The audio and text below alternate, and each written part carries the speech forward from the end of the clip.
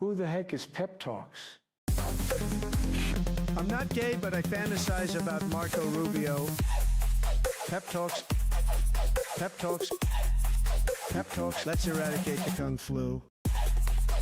I'm literally coming. Pep Talks. Pep Talks. Who the heck is Pep Talk? They want our women. They want our children. Pep Talks. Sometimes no means yes. Grab them by the pep talk. Grab them by the Marco Rubio. Obama is a racist. Pep Talks. I'm literally coming. I'm Pep literally coming. Pep Talks. We found weapons of mass Pep talks. destruction. My fellow Americans, it has been confirmed today from Pep Talks that we are indeed all high on politics. Good afternoon, everybody. Welcome to the Friday edition of High on Politics. Hope you are all well. We have a lot to get to today. So there has been some breaking news. Trump is, it looks like he's activating ground troops. We're going to be getting pretty much right into that. We also actually have some fun stories for the back half of the show. I'm kind of excited that we have something to kind of take our minds off of all the craziness in the world right now. But if you guys are just joining us, if you guys can do me a favor, hit the like button, and if you haven't already subbed to the channel, consider doing so. No effing way. Yeah. I mean, it's not confirmed yet. But as far as like his rhetoric and what the generals are saying and just the movements of our troops, it's not looking good. So yeah. We definitely have some interesting stuff going on, but if you guys do file in here, like I said, if you can hit the like, that really helps out the stream. Let's take a minute here just to kind of chill and get the show on the road, but we will be going to the news pretty quickly today. Pep, I have a question. I just heard some old news and thought it was new, but found out it was old. Wanted to ultra fact check it. Okay, what is up, Tao? Also, Tao Ren. Are you a Tao player? Because if you are, my lord, did they nerfed the crap out of the Tao. Warhammer stuff I won't get to. I'm not going to stun lock, but poor guy, if that is the case. But yeah, go ahead and run it by me. What's up, Etch? What's up, Pinkerbell? Welcome. Josh the Heretic, what's up? I guess I can take a break from my digging my my WW3 bunker. Robin hanging out. Hell yeah. We are definitely hanging out today. Today's you know what? Chill Friday. Nice. We got horizontal stream back. Yes. I don't know for how long. Did I have to go and do some resetting and just, oh my God. Yeah, that was some tech stuff that I was not prepared to do, but it had to be done. Also, I didn't realize, but it was actually affecting my work too. Not just here. So you got to always love when somebody lets you know that they had an issue. Like, for instance, with me, nobody bothered to even say like, hey, we noticed that your internet's dropping in and out. It's just like, oh, you guys could have literally let me know that, so then I could have addressed that with my internet company. Anyway. All right. Can't find any live footage. This dude told me on live TV, Benjamin Netanyahu said Mustache Man didn't want to start the cost at first, but the Muslims convinced him to. I have absolutely no recollection of that. I have none on that. So I would, definitely take that one with a grain of salt. I'm going to take a break from conspiracy and politics and detox for a while. This shit makes me emotionally ill. It will. No, it really will. That's why I try to give you guys, and I'm not even trying to like toot my own horn here, but I try to aggregate the news in a way that you guys can kind of not feel overwhelmed. I know it helps with me to just kind of, look at it with a little bit of comedy, even though most of the time we're covering some really serious crap. So, but you know what? You're amongst friends. That's the way to do this kind of stuff. You can't really ignore it because, unfortunately, we're back. Like, I remember I had this conversation back when Iraq started with some of my friends that didn't follow politics, and they had absolutely no interest in doing so. And I just said, I'm like, you guys need to know this specifically because you might be called to war. Like, you just don't know. Like, if you guys are the age of selective service, you really should kind of care a little bit. Now, I understand that we kind of make it a hobby, and like I just have to admit, there's some, I don't want to say fun to it, but there is something about it. Like, it's interesting to me. Like, and there is an entertainment aspect to it too, which isn't good. It really isn't. Like, I remember during Biden, it was definitely not like this, where like it's every fucking day. So like I was saying though, I hope that I can kind of make it a little less strenuous on everybody. That's a pretty common conspiracy theory.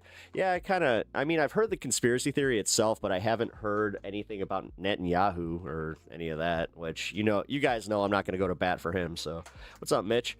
How's it going? Hey, Christy Gnome, I want to know. Oh, yeah, you, hey, Christina, I want to know why you're such a fucking...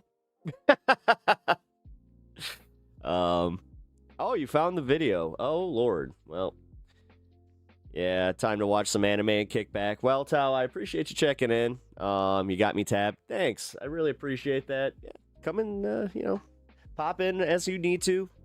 Like I said, I just appreciate you guys, helping out stream. But also, if you guys, I've been saying this, if you guys need to take mental health breaks away from this type of stuff, including my show, which I know.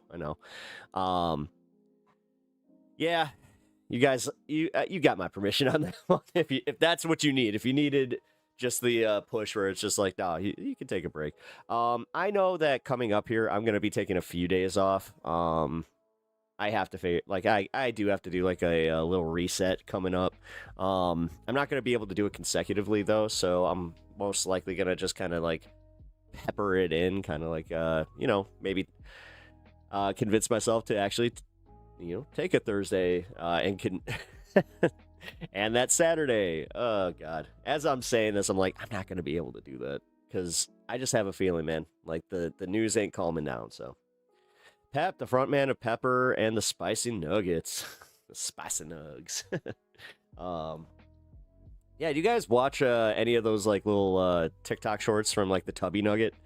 My wife has been sending me those, and I gotta say, they are awesome. If you like some just wholesome little, I think they're only like 5 seconds long.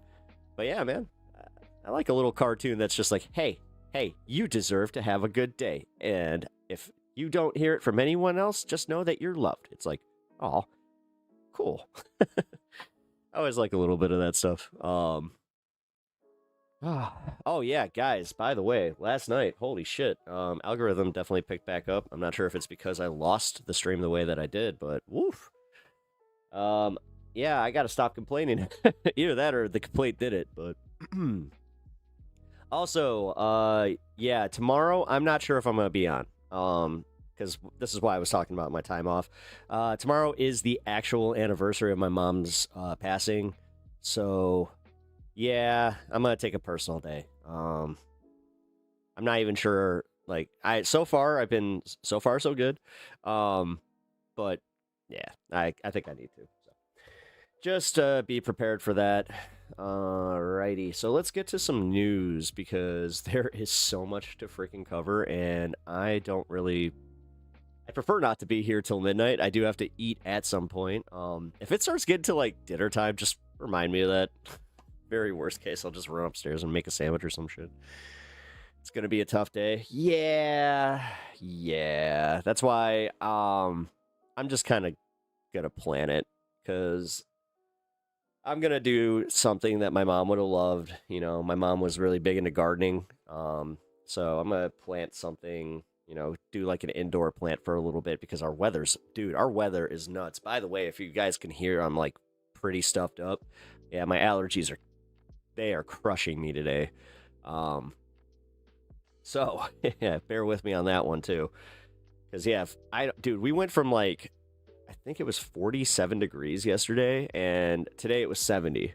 I went outside. I was just like, what the hell? And also, yeah, we apparently got like really bad storms with red skies, which you know what they say about red skies in Salem, but you also know what they say about a bunch of Christian assholes that see red skies and they don't know anything about weather. So they immediately were just like, oh my God, the rapture's happening. Oh man, for real. Oh God. The amount of people that I saw talking, you know, rapture, there's this, I think I talked about it. There's this little neighborhood group. It's not next door. It's a different thing. But, yeah, there's this little neighborhood group I'm part of, and holy crap, it was like almost the entire neighborhood. Howdy, weather has been wild today. Yes, it had. Dude, Bear Dog, right? Did you see the red skies? Like, that shit was, I was just talking about it. Like, we got people all over the city just kind of like, is it happening? That was kind of wild. Israel is a big Johnson eater. You know what? That's pretty funny. Yeah, if you can just hit that sub button. I think you're newer here. Appreciate your comments. Yes, I leave work and it was scaring my coat. I'm telling you, man, that was crazy. Like, I had to do a double take where when I woke up, I was like, what the fuck is that? What is going on? And so I'm not sure if I had talked about this, but in Chicago, we had this thing where like there was like a strong chemical smell. It was a mystery chemical smell. Like, you couldn't really figure out what it was either. It smelled a little bit like a not bleachy, but like almost formaldehyde-y. Yeah, man, it was weird. Like, and they just were like, well, I don't know, it could be this this plant that had a fire down in the south, but we actually don't know. It was just like, huh. And everybody was just like, okay, well, I can smell this, and it was making people sick. So, and they told people like with breathing issues to not go outside. So what the hell was it? And we still haven't found out. I was just looking into it this morning. There's still nothing. 55 smell like a morgue. Yeah, dude, what the fuck is with that? Like, what is it? And then the red skies on top of it? Like, what are they doing? I don't know, guys. I'm gonna have to I have to start wrapping my tinfoil into a little hat soon, because holy crap, those data centers do that sometimes. Oh, is it the data centers? I mean, dude, I'm a good 45 minutes away from a data center. Like, I thought it was nowhere near me, but people have kind of informed me that even being that far out, it does affect me as far as my bills too. Holy shit. Yeah, if I see anything, yeah, please do, man, because that shit's crazy. And I'm not like one. I've made fun of chemtrail, believers here pretty openly, and I don't want to be that guy where I'm just like, all right, so guys, if you believe in chemtrails, I have an apology for you. I'd prefer not to do that, because I still think that one is just ridiculous, because what they call chemtrails, they don't understand. It's just fucking exhaust, but whatever. Unfortunately, there's no data centers being built kind of near me. Ooh, that sucks. It's the smell of WW. I mean, dude, everybody's starting to feel it. I've been talking to just normies that are now figuring it out, where they're just like, oh, yeah, stuff's really, really bad. And then, oh God, Pete Hegseth did not do the Trump administration any favors by making those holy war statements. Dude, you got a lot of Christians that are pissed off. It'll be interesting. Like, if any of you guys go to church, let me know what your service is like on Sunday. I mean, I was actually toying with going to a service just to see what they have to say, because, dude, it really does seem like either they have the churches that are 100%. Obviously, I'm not going to go to where I went to school or where I went to church all my life, but I would go find like a Presbyterian church, or maybe, I don't know, Baptist. They get a little, I don't know. I'm uncomfortable with churches, to be completely real with y'all. I really don't want to. Yeah, I might burst into flames. Yeah, no, I really might. So I'm not sure if I want to do that. Go Pentecostal. Buenos dias. What's up, Ghost Dog? Good to see you. Are you in contact with anyone from my past? I am. In some cases, unfortunately. You got that classic Facebook dichotomy where I get to, I went to school with these people for so long, so I can't necessarily, they're almost like family. I've had a few of them tell me that I'm a heathen and they can't support me, but I've had other ones just say, we'll pray for you, but we still love you. It's like, oh, I guess I can't be mad at that. Hey, what's up? Did we establish what I'm supposed to call you? You've been here so many times. Shit. I'll just say comrade from now, just for now. Comrade, how's it going? People, okay, wait, Sylvie, why are your comments not popping up in multi-chat? This is weird. Oh, I just got here. Oh, data centers, yeah, they're poisoning the air. People have made videos on it. Look it up. Data centers poison the air. Okay, so that makes sense. Especially because it's a like I'm telling you, it's something I've never really smelled before. But it's bad. Where your brain is telling you like that smells like a chemical that I should not be smelling. I've blocked biological family. My family is the people I choose. No, that's how I am too. But I also, like I got plenty of people silenced, but actually blocking people, you have to do something pretty egregious for me to hop on that train. Also, like I'm glad that I have the knowledge that I do about these people, because I got a friend, well, Facebook friend, I guess I should call it, from my high school days that she's got like the, family. I think she's got like 5 kids or some shit. She's still part of like this type of thing. And that's where I know from her that she's simultaneously freaking out about like the end of the world, because her kids are also getting to that age where they're like in high school. So they're gonna, they're at that, they're at the draft age also. So yeah. You can tell that she's kind of struggling with it, because believe it or not, a lot of people that are, they say it with their fucking full chest. It changes the second that their kids got to go to war, I just love walking outside and the air smells like fresh monster, like a fresh monster opened in front of my nose.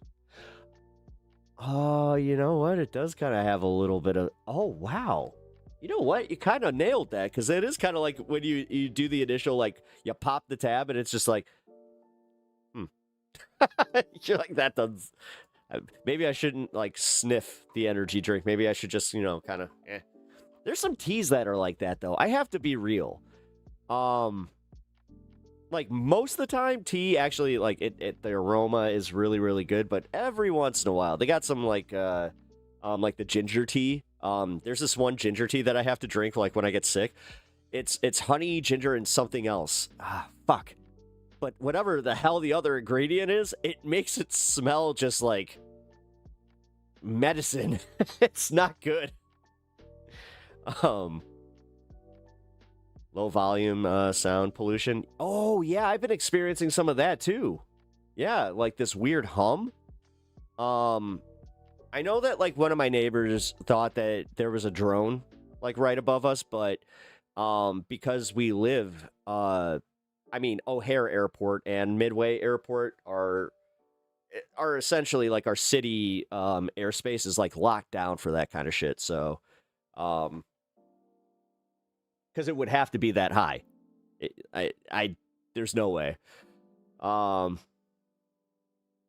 yeah, like, we've been noticing some of that too, so I don't know, man. Real ones use Midway. It depends. Depends where I'm going.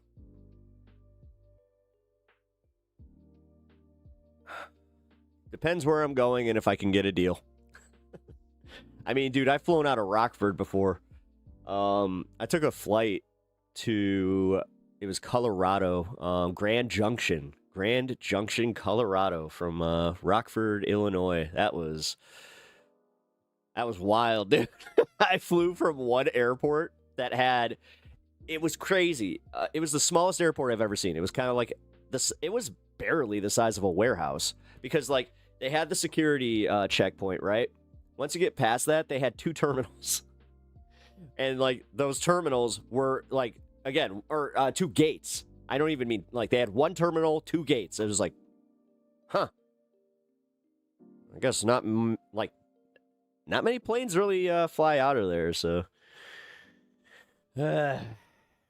And then I flew into Grand Junction, which was even worse, where I was just like, what the fuck? There is like nothing in Grand Junction.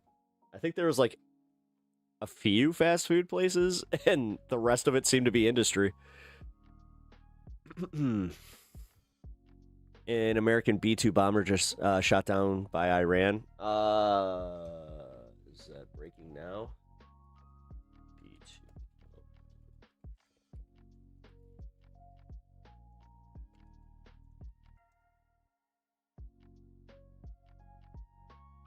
It says that this claim is false based on fabricated information, but we'll see here. Hold on. BBC. Oh, wait. It says that the BBC is calling it AI generated, but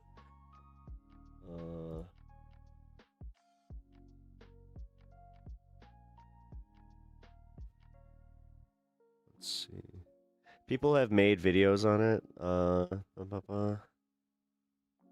Anyone supporting this war can bite it.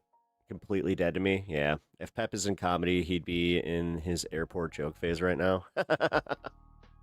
What's the deal with the little bag of peanuts? Why do they always make it so hard to open? It's almost like they want you to explode it all over the airplane. Could you imagine how many peanuts are stuck in the little nooks and crannies of a airplane? God, I hope you don't have a peanut allergy.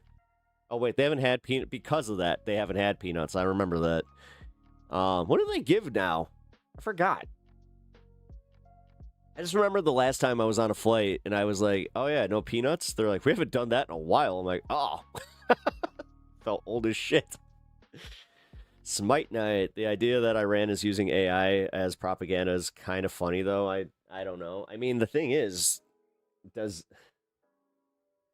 they have good AI generation? I'm actually genuinely asking. I drove to Grand Junction once, would not recommend. No, it's in the middle of nowhere. It's on like the side of a mountain. Like, it's almost like a, what do you call it? Not a peninsula. Yeah, like a peninsula, right? Or no, what's one of those like raised ones? It's like, God, reminds me of like a Final Fantasy mountain. It's weird. It's like really weird. I also knew a lot of Chad Daniels, and after his kids grew up, he talked a lot about airports. Well, that does happen. Oh, dude, there's nothing worse than when a comedian that, like, yeah, they used to work, like, dirty, all of a sudden starts working clean and does, like, you know, family jokes. Ugh. Missile Shake, Tel Aviv, fact check.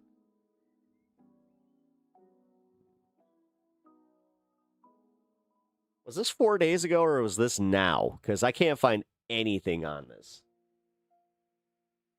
And it's saying that we did not.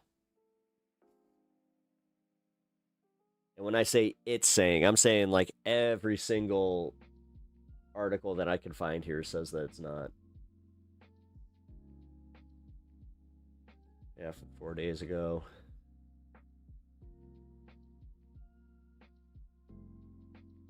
Operational context, the U.S. has utilized yeah, I know. Features errors like distorted merging figures. Oh. Huh.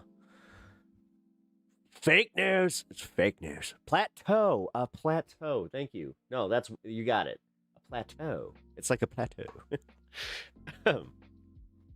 Yeah, I don't like it. Honestly, I did not like Grand Junction specifically because of, like, getting around, like, getting to it. Like, and getting, like, or getting out of it, actually, I should say. Yeah, not fun. And then, it's so far from Denver. I was so mad at my dad because he was, that was one that he booked. And he was just like, nah, we'll get you a rental car and you can just go to Denver, go to that airport, funny enough, turn in the car, and then I had to go do some, I had to go get something else. So, dude, it was so fucking annoying. There's nothing worse than going to an airport that you should have flown into, like, and then I really sat there and thought about it. I was like, okay, in gas and the rental car, it was as much as the fucking plane ticket to get to Denver. Yeah, whatever. Oof. Yeah, that sucked. That fucking sucked.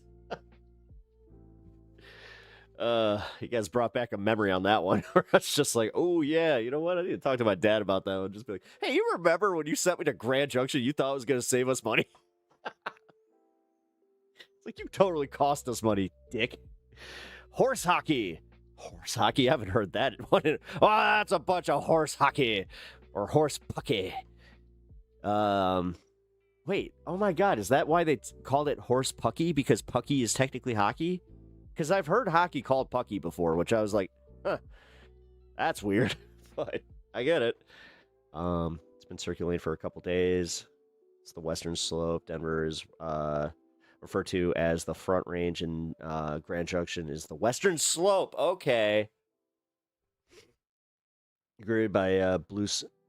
Yeah. No, I was. Yeah, the red-eyed horse, the blue red-eyed horse that the Illuminati apparently put there. Oh man, that one was crazy though. When you do read up on Denver Airport, you're just like, huh, why did they do that? And it's so prevalent too. There's nothing like around it. You're just like, that is a scary ass fucking horse. A couple weeks back, a plane went off the runway in... Oh, no shit? Really? That's crazy. All right, let's see. What do we got here? Trump supporters flip out. Markets roiled. And Russian intelligence. Okay, man. I got so much news to get to, so... I'm going to start right at the half-hour mark here so I can have a nice little starting segment. But if you guys have had some fun just hanging with us in the beginning here, this is what I like to do, guys. I like to start with a little lightheartedness, and then we get into it. And then that's why we have the fun half, too, to kind of end on a high note, too. I just said too way too much. It's Denver. The designers were high. All right. You know what? I could buy it a couple of weeks. In every way, dude, that's one thing they do not prepare you for. Even at, like, so I usually get, like, altitude sickness, which sucks. I fucking hate altitude sickness, but I always get it.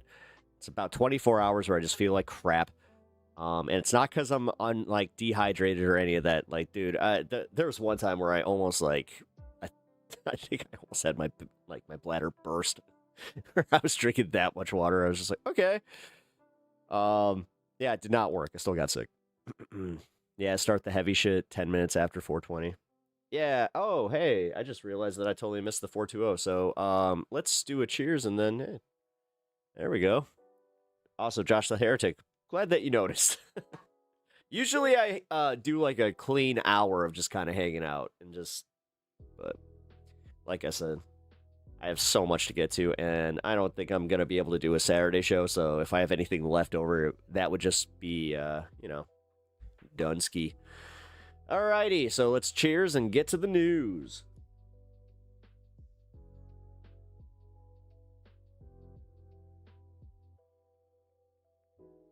Alright. Wait, Kalshi is getting sued for not paying people's bets on Ayatollah's fate? Yeah, because it was a bet on death. Technically, in any market, that can just be negated, because that bet should have never been approved. I'm Audi HD, and I'm sensitive as fuck to differing altitudes. Oh, really? Maybe, oh, dude, maybe that's it. Because, yeah, I mean, I have ADHD. Huh, I never thought about it, but yeah, that could actually have an effect. Alrighty. All right, let's start with something a little more lighthearted first. Not so lighthearted for anybody that is a fan of MAGA. What's going on here? There we go. Okay, hold on. There we go. As I said, I had to reset a whole bunch of stuff. So, what's up, Anna? Good to see you.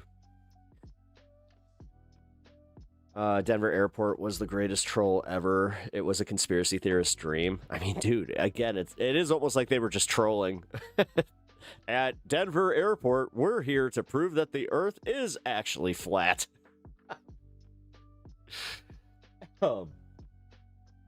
Meanwhile, mountains. Hey. Oh, I also have an ocular migraine and wear glasses as well. I get ocular migraines as well, and that's crazy because I felt one coming on before I started stream, so I just went and took an ibuprofen as a preventative, and it worked. So, at uni update before the news. She's good. She feels a lot better today. I think that what needed to happen is, so they gave her like a vitamin dose and all that kind of shit to kind of balance her, and that worked. So I think realistically her body was just like, I have no nutrition, I feel like shit. God, that was still so heartbreaking to watch. Like, she, again, going from feeling better from the first trial of chemo to just right back to being bedbound. That was bad. 20/20 vision here. What's an ocular migraine? It doesn't even matter if you have 20/20 vision. Ocular migraines usually occur, especially if you have like astigmatism.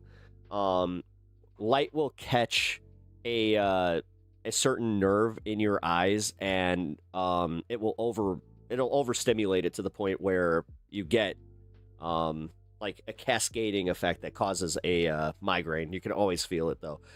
It's like a halo. It's awful. It's fucking awful.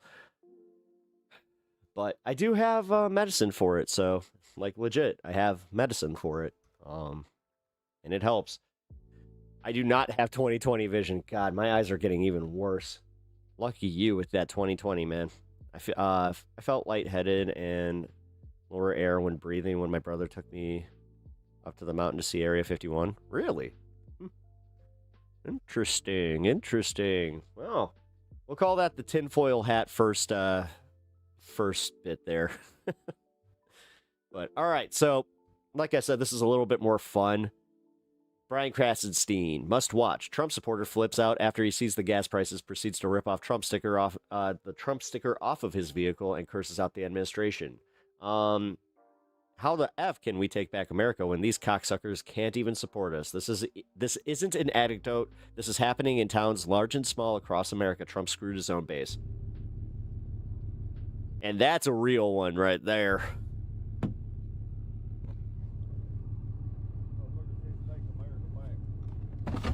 How the fuck can we take America back when these cocksuckers don't even fucking support us? Fuck these motherfuckers. Well, I'm gonna just say, that's a mighty. I already quote tweeted. That's a mighty big truck. Gonna be costly to roll coal at the protests. Hashtag no kings protest. Hashtag MAGA. Which that is just inherently true, by the way.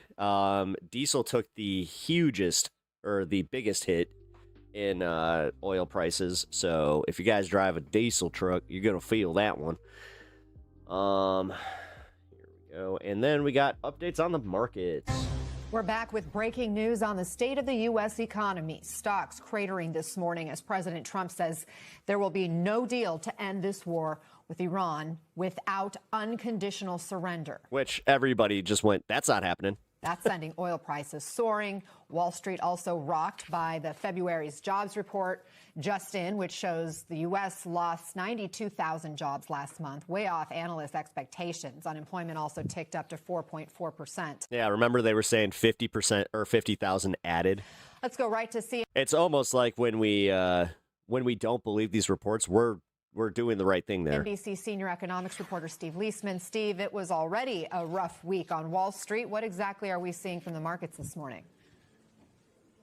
Well, the market's not Will he liking, as cope? you well described it, this sort of double punch here. One coming from the oil side, the idea that the president makes this very open-ended in terms of when this might end, and the idea for markets, all it does is increase uncertainty as to how long this price spike is going to last. Does it filter into inflation and other prices out there? Does it bring down consumer confidence and therefore retail spending perhaps with it? That's punch number one. Punch number two, obviously, is these jobs numbers. And the context here, which is very important, is that we had this strong January report, and people thought, well, maybe we're out of the woods here on jobs, and then we get really the opposite, and people are Again, it was to pad the stock market so you could have that 50,000. That dude. thinking about it. Well, the best way to do it is just to average the 2 months together, and you come up with zero. You come up with a very anemic job growth or payroll employment right now, and that is a matter of concern, because sometimes when you're just being very on the zero line, you can roll over and all of a sudden you're losing jobs before you knew it. The unemployment rate did tick up. It's still relatively low at 4.4%, but if it starts to get above that, that's when you start to get areas of concern, 4.5, 4.6, and we'll see what happens next month. Dude, 4.5. Then we're right back to COVID. There were some issues. Wait, dude, he's really underselling this. You had some really bad winter weather that might have kept jobs down. What? So The other issues, you did have a strike, a nursing strike of took 31,000 wow. So that blizzard, that did it. off of the payroll. So that'll come back in the next month. Got to wait to see what happens next month. Yeah, that collapse of crypto also added to the stock market. Yeah, because exactly, people liquidated and they bought actual assets. Yeah, Well, actual assets. 92,000 jobs lost in February. The expectations were there'd be somewhere in the realm of 50,000 jobs added. On top of that, Steve, there were also big downward revisions for January. Did he really just blame the weather? Yep. And December? Yeah, when we actually just had one of the warmest winters in a long time, that made it so there was more productivity. Fuck that. We had protests in February? Yeah, we have had That's insane. zero literally in Minnesota and Chicago. job growth over the past 6 months if you put those revisions together. And to my mind, when I look at some of these numbers, I perhaps see some Yeah, MS now, dude, during the day, Ana Cabrera, I'm not even kidding. It might as well be CNN. impact of these Or even fucking Fox News. There's not much difference between the three at all. tariffs out there. Manufacturing has now shed near 100,000 jobs over the past 12 months. That could be the tariffs. And why would you say if the purpose of the policy is to bring manufacturing home? Well, at least initially, our manufacturers import a lot of stuff. And then they fabricate it into other things. Well, the cost of that stuff they're importing has gone up. And so at this point, we are losing employment there. I've been paying attention to the price of lumber. Holy shit. Leisure and hospitality losing jobs is perhaps worrisome as well. We have heard talk of a decline in foreign visitors, again, related to the tariffs. So that could be out there as Related to the tariffs? Foreign visitors related to the tariffs? You are so disingenuous. It's insane. well. We also have this decline in immigration, so there are fewer people to hire. That is one aspect of it. But He just said that with his fucking chest. What? Because of the tariffs is why people aren't coming to America. this economy has generated zero job growth Yeah. over 6 months, and this is the worst month of that whole 6-month period. Steve Leisman, always appreciate your expertise. He doesn't want people fucking pulling out of the stock market in a panic. Thank you so That's why he's trying to just be like, it's the tariffs. And you know what? We figured it out. Just wait. much. That's fucking crazy. All right. This is kind of funny. Caroline Levitt getting confronted on Fox News. Fox News is not fucking letting the administration off light, which I got to say is kind of And refreshing. welcome to you. Thanks for joining us this afternoon. So as the president demands this I mean, they're still state like propaganda, and they're definitely trying to cater to Donald Trump. But unconditional surrender from Iran. they also know that they can't continue to treat their fucking viewer base as stupidly as they do. There is major movement in the U.S. energy markets. Crude oil right now is spiking. It's up 14%, topping $90 a barrel. In fact, right now it's at $92 a barrel. You've seen a drop in the U.S. stock market. Can you share with us the concerns the president may have, especially as gas prices are now, let's see, they're back up to $3.32 a gallon after dropping to $2.90 just 1 month ago, Caroline? So, really good question. Appreciate that. And again, remember, Fox News tends to have softball interviews with Carolyn Levitt, Donald. To the American people, this is long something that President Trump, his Energy Secretary Chris Wright, his Treasury Secretary Scott Bessent have. As much as I don't like, I actually like Josiah's page, and I'll play his videos for the most part. But holy shit, man. Sometimes. Thought about and have been planning for and have already announced action in response to. Let me just walk you through the president's thinking on this. We have to focus on the short term and the temporary goals of Operation Epic Fury to obliterate the Iranian regime will be a very good thing for the energy and oil markets and for oil prices across the globe in the long term, when you no longer have a terrorist regime that is restricting the free flow of energy through the Strait of Hormuz and to the rest of the world. So I want to stop right there. You see what she did there? The Trump administration has been wildly inconsistent in terms of its messaging on the Iran war. Yeah. They say it's a... By the way, guys, have you seen the thing going around that they've hit multiple targets that turned out to be just painted jets, or not even they weren't real jets. It was like Wile E. Coyote style. War of regime change. Then they say, no, it's not a war of regime change because we promised we wouldn't engage in regime change wars. Which, you got to say. But what Carolyn Levitt just told Fox is, wow, it is a regime change warfare. War. It's not just about the Ayatollah who was successfully assassinated. We have to eliminate, she says, this terrorist regime. You don't want this terrorist regime to control Iran and the Strait of Hormuz and this. They buried their arsenals. This crucial, conduit between Iran. That's why they're focusing on Tehran, which, again, ironically, is going to backfire because these are the people that would have supported the administration's actions. The world's global supply of oil. So you are talking regime change. You just let that slip. You just let it slip that this is a regime change war. It's just, they're so inconsistent that they're tripping over themselves in real time. That's number one. Number two, the president has also announced some tangible actions over the course of the last few days. First, to provide political risk insurance to cargo vessels in the region.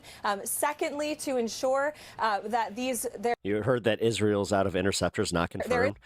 Again, I'm going to be very, very careful with that kind of stuff. So, I'm glad you said not confirmed. I'm going to reiterate, not confirmed. There's a free flow of energy and that we are drilling expeditiously here at home. Other nations are sharing intelligence. I'm going to do the story about what Russia's doing after this. Into these newfound markets in Venezuela as well. And then again, the president has also made that directive very clear to his energy team. And you saw Secretary Burgum was just in Venezuela yesterday with some of the world's biggest oil companies who have committed to investments. And Delcy Rodriguez herself said that they are working at Trump speed to tap into these markets. And then lastly, the president has also announced that the United States Navy will escort cargo. They're so full of shit. The experts have even said that even if that at Trump speed, it's going to take over 8 years to get that infrastructure back up. Cargo ships through the region if and when necessary. Okay, so this idea that producers in Venezuela are going to be able to stem the flow on this, because again, you're talking about a massive capital investment for U.S. oil companies to start up work in Venezuela. This isn't something like a... I heard that gas prices are going to reach $7 until Trump would back off. I mean, they're spiking to that level. Going to be turned, dude, diesel's almost $5. Turned on overnight. So there's no guarantee that if that occurs, that the relief would be anytime soon. This is not going to help the American people anytime soon. And she's hoping nobody notices.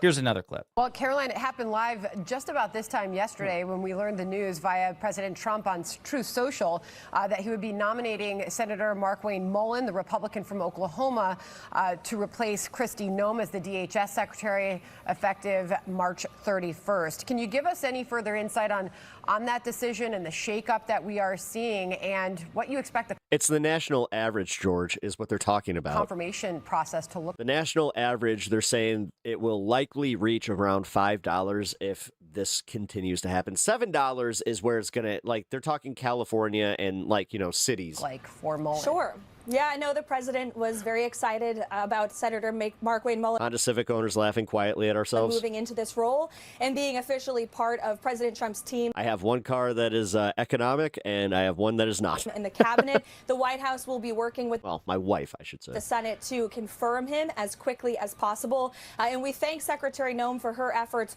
over the past year. She will be moving into a new role at the State Department to oversee the new Shield of Americas. These are Western Hemisphere Latin American countries who are coming together both militarily and diplomatically to end the cartel. So you're telling me that she's going to be in a room full of brown people? That's going to be optically hilarious. Trafficking, human trafficking, and drug trafficking in the Western Hemisphere through Latin American countries and she's just sitting there sweating. Ultimately to the United States of America. So this is a very important effort. And in fact, President Trump will be heading to Doral, Florida tomorrow to speak with 17 heads of states from the Latin American countries to talk. Hybrids, baby. Hybrids all the way. Talk about this new historic organization that the Trump administration has led the way on and has put together. Yeah, so this is just total bullshit. Again, he shit-canned Kristi Noem because she Hey, the Toyota Camry is one of the best cars, I think, in existence. humiliated him by actually telling the truth. It's one of the safest, too. And we'll talk about that in a subsequent video because Kristi Noem is turning on Donald Trump because he threw her under the bus. Now, Trump doesn't want to admit that he screwed up and made a mistake, so he's trying to cast, by way of Carolyn Levitt, a veneer over what's going on. But yeah, she was effectively kicked out the door and shunted off into a closet. Markwayne Mullin does need Senate confirmation, which he may very well get. I wouldn't be surprised. He's incredibly stupid, but so are many members. Again, the biggest argument here is that it gets him out of the Senate, and he is a problematic member of the Senate, even though Democrats are not fooling themselves into thinking that all of a sudden they might be able to win Oklahoma in any way. The Trump administration. They have to be kind of careful with this. That the Republican Party have Old Toyota Corolla 2000. eagerly. You know what? They last forever. Confirmed. I will tell you, I will, and you should have a massive problem with any Democratic politician, any Democratic senator who votes to confirm Markwayne Jim Bob Mullin, or quite frankly, anybody at this point with the Trump administration, but especially Mullin and especially for DHS. No, I mean, the fact that they don't hold up any of the appointments the way that the Republicans were doing during Biden is also just, that's why they don't have any respect from their colleagues on the right, because they're so toothless. They're just like, they're not going to do anything. We know how this works. Trust me. They will cower to their lobby, and they'll just kind of be like, I don't agree with this. I don't agree with this, but I'm not going to do anything about it. Without massive concession, we got a problem. And they need to be called out. So we'll see what happens there. But in the meantime, I do believe Trump can appoint like an acting DHS. Yeah. All right. Here's the big news. I hate the fact that we have to use Midas Touch, but they're the ones who broke it first. As Donald Trump's war against Iran is spiraling out of control. But yes, I will watch it at 1.25 speed because I refuse to watch this guy at normal speed. We are getting this information, and we need to, of course, verify it, but information that the U.S. Army has abruptly canceled a major training exercise for the headquarters element of the 82nd Airborne Division at Fort Bragg in North Carolina, fueling... I have a saying about cars like that. That car right now, if you bought it at that, man, that car owes you nothing. Nothing. Within the Defense Department that soldiers specializing in ground combat and a range of other missions may be sent to the Middle East to join the war against Iran. Sources are telling this to the Washington Post. As you may know, the 82nd Airborne operates a brigade combat team consisting of several thousand soldiers, which alongside elements of the U.S. Air Force are kept on high alert, allowing them to undertake an airborne deployment on 18 hours notice with no prior warning for missions as varied as seizing airfields and other critical infrastructure to evacuation, known more commonly as the Immediate Response Force. And this follows, I think, the Trump regime falsely leaking to members of the press that the Kurds were doing a ground invasion of Iran, to which the Kurdish leaders said that's absolutely false. Now, we have a lot of military reporters just trying to get information about what the hell is going on. Thomas Novelly explains 2 days ago, I asked CENTCOM detailed questions about space operations and forces in the region. I just got one response back today. See attached our Operation Epic Fury fact sheet. It's the 72-hour fact sheet. The war has been going on for 6 days.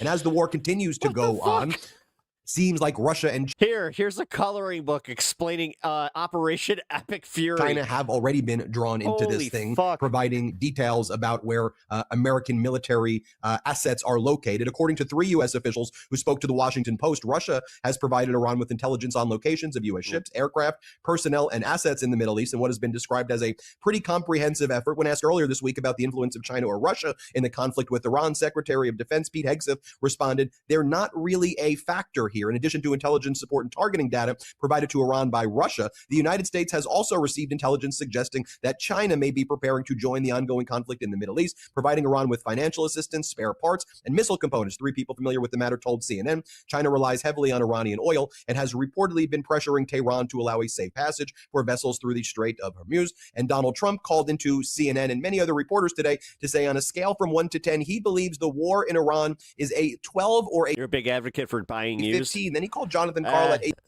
ABC and said, don't you not in this market love my, quote, performance? Did you love my performance? Direct quote. In Venezuela, my performance in Iran is better, isn't it? Honestly, in this market, doing the leasing, not the worst. Posting image. It's the same as rent. It's like the same as like with renting over getting a mortgage. Sometimes it just does make more sense because then you're not on the hook for the maintenance part of it, and you can trade it in and get something else. Images of Bill Maher all morning. He keeps posting these weird images of Bill Maher, oil prices. Yeah, that was weird. I was looking at that, and like a whole bunch of people were just like, "Why is he using a bunch of AI pics of Bill Maher through the roof?" In the last 9 hours, the price increased $12 per barrel. We're now at $92.50. This could hit $100 a barrel today. And while the United States is also saying that our Air Force bases in the United Arab Emirates really aren't hit and our facilities are fine, we start to see photos like this. And it seems pretty clear that we're just getting lied to. So we got to make sense of this. We're not. No, they totally are. And then they're also lying to us about like the operation successes. Getting intelligence. This is the least intelligent. I mean, it's way worse than the Bush administration. The Bush administration kept getting caught on that. Like they were the first one to really get hammered on like having not social media so much, but we did have like the start of social media right around then. Like I remember, this is how old I am. I remember talking about the Iraq or the Afghanistan war, not the Iraq war, the Afghanistan war via AOL Instant Messenger. Intelligent regime imaginable. So here to help us sort through it. This guy's whack. I don't like Ben Meiselas myself, but again, let's bring in Democratic Congress member Jim Himes, the ranking member of the House Intelligence Committee. News aggregation, my man. Congressmember Himes, it's great to see you. Just remember, even if you disagree with my politics and you disagree with the whole like media that I am watching, it doesn't do you any harm to listen to it. War already seems like it's spiraling out of control. Stop listening to propaganda. It's like, why? I'm going to listen to Trump's propaganda because I want to hear what the fuck they're saying, but it doesn't mean that I believe any of it. Spiraling out of control. But also, we don't even know what the hell is going on. Protect me from having to think critically. At any level, and it's lie after lie. What can you tell us, Congressman? Yeah. And, as the ranking member of the Intelligence Committee, maybe I know slightly better than most what's going on because I get to see the intelligence, not something I can talk about. But Ben, let's back this up a little bit.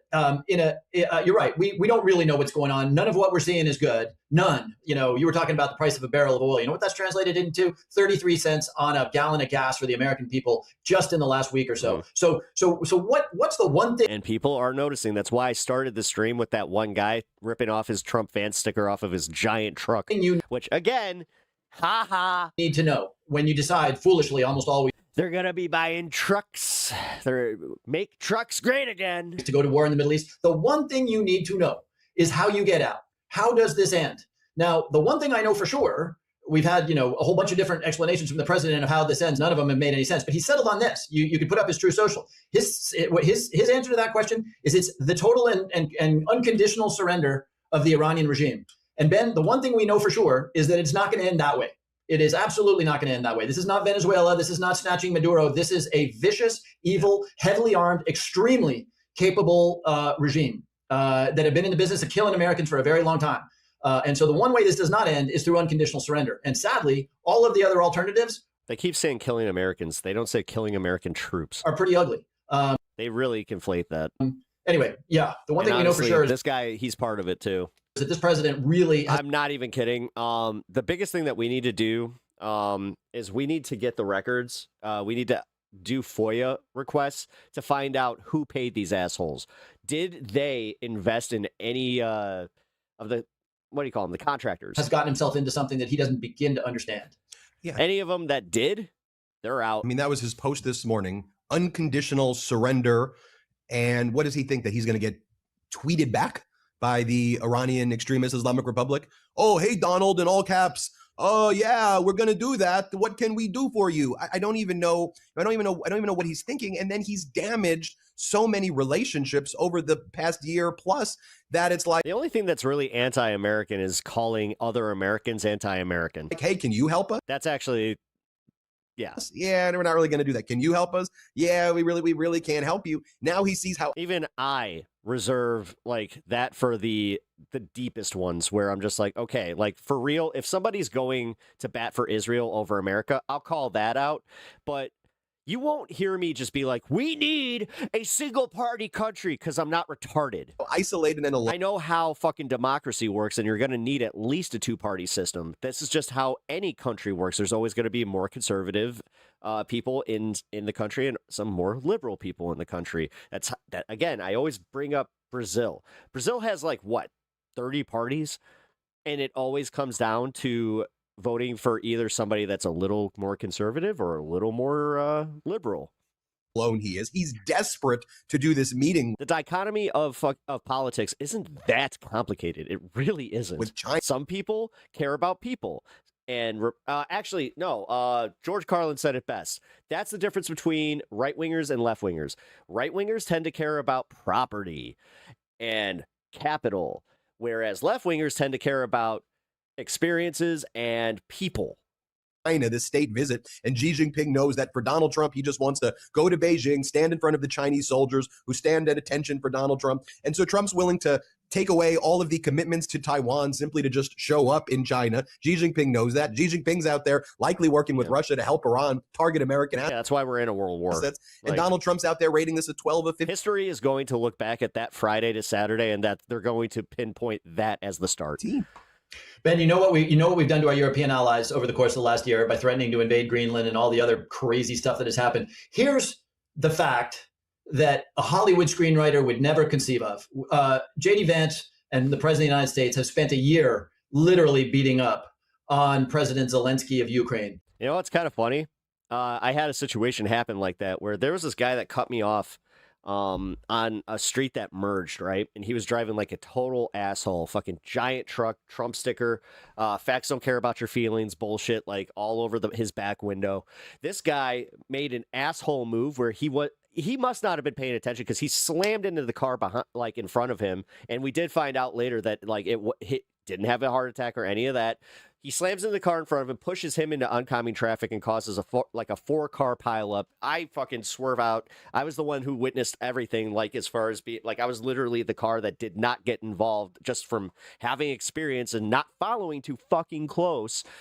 So yeah, I went and helped that guy, even though he had all that shit all over his back window. But there were also these bikers that like they took a screwdriver and I think it was a screwdriver. They punctured the airbag and they pulled him out before the EMTs got there. I was shouting at them to stop. I'm like, stop. They're like, the car could be on fire. I'm like, the truck was not on fire. There was no fire at all. I was like, you may have just actually permanently injured this guy just because you thought you were being the heroes here. That's not what you do.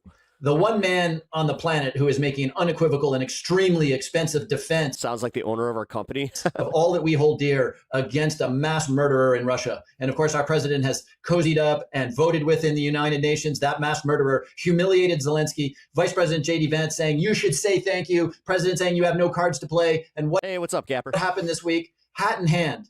they go to Zelensky and say, we don't know how to defend against Rango, what up? the Iranian drones, and you know a little something about that. Can you please help us? Again, a screenwriter in Hollywood would not dream of that script, but that is how low this president has reduced our country to that sort of depravity. Yeah, but Congressman, as we are now begging Zelensky, help us with how to figure out how to shoot down the Shahid drones, how to shoot down the ballistic missiles. Donald Trump then gives I leave a semis link. another interview to Politico, and Caroline Levitt holds a press conference. I don't fuck where around he with that again shit. calls Zelensky P.T. Barnum, and unless I'm in like stop and go traffic, then yeah, that's not acceptable. and says that Putin's the one who wants to make a deal, and Zelensky's the person who's holding this up. I mean, as even 24 hours ago, while we need Ukraine's assistance, while we ask for it, Donald Trump's still out there yesterday saying positive things about Putin and Xi Jinping. It's crazy. And, two interesting things, right? This is what happens when a leader succeeds in surrounding themselves with people who won't tell them the truth, people whose sole objective morning, noon, and night is to praise the dear leader. This is what happens. Nobody says, Mr. President, a war in the Middle East is going to lead to an increase in oil prices, which is very rapidly going to lead to an increase in gasoline prices. Mr. President, you ran a race saying you would bring costs down and not get involved in war. And then he literally, this has nothing to do with the race. This has everything to do with him and what he's touted in just the last month. And you're about to look at the price of gas. I brought gas prices down. Pam Bondi literally said that before she said the Dow shit. Get involved in a war that will dramatically raise costs. No one can say that to him. And I see that in the Congress of the United States. Just 24 hours ago. My wife's therapy is going well. Her first 2 days were hell, Ben, but she's doing way better today. Thank you for asking. I really appreciate that. The House Republican majority said no to the House of Representatives considering this war, not because we want to, but because the Constitution demands it. It is the Constitution that we swear allegiance to that demands that the representatives of the people actually debate and authorize this stuff. And forget about the words of the Constitution. The reason the Constitution says that is we're doing the most serious thing that the United States can do. We've already lost 6 precious lives of our servicemen. No one's ever claiming that he's not my fucking president. Gasoline prices are... I can disagree with my president. Spiraling. And hate my president. That's my right as a fucking American. Economy. Dude, presidents aren't fucking, they're not gods, you idiot. Is headed downhill, and there is a just because you worship the guy doesn't mean the rest of the country needs to. Reason why the framers said when you take that decision, it's not one dyspeptic. Honestly, you're the only assholes that were going around saying Biden's not my president.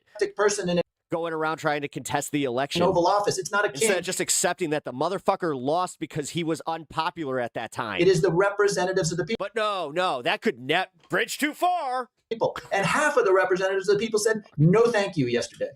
Yeah, so you have Donald Trump. Jesus Christ, it's about choking China out of the Western Hemisphere. Good luck with that. Betraying the Kurds. The thing is, they also have their own, dude, China has lapped us so fucking hard, you have no idea. And this isn't me just glazing. In Syria, betraying the Kurds, I think, during his first term as well. You have Donald Trump betraying the pro-democracy. Our infrastructure is collapsing. We have no prospects of high-speed rail or updating our cities into turning them into these giant... look at the Saudi cities. Look at Shanghai. There's a reason also that American media is very, very locked down on showing you the beauty of those cities. Protesters. They want you thinking that these countries are somehow behind us. So they're going to always show you villages, and it's why the public consciousness with Iran even is that they're just a bunch of desert dwellers, bunch of sand people. In Iran last month or 2 months ago when they were out protesting, and Trump said, get out there. I got your back. If one of you gets killed, we will protect you. By some estimates, it's more than 30,000 Iranian protesters who were Do you think they're no? I don't think I don't think Iran or the U.S. is doing that. Massacred? No, we're just as bad as Russia and Ukraine. And now Donald Trump's like, all right, do it again. Okay, do it again while.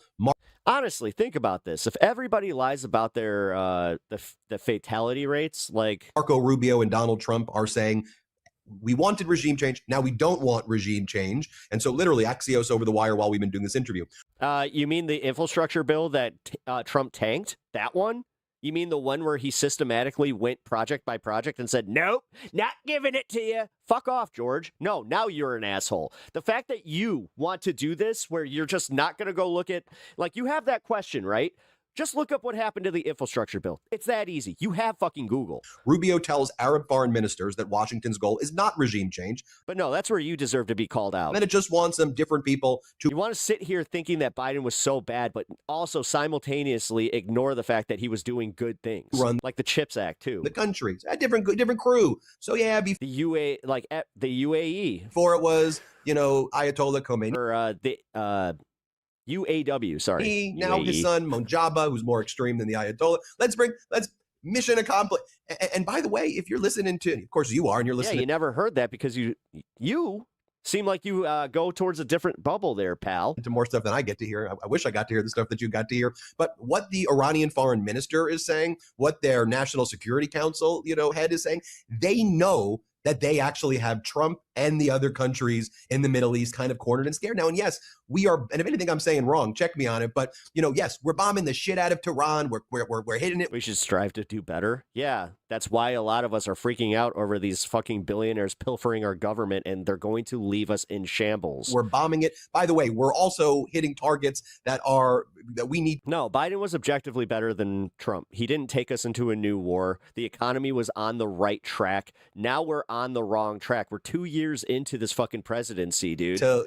There's no more excuses. You can't do this fucking but Biden bullshit. Reflect upon as a nation, because it does seem we also hit a elementary school for little girls. And I don't know if that's also caused by AI picking out these targets, because there was an Iranian Revolutionary Guard Corps building nearby. But, this by all accounts, this elementary school was hit, and tragically 165 little girls and their teachers got killed in this thing. But yeah, we are bombing Iran, but what actually seems to be happening, there's more radicalization there, and it's not achieving any. Why aren't there more loudmouth alpha male MAGA men signing up to fight? I don't know, man. Fundamental military. I don't know what talk to us. It makes the first Avenger has a good question. Sense of this for me.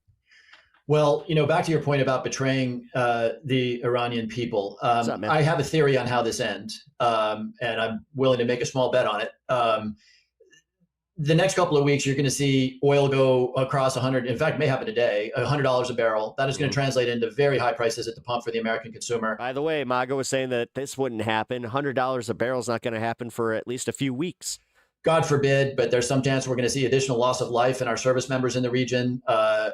Projections for the economic growth are going to go down because that happens when you can't get oil. And at some point in 3, 4, 5 weeks, the president is going to realize, and he's going to look at the numbers, and he's going to say, this is really not tenable. And he's going to Are they too fat? declare victory. And no, actually, because the military and ICE, they took out a whole bunch of provisions that you would have had to pass, like as far as like physical tests. You could. I wasn't kidding about the girl push-ups. And walk away. And what he's going to say is, look, we had a couple of objectives. We said we're going to get rid of the Navy. The Navy's at the bottom of the Persian Gulf. We're going to get rid of the missile launchers. That's a little harder. We got rid of a lot of them, but we did that. Oh, and by the way, we set back the nuclear program that 6 months ago I told you was obliterated, but now it's set back. Anyway, and he's going to say, our great patriotic, now we're going to make Iran great again, and he's going to declare victory and walk away. And maybe the attention of the American public will fade, but what will have been achieved is that you will have replaced a very bad supreme leader, killed him, replaced him with his son, who is more radical than he is, and by the way, committed to the also younger. The Grand Ayatollah, or whatever the fuck he was actually called, that motherfucker was 87 years old. And we're sitting here just like, woo! We got it before nature did, buddy. Creation of a nuclear weapon. You will have a wounded animal of a vicious regime. And if there's one thing more dangerous than an animal, it's a wounded animal. And you will have stirred that, if I can continue to use too many metaphors, you will have kicked that hornet's nest literally adjacent. Oh, there's the first sign that I might be losing horizontal. To the arteries that allow for 25% of the world's energy consumption to move. So that's the scenario I see. And at the end, by the way, if horizontal does crash, just go to the vertical. I'm a link. At the end of the day, one of the most tragic elements of that will be that the people who suffer most will be the Iranian people, who briefly, because of the expectations that this president set, briefly saw freedom, only to have it snatched away and to find themselves now under the rule of somebody who was much more vicious than Jesus fucking Christ. They couldn't wait a few months. Nope. Than his father ever was. No, trust me. And now, because of the spring and the summer, people are going to notice this a lot more.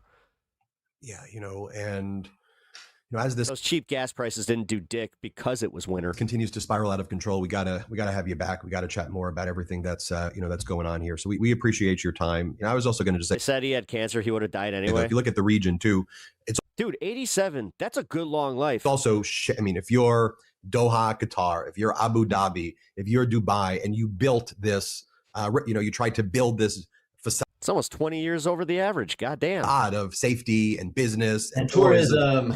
Gone. And then when Come Trump see our beaches. What is it? I think the average is 73. Everybody knows that at any point in time right. now, Iran has the capability to do that. And that region in a second can be like that. And that creates systemic issues, right? Within the country. We don't have time to make. Khamenei wanted to be a martyr. They gave him exactly what he wanted. The list, think about that too. We haven't talked about Bahrain, where the American 5th Naval Fleet is based, right? Bahrain, the Sunni king of Bahrain may get overthrown by the Shiites who are now acting on behalf of Iran. I mean, again, we just don't have enough time to go through the entire list of horribles, which it seems egregious. A whole lot of just to show we can. Again, Pete Hegseth being in charge of our military is what's causing this shit.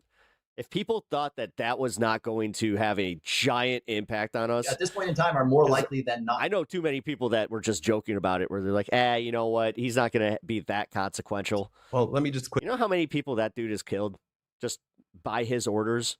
And he literally said, "Oh, we're not going to follow the rules of engagement. Why would we?" Quickly ask you there because I can't leave the people hanging about Bahrain being toppled by the Shiites. I gotta just quickly drill down before. What do you think the status of that is? Because we've seen Bahrain be attacked. We know about the sectarian issues. What's the big concern there? But it's a big concern not just in Bahrain, 79 though, right? is life expectancy in U.S. Oh, okay. In Iraq and all these areas with these sectarian 73. issues that have been. This is why other presidents, when pressured by Netanyahu, didn't do this. But we're seeing some of these sectarian issues, Bahrain, elsewhere. Just before we go, if you can. Yeah. So, I mean, in the particular case of Bahrain, Bahrain is governed by a Sunni king, the Khalifa family, who, let's just not say, they're not exactly Jeffersonian in their liberalism, and they have been pretty brutal to the Shiite majority in that country. And well before this, there's always been riots and that sort of thing. And now, of course, the Shiite majority, egged on by Iran, are rioting, and that could go south quickly. And again, maybe you don't care a ton about Bahrain, but the United States Fifth Fleet is based there. And you made a good point. Whatever you think of Mohammed, of the rulers of the UAE and Qatar and Saudi Arabia. All of those rulers were trying to bring their region into the 21st century, build luxury apartments, build luxury hotels, come buy a condo on our beach, establish an outpost of Georgetown University in Qatar. All of that has at least temporarily been utterly wiped off the map by what has now created a war zone in these areas that these leaders, whatever you think of them, were hoping to sort of liberalize and modernize and turn into a place where people would want to do business and vacation. Congressman Hymes, appreciate you. All right. Breaking. Trump vastly miscalculated. This is from Brian Krasenstein. If you don't follow him, you really should. Iran, first bullet point, Iran knows that if they shut off the oil in the Gulf, they destroy our economy. They can keep doing this with little effort using drones.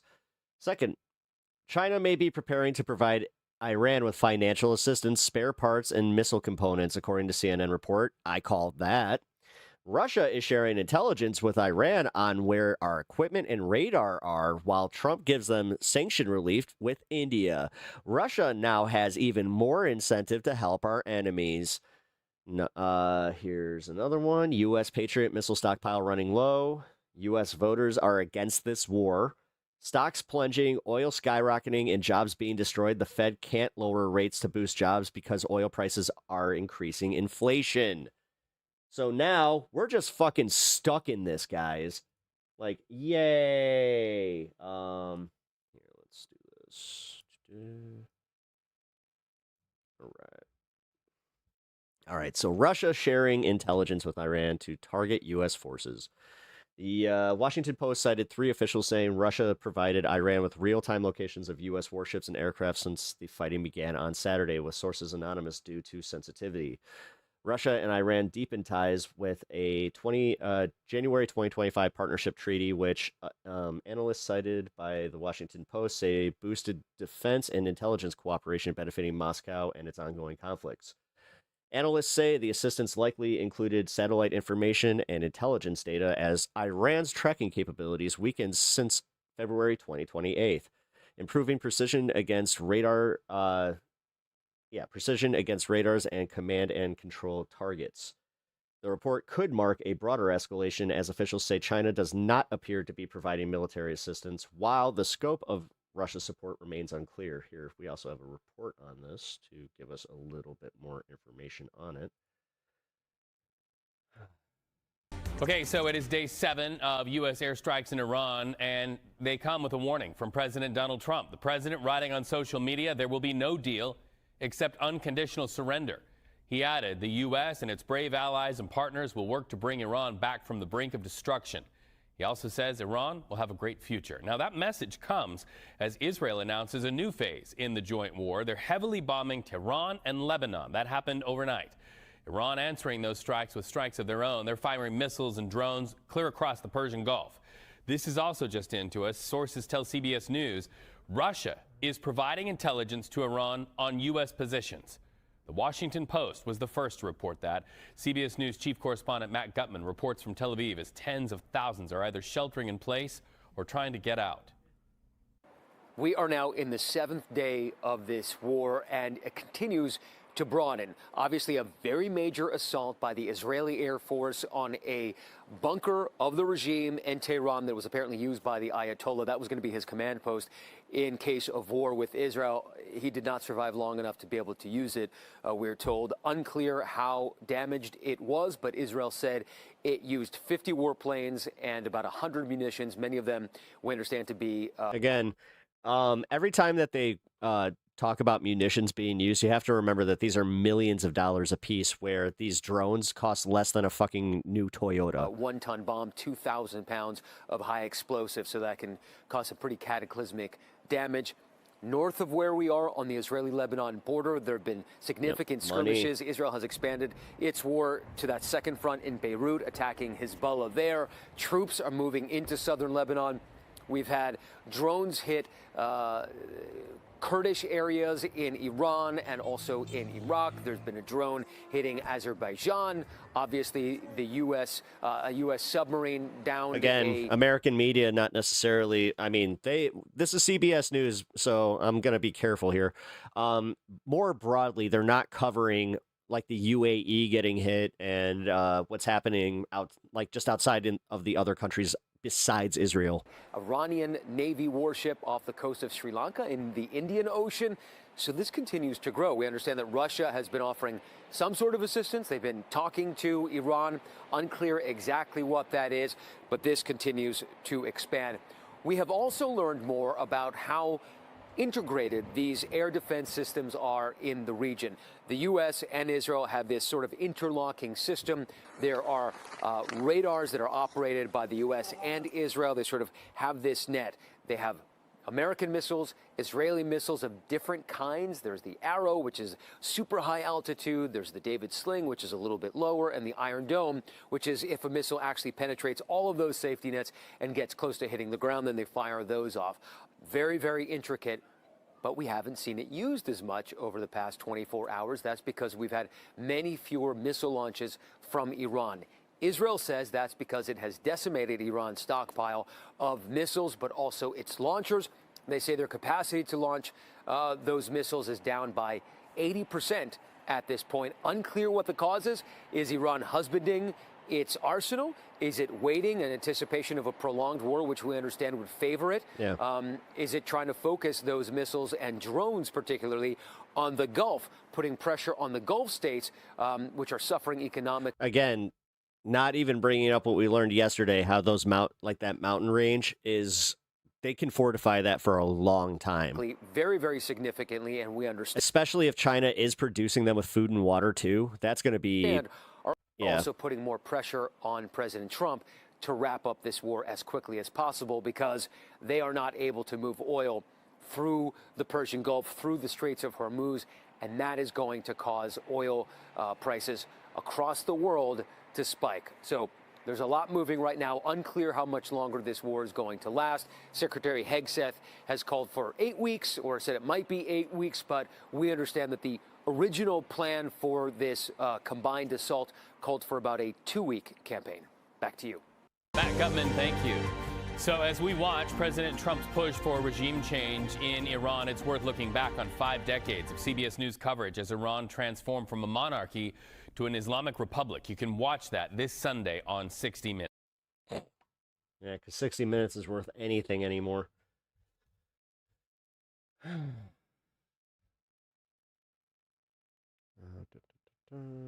U.S. Central Command touted new video of what it says are Iranian targets being decimated by precision U.S. airstrikes. However, Yeah, these are the ones that Iran's coming out and saying that they were painted targets. our next guest warns this aerial campaign will likely not be enough to affect real change in Iran. Let's bring in Robert Pape, a professor of political science. Again, those little videos right there, that's all Pete Hegseth cares about. And he thinks that that's going to be enough to convince the rest of the American people that we are justified in this. University of Chicago and the author of The Escalation Trap on Substack. Professor, thank you so much for joining us. Historically, has regime change ever been brought about from an air assault? It has not. What I do is risk assessment. I'm not here to have a crystal ball, but for 30 years, I've been studying air campaigns, everyone in history. I've taught strategic targeting for the U.S. Air Force. I just spent 20 years modeling the bombing of Iran. And the fact of the matter is, for over a century, states have been trying to topple regimes with air power alone. And I'm choosing my words carefully, it has never worked. We are heading toward the predictable result of growing risk, growing escalation, and I'm sorry to say, this could go on for quite some time. But Professor, surely there's also covert operations going on the ground. So there is that ground element. Do you think, we should be factoring that in more? We always have covert operations. So when we tried to decapitate Gaddafi, April 19th. Again, they're really trying to sell the American war machine as being way scarier than it is. 1986, with the very first set of waves of precision bombs, we had covert operations. When we went after Milosevic and his regime in March 99, again, plenty. This is the U.S. government. We have nothing but CIA all around Washington, D.C. This is not the problem. The problem is not that we don't hit the targets. We do that. The problem is, as you're seeing, the opening plan did not produce quick and decisive victory. And it's not because we don't have those tools. It's because it's ultimately a self-defeating policy practice politically. We are injecting nationalism, and the usual result is you get a more hardline leader. This is why President Trump's saying, I don't want that one guy. It's because he would be much worse than what we had before. And this is the normal result of these efforts to win through leadership decapitation, topple the regime alone. And what you are seeing is now, even Pete Hegseth said, this may go on 8 weeks. They really have opened not just the Pandora's box, but an open-ended and what you're seeing is the regime can do many things to prolong the war and hurt us and never fight a set-piece battle with us.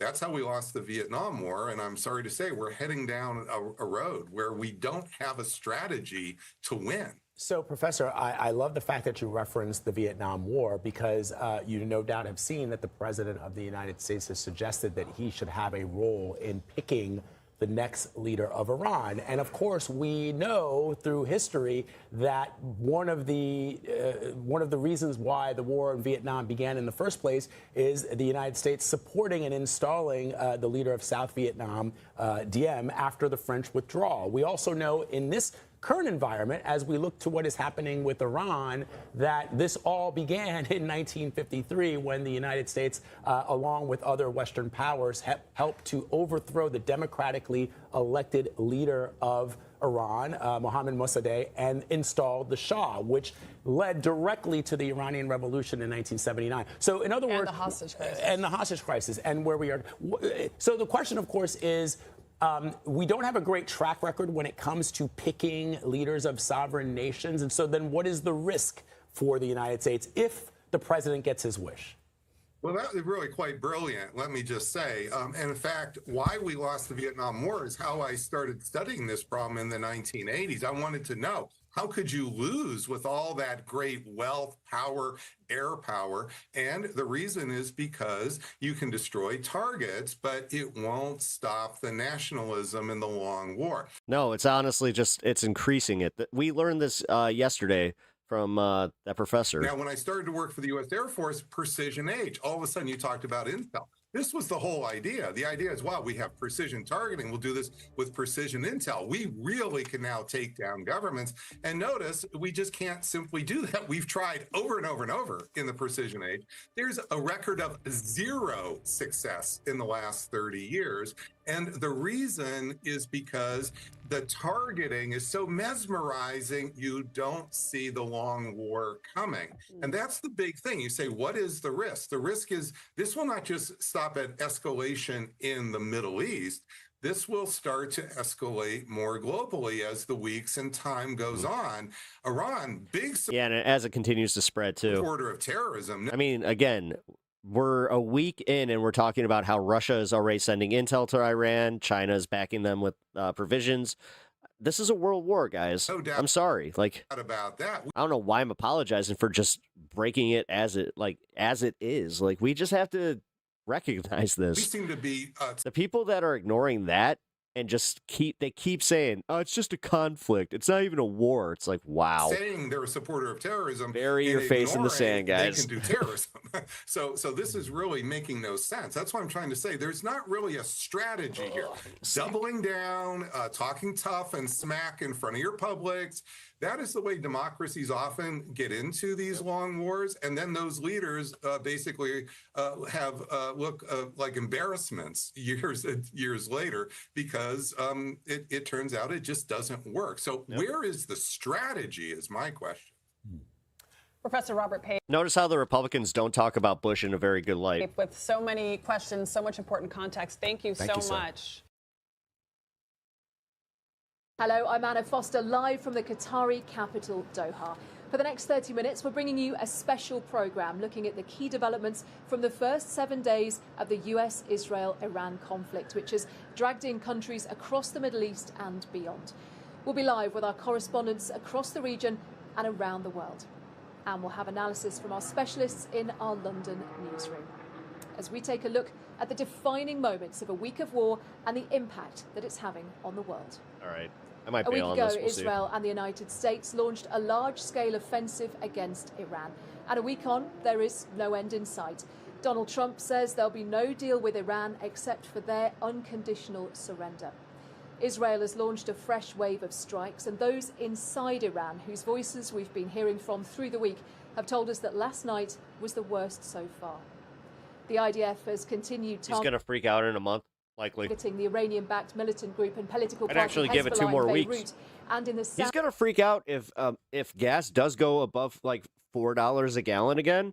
of Lebanon. Dude, not a lot of MAGA's going to support that. causing As I said, huge the spring's coming. Like, more people are going to wake up to this. destruction in the south of the city.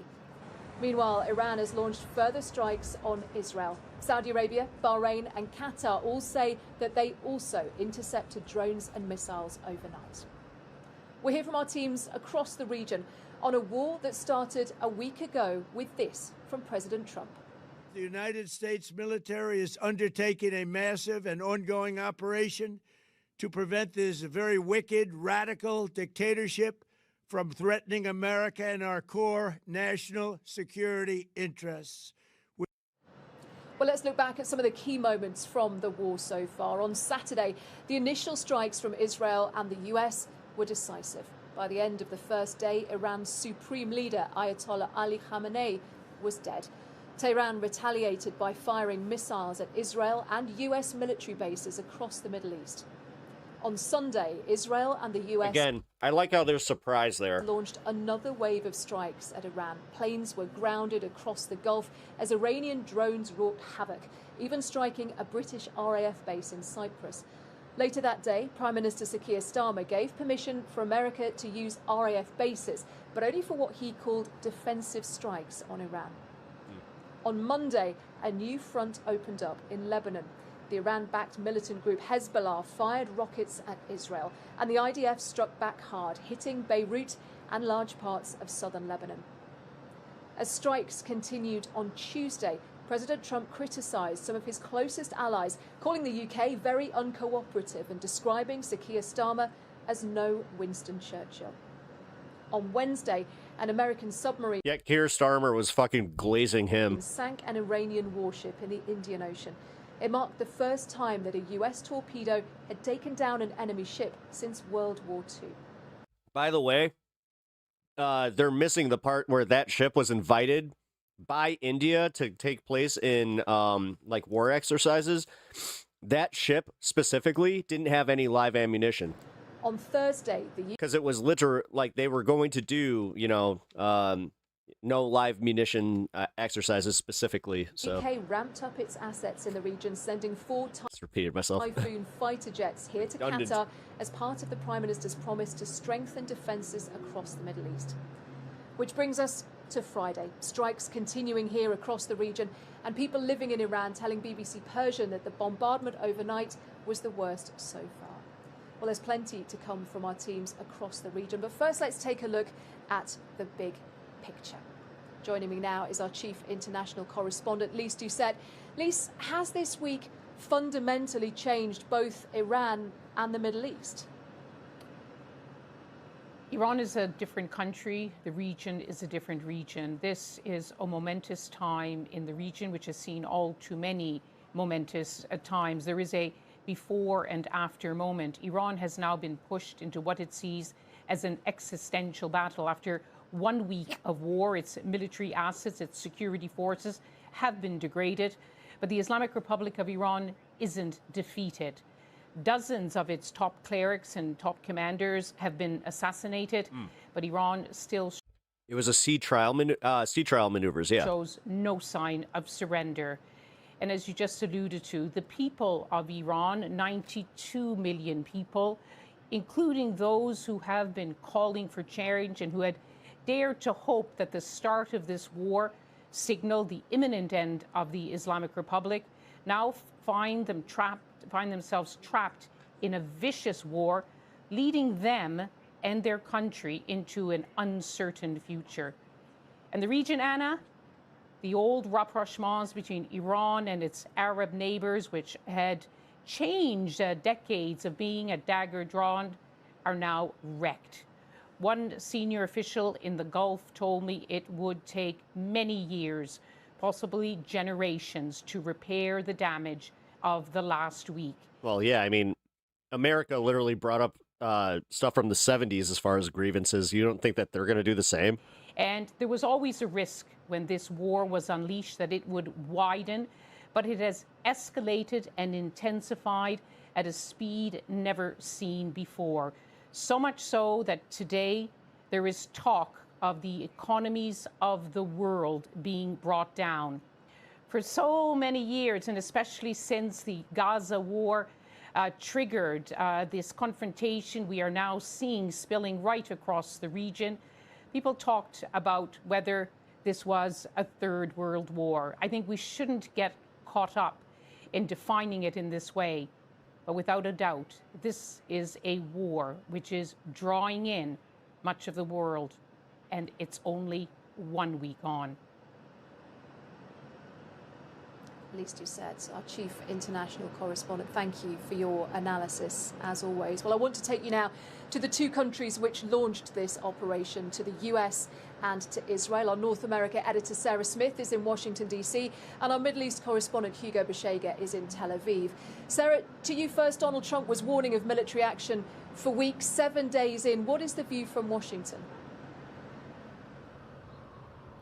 The administration tell you that the war is going extremely well, even ahead of schedule, is what we keep getting in briefings. And Yeah, it's almost like they're full of shit about everything. They are pleased with what they've managed to achieve from the air.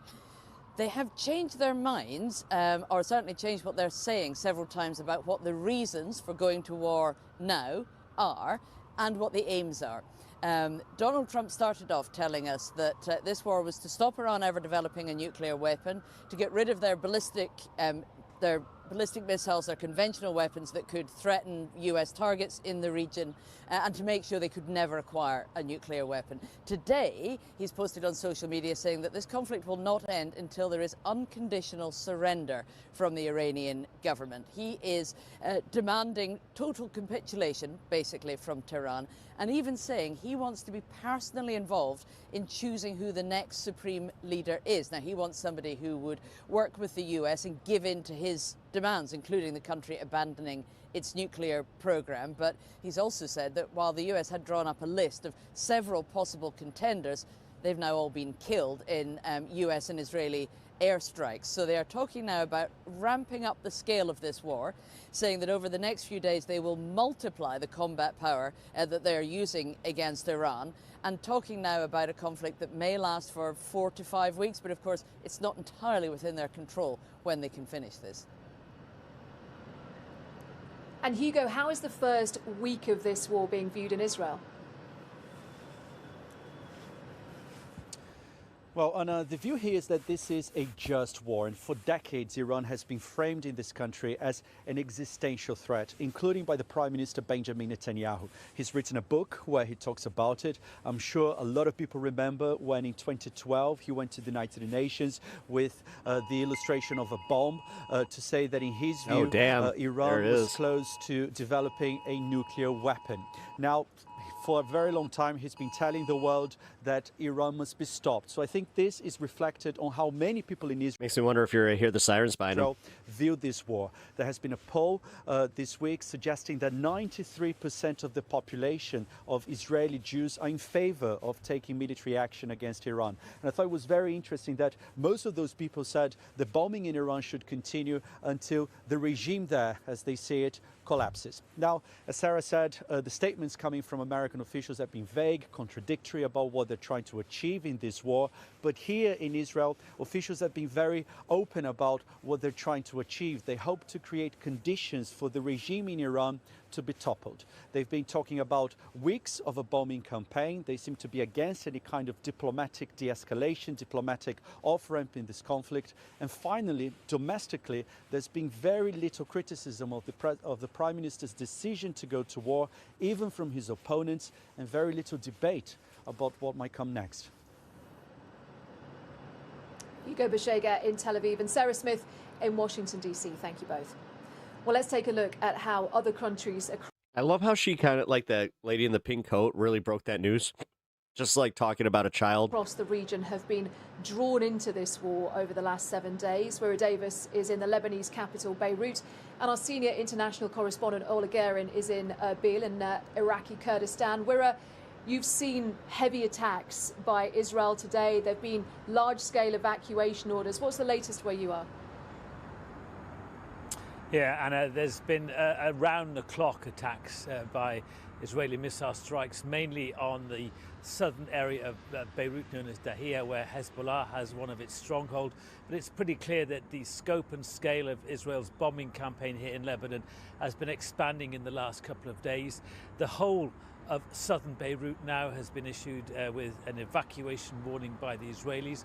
Also, much of southern Lebanon itself, below the Litani River, people have been told to leave the area, anticipating Israeli ground offences. Indeed, Israeli troops have already re-invaded southern Lebanon to try and stop Hezbollah firing rockets towards Israel. So there's a great deal of concern in Lebanon what might happen next. It's not just the south, also the eastern Bekaa Valley. Russia's loading up 2 million reserves. Yeah, I heard about that. Has been attacked. There have been evacuation orders issued for that. And even as far north as Tripoli in northern Lebanon, there have been Israeli missile strikes as well. We've heard today that at least 200 people have been killed in the 5 days of conflict we've had here. 300,000 people have been made either homeless or had to leave their homes and their areas after Israeli warnings.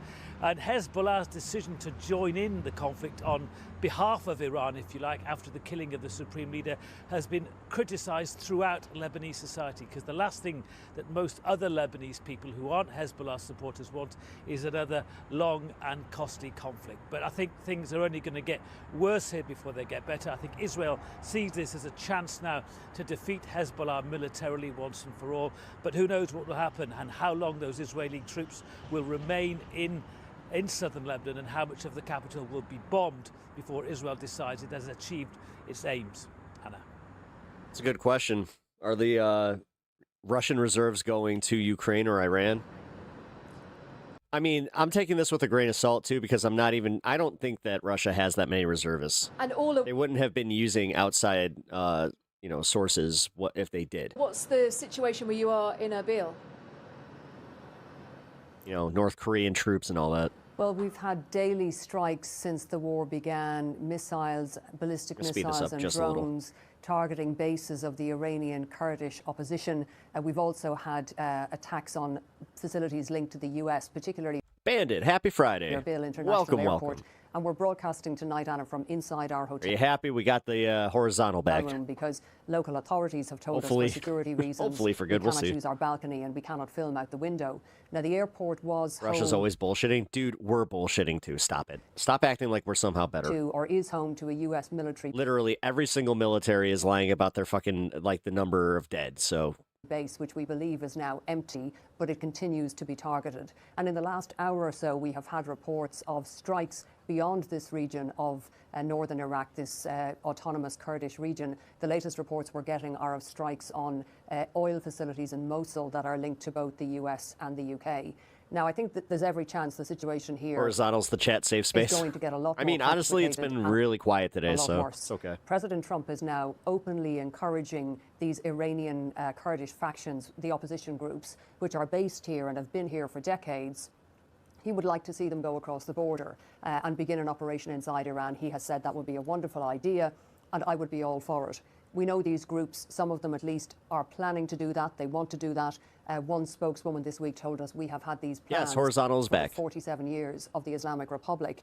What's less clear is how much American military support they might receive. Will they have air cover? They just don't know. We've also been told that they are waiting to see signs that the Americans have seriously weakened the capacity of the IRGC, the Islamic Republican Guard Corps, on the other side of the border, because currently they have bases, they have weapons depots. They could inflict a lot of damage on the Kurds. And the spokeswoman that we spoke to this week said, look, the heaviest weapons we have are Kalashnikovs. So we have this really inexplicable situation in a way where you have the world's most powerful military, the United States, with all of its weaponry, in tandem with the Israeli army and all of its military sophistication. And Donald Trump is now openly calling on a few thousand poorly armed Kurdish fighters to get involved in this battle inside Iran. It certainly looks like everything is not going according to plan.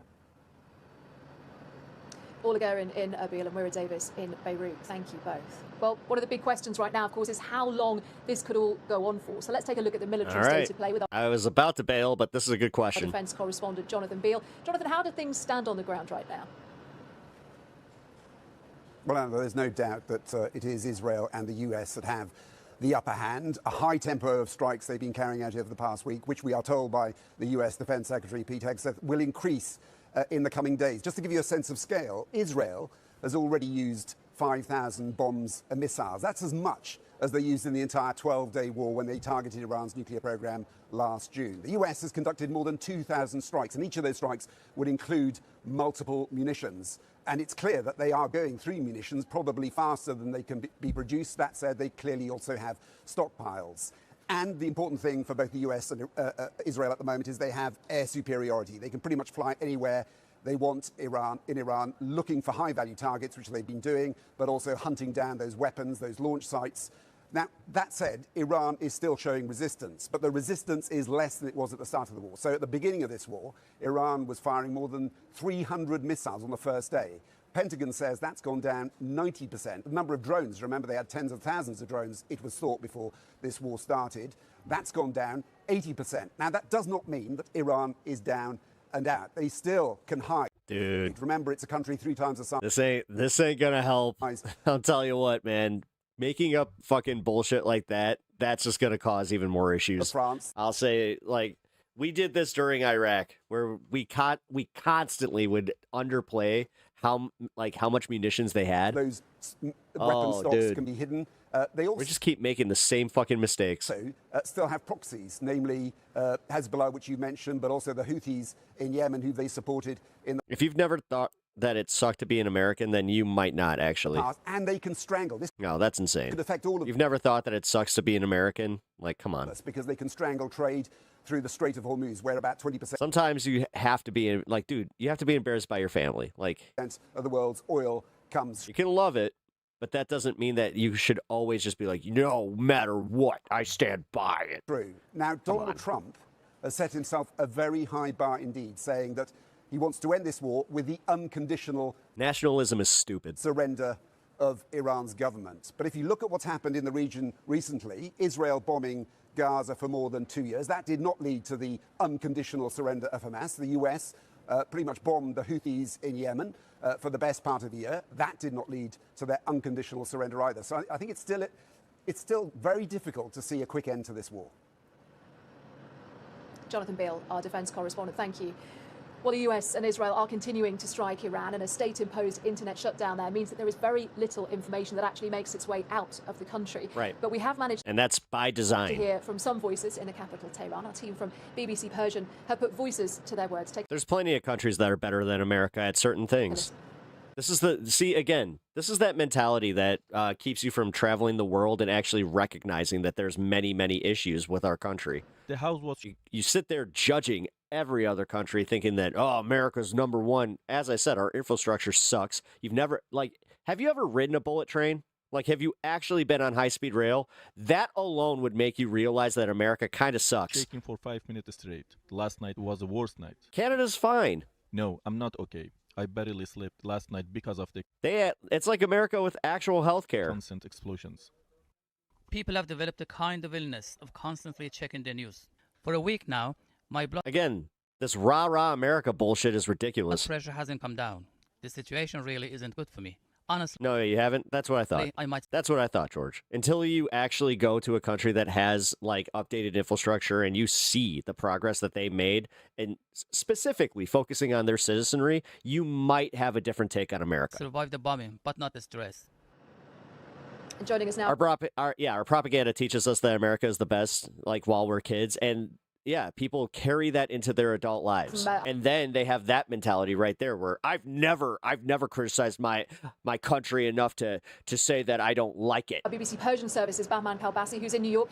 Bahman, what? Because you automatically think that we all just turn like anti-American. I'm not anti-American, motherfucker. I'm anti this regime, and I'm anti the bullshit that we constantly do. The constant fucking just sacrificing to capital. Relations are you managing to have with people inside Iran? Well, they're telling a story of casualties growing, fear among the public of what comes next also rising, but still many holding on to the hope that this somehow could bring an end to this regime. But obviously feelings shift and change and are different depending how close one is to the impact, to the sounds of bombs dropping, how much people's lives are disrupted, how much they are living in this blackout of internet, and only sources of information are the limited ones they can see and hear. Some of it state TV basically giving them an image that completely different from the realities of their lives.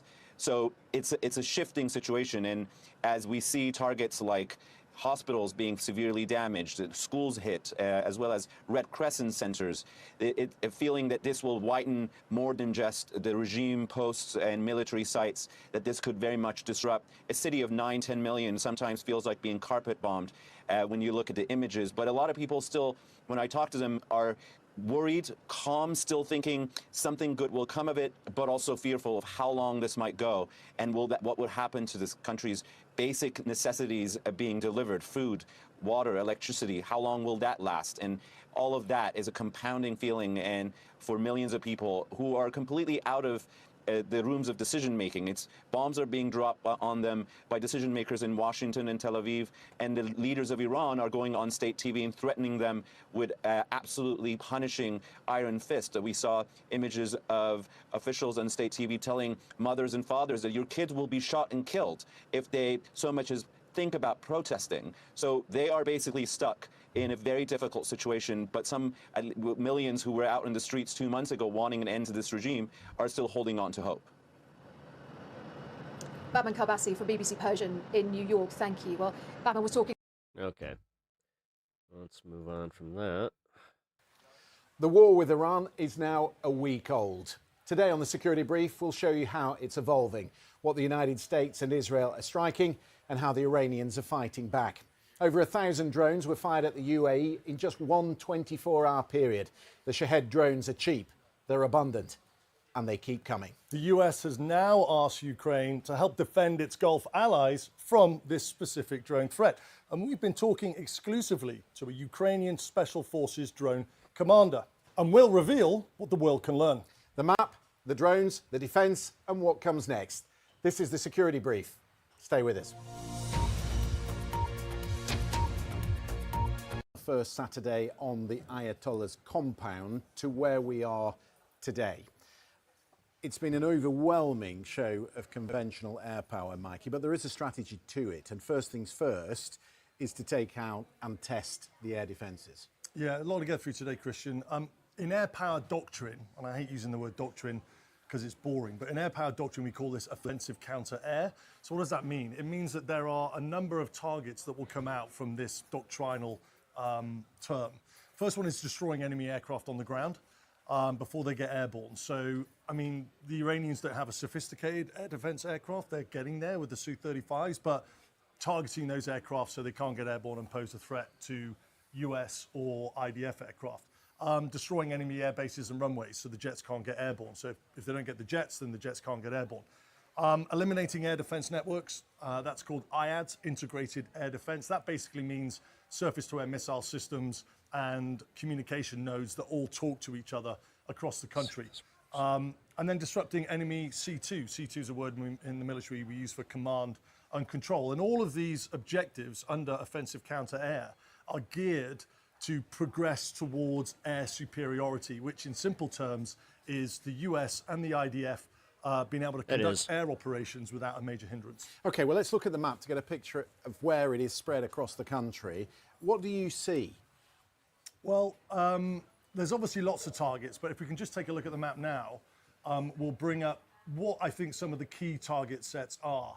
If we look at the top one, targeted missile facility, you can see a lot of those in the west of the country. And the reason why there are lots of missile facilities in the west of the country is obviously the further west they are towards the border, the further the range that they can have extending across the Middle East. Targeted drone facilities, will come into this a lot more later on in the program. But again, this is the headache. The drone component is the headache, especially for the Gulf countries at the moment. Targeted naval base. The naval base at Bandar Abbas, you can see that just on the bottom of the picture. It's literally north of the Straits of Hormuz.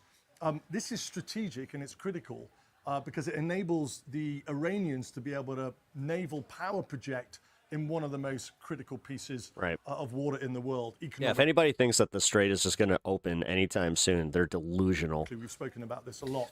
What's left then? That's the initial target set that you set out. What else are they looking at?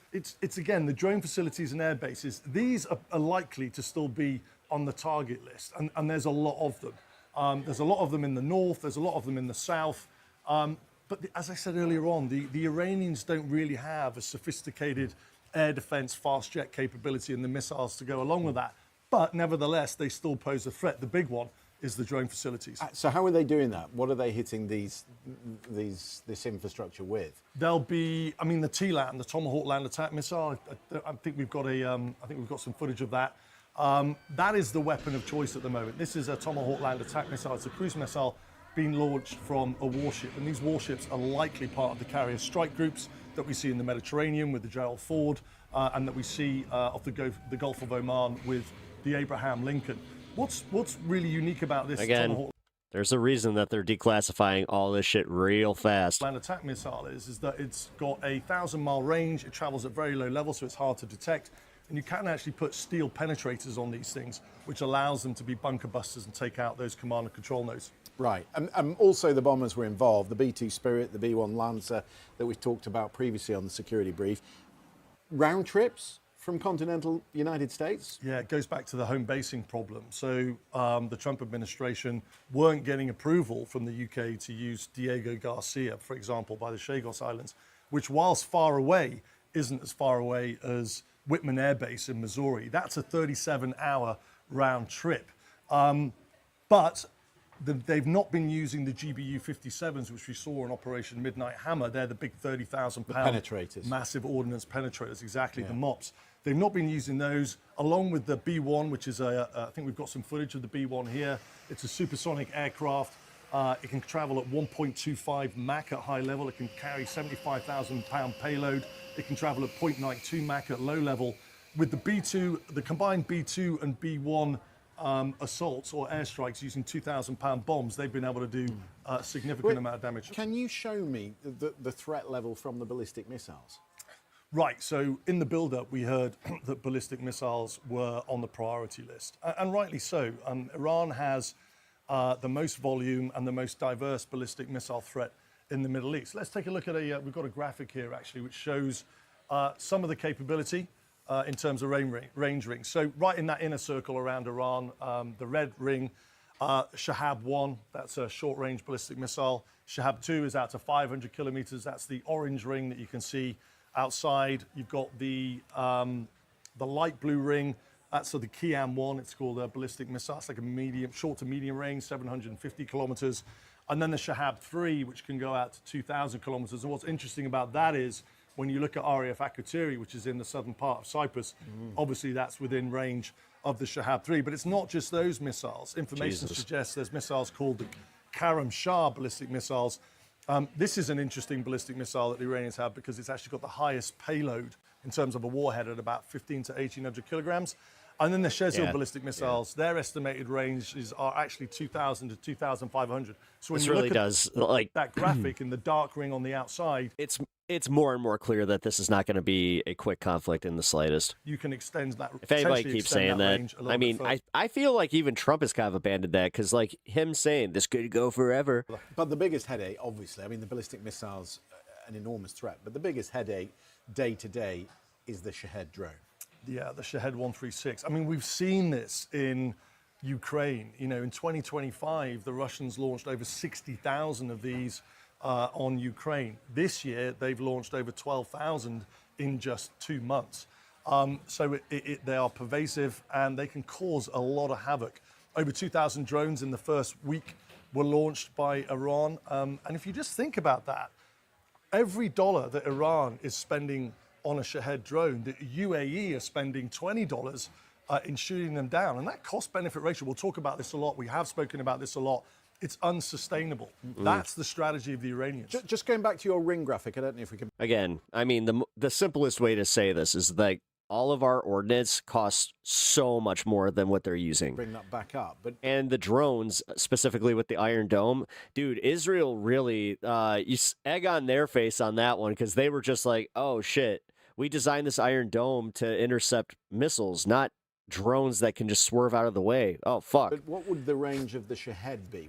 In which circle does it fit? So I've been speaking to a lot of the drone commanders in Ukraine, and there's all sorts of conflicting information about the ranges, but their sort of advice and what they work on in terms of planning assumption is about 1,000 to 1,500 kilometers. Wow, So, that's further than I thought. yeah, so when you look at the Shahab-3 at 2,000 kilometers, you bring it in a little bit, and again, you know, you go back to RAF Akrotiri, that could be within the target. Iron Dome turned out to be a waste of money. Shahed I mean, again, how many trillions of dollars have we sent to Israel just for it to not fucking produce anything for us? As we know. It was targeted, however, we have information suggesting that that particular drone didn't come from Iran. Now, we don't know. We haven't seen any bomb damage assessment. We haven't seen any forensic evidence of what that drone was. I mean, it could have come from Hezbollah in southern Lebanon. They do have drone capability, and it is thought that they also have Shahed capability as well. What numbers? Estimates at about 2,000, but again, unverified. When you speak to Western analysts about how many of these they have, how many they can produce, they will tell you that they can manufacture between 200 and 500 a month. The Iranians say it's much more than that. So the figure as to what they're producing is disputed. But in any case, they have a huge stockpile. The evidence is there for all of us to see. Yeah, it's frightening, the stockpile, if I'm honest. I say that, I don't say that lightly. But let's take a look at what the Shahed is. And what's been really interesting is that you and me have been talking about Shahed 136s for 3 years. I'm getting people asking me questions who have never heard of a Shahed, and it's obviously only because they're now being used on Gulf countries that people are starting to realize what this. Yeah, anybody that's been paying attention to the Ukraine conflict knows what these are. Hey, Serena, how's it going? Happy Friday. It is. Ukrainians have been dealing Welcome, with it welcome. for a long time. But if we look at this, it is a really, really simple system. You know, if one gets shot down and you open it up, you'll find it's remarkably rudimentary. The airframe and engine, it's a delta wing design. It's 3.5 meters long, so it is bigger than you think it is. Powered by a piston engine, a two-stroke piston engine, travels at around 120 miles an hour. So it's not particularly fast. The warhead that it carries is between 20 and 60 kilograms, and that will be based on the range you want it to fly, because the heavier the warhead. So it's a push propeller. It's what civilian hobbyists might use in light aircraft. Yeah, super simple. Really simple. And it's Okay. very simple. And inside it, the technology, is that Iranian? The technology, so it's been shot. I mean, this is the kicker.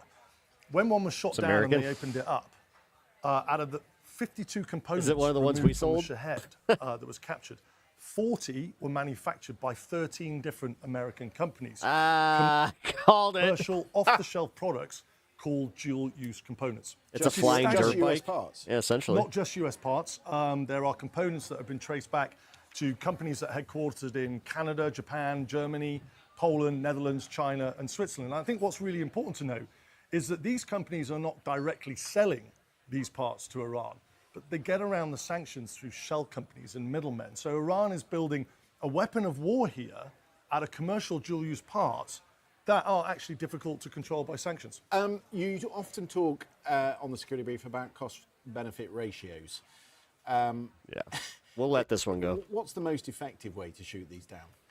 Yeah, cost-benefit ratio is the buzzword at the moment. For starters, you know, a $300,000 missile on a $35,000 Shahed drone, it's not sustainable given the numbers of drones that we're actually looking at. It's not just expensive, the reproduction of these missiles in order to counter the threat. That's why Trump came out and said that we have an infinite supply of weapons, and it's like, no, we don't. You know, they're sophisticated. The production timelines are quite long. The stockpiles will be attrited pretty quickly given the numbers of the drones. I kind of wish that our government would just stop lying to us all the fucking time about everything. It's crazy, dude. Absolutely. You know, the goddamn day they cost-benefit lie ratio about and the- something. And the analysis on that means they have to find something better, more sustainable, with a better cost-benefit ratio. But obviously, it has to be effective as well. All right, there we go. Hundreds of thousands of stranded passengers and workers CBS. are just trying to leave the Middle East after airlines canceled flights throughout the region. Countries including France, Spain, and the UK organized flights for its citizens from Israel, Oman, and the UAE. Passengers from Abu Dhabi arriving in Heathrow described hearing explosions and military jets. And there were happy reunions in Taiwan when the first direct flight from Dubai landed. Flight Radar 24 shows a massive drop in air traffic over Dubai there. Take a look at that. Last week, there were about 1,200 daily flights. Now, there are less than 100 each day. And many Americans are now trying to evacuate the Middle East as well after the State Department issued a warning to depart now. CBS News foreign correspondent Raymond Inocencio spoke with Trent Burns, who's a Florida man who's stuck in Qatar.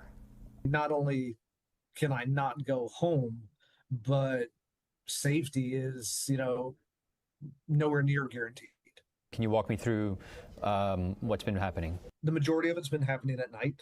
It's 2 o'clock in the morning, wake you up out of a sleep. Everybody goes outside to take a look at what it was. And then they come on with announcements, go back inside, shelter in place, that type of thing. We saw on Facebook that you wrote, I have contacted every number I can find and have received zero help. Tell me about that. The U.S. government has been absolutely disappointed in this situation. We were registered with the embassy before we got here, and we knew about nothing happening until a missile was actually intercepted not far from where we were working. But as I'm contacting the U.S. embassy, the first time I called, I got a recorded line saying that we're closed today. So then I started going through the contact this, contact that. They led me to a 202 number, call for help with evacuations. And the guy basically said, make your way to Saudi. Just get there. Just however you can, just get there. Just get there. This is what happens when we export Florida Man. Essentially said, well, the government's not assisting. How does this make you feel? It's really disappointing. We put a lot of faith into our government system, and to be put into a situation like this where they basically go, you're on your own, is just, like I said, it's really just disappointing. So is it the administration, or is this somehow Democrats' fault? Disappointing is probably the best word. If you had a message for the elected leaders in Washington, for President Trump? That hasty decisions put Americans. By the way, guys, if you're just joining us, can you please do me the solid and hit the like button on the stream, especially if you're in the vertical. Lives at risk. Really I want helps to bring me in out. CBS News intelligence and national security reporter Olivia Gazis. Thanks, Olivia, what is the Obama. State Department saying now about getting Americans out? They, essentially, earlier this week, they were on their own. Absolutely. It has definitely taken a few days to start getting any sort of consistent information from the State Departments. Those updates are now coming with a bit more frequency and detail. As of today, the department says it's helped roughly 6,500 Americans in departing the Middle East, whether by providing them guidance and information, as you've heard, or in a Yeah, you know those people that Doge fired? Yeah, those were the people that would have helped Americans in situations like this. ranging transportation to the commercial Yeah, USAID. flight options. That was or USAID. That are still operating out of the region. That's included Trans people's fault, Beth. overland routes Why did they play and sports? charter bus services to the areas where airspace is still open. Officials have not yet Voters still publicly ask, confirmed owe me whether some gas money. military Oh, we got two aircraft bandits in chat? or charter flights have been leaving, but they keep saying they're working on it. This afternoon, the Might need department one more, so we have Trace Banditos. began circulating a new crisis intake form tailored specifically for Americans who are looking to depart from four areas: the UAE, Qatar, Israel, and Saudi Arabia.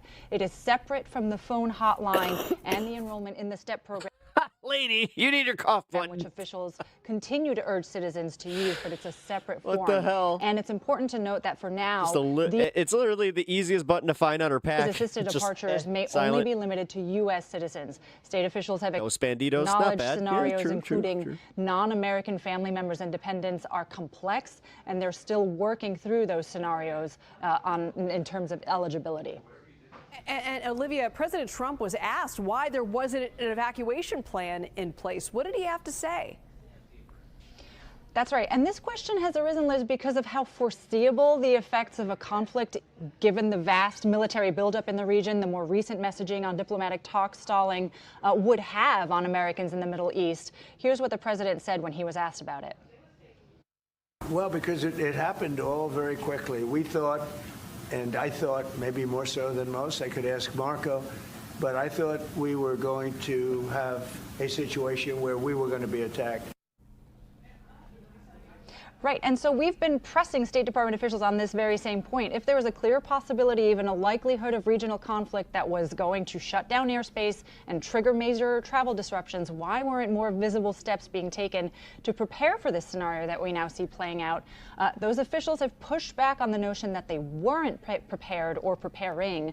One senior official told us today, this is not our first rodeo, arguing that the department had managed these very complex evacuations and crisis responses before, but saying every situation is unique and contingency plans are constantly being put in place to help Americans who might need help.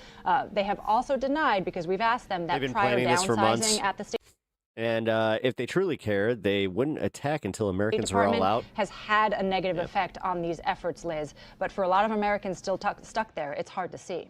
Absolutely, it has to be so frustrating. You're just trying to get out of this very dangerous situation.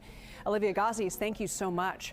All right, taking to Wall Street now, where stocks climbed higher after a roller coaster week. The Dow actually ticked up 238 points, despite worries over the economic impacts of this war with Iran weighing on the market earlier in the week. Now, when it comes to fuel, prices at the pump keep climbing. Today's national average gas price is 9 cents higher Oh, this is that one that is bad for all of us. Okay. than yesterday's. AAA says that marks This is all oil futures. the Got largest it. daily jump since March of 2022 during the start of the war in Ukraine. So I want to bring in Constance Hunter, the chief economist of the Economist Intelligence Unit, to talk more about the impacts of this war with Iran. Constance, great to be with you. It's worth noting there is no... All right, we already did this. All right, let's get Al Jazeera's reporting on this. Has Donald Trump failed to sell the Iran war to the world? Some of Washington's allies have been critical and won't join the conflict. As fighting escalates, the US is still struggling to garner support from its partners. But does it need them to continue to wage this war? This is Inside Story. Oh, shit. It's always Inside Story. God damn it. They need to get better at tagging their thumbnails with Inside Story and just Al Jazeera News. There goes that one, because Inside Story And is... it is now clear Donald Trump views got his problems with war that in one. Iran as regime change. Today, the president told multiple news outlets that he must be involved in picking Iran's next leader. Trump compared the situation to Venezuela and said he viewed the current front-runner to lead Iran, the late Ayatollah's son, as unacceptable. Here's how he put it this afternoon at the White House. We also urge Iranian The Al diplomats around Jazeera reports have been two-faced. Yeah. the world to No, I've request been finding asylum and problems. to help us shape a new and better Iran with great potential. It's a country with great potential, as much better future Man, for Iran. what the hell is going on with the algorithm today? It's now beginning. It's This is crazy, guys. Like, something's going on. going to be Like I said, if you guys can hit the like button over in the vertical stream, then be much appreciated. I do not know what's happening. I think, a great future, and the United States will ensure that whoever leads the ain't good. country next, Iran will not, Especially after threaten yesterday, dude. We did 25K yesterday. What the hell? America or its neighbors, Israel, anybody. Meanwhile, Iranian officials are Is the Stephanie girl from CNN on Al Jazeera? stepping up their rhetoric. Here's Oh. what the foreign minister told NBC News. Right now, you're saying Iran does serious? not want a ceasefire. off. We are not asking for a ceasefire. And we don't see any reason why we should negotiate with the U.S. When we negotiated with them twice, and every time they attacked us at the middle of negotiations. So there is no request for a ceasefire by us, and there is no request for the negotiation Less eyes on news on Fridays? with the U.S. From us. Are you afraid of a U.S. No. invasion No, there's something going on. in your country? No, we are. I could tolerate that if it was like, by a couple thousand, like if it was like, oh, I'm not hitting a couple thousand or whatever the fuck, but this is wild, guys. Like, this is literally the least traction that the stream has had since I started vertical. You were waiting for the U.S. Whatever. military to invade the ground Honestly, troops? you know what?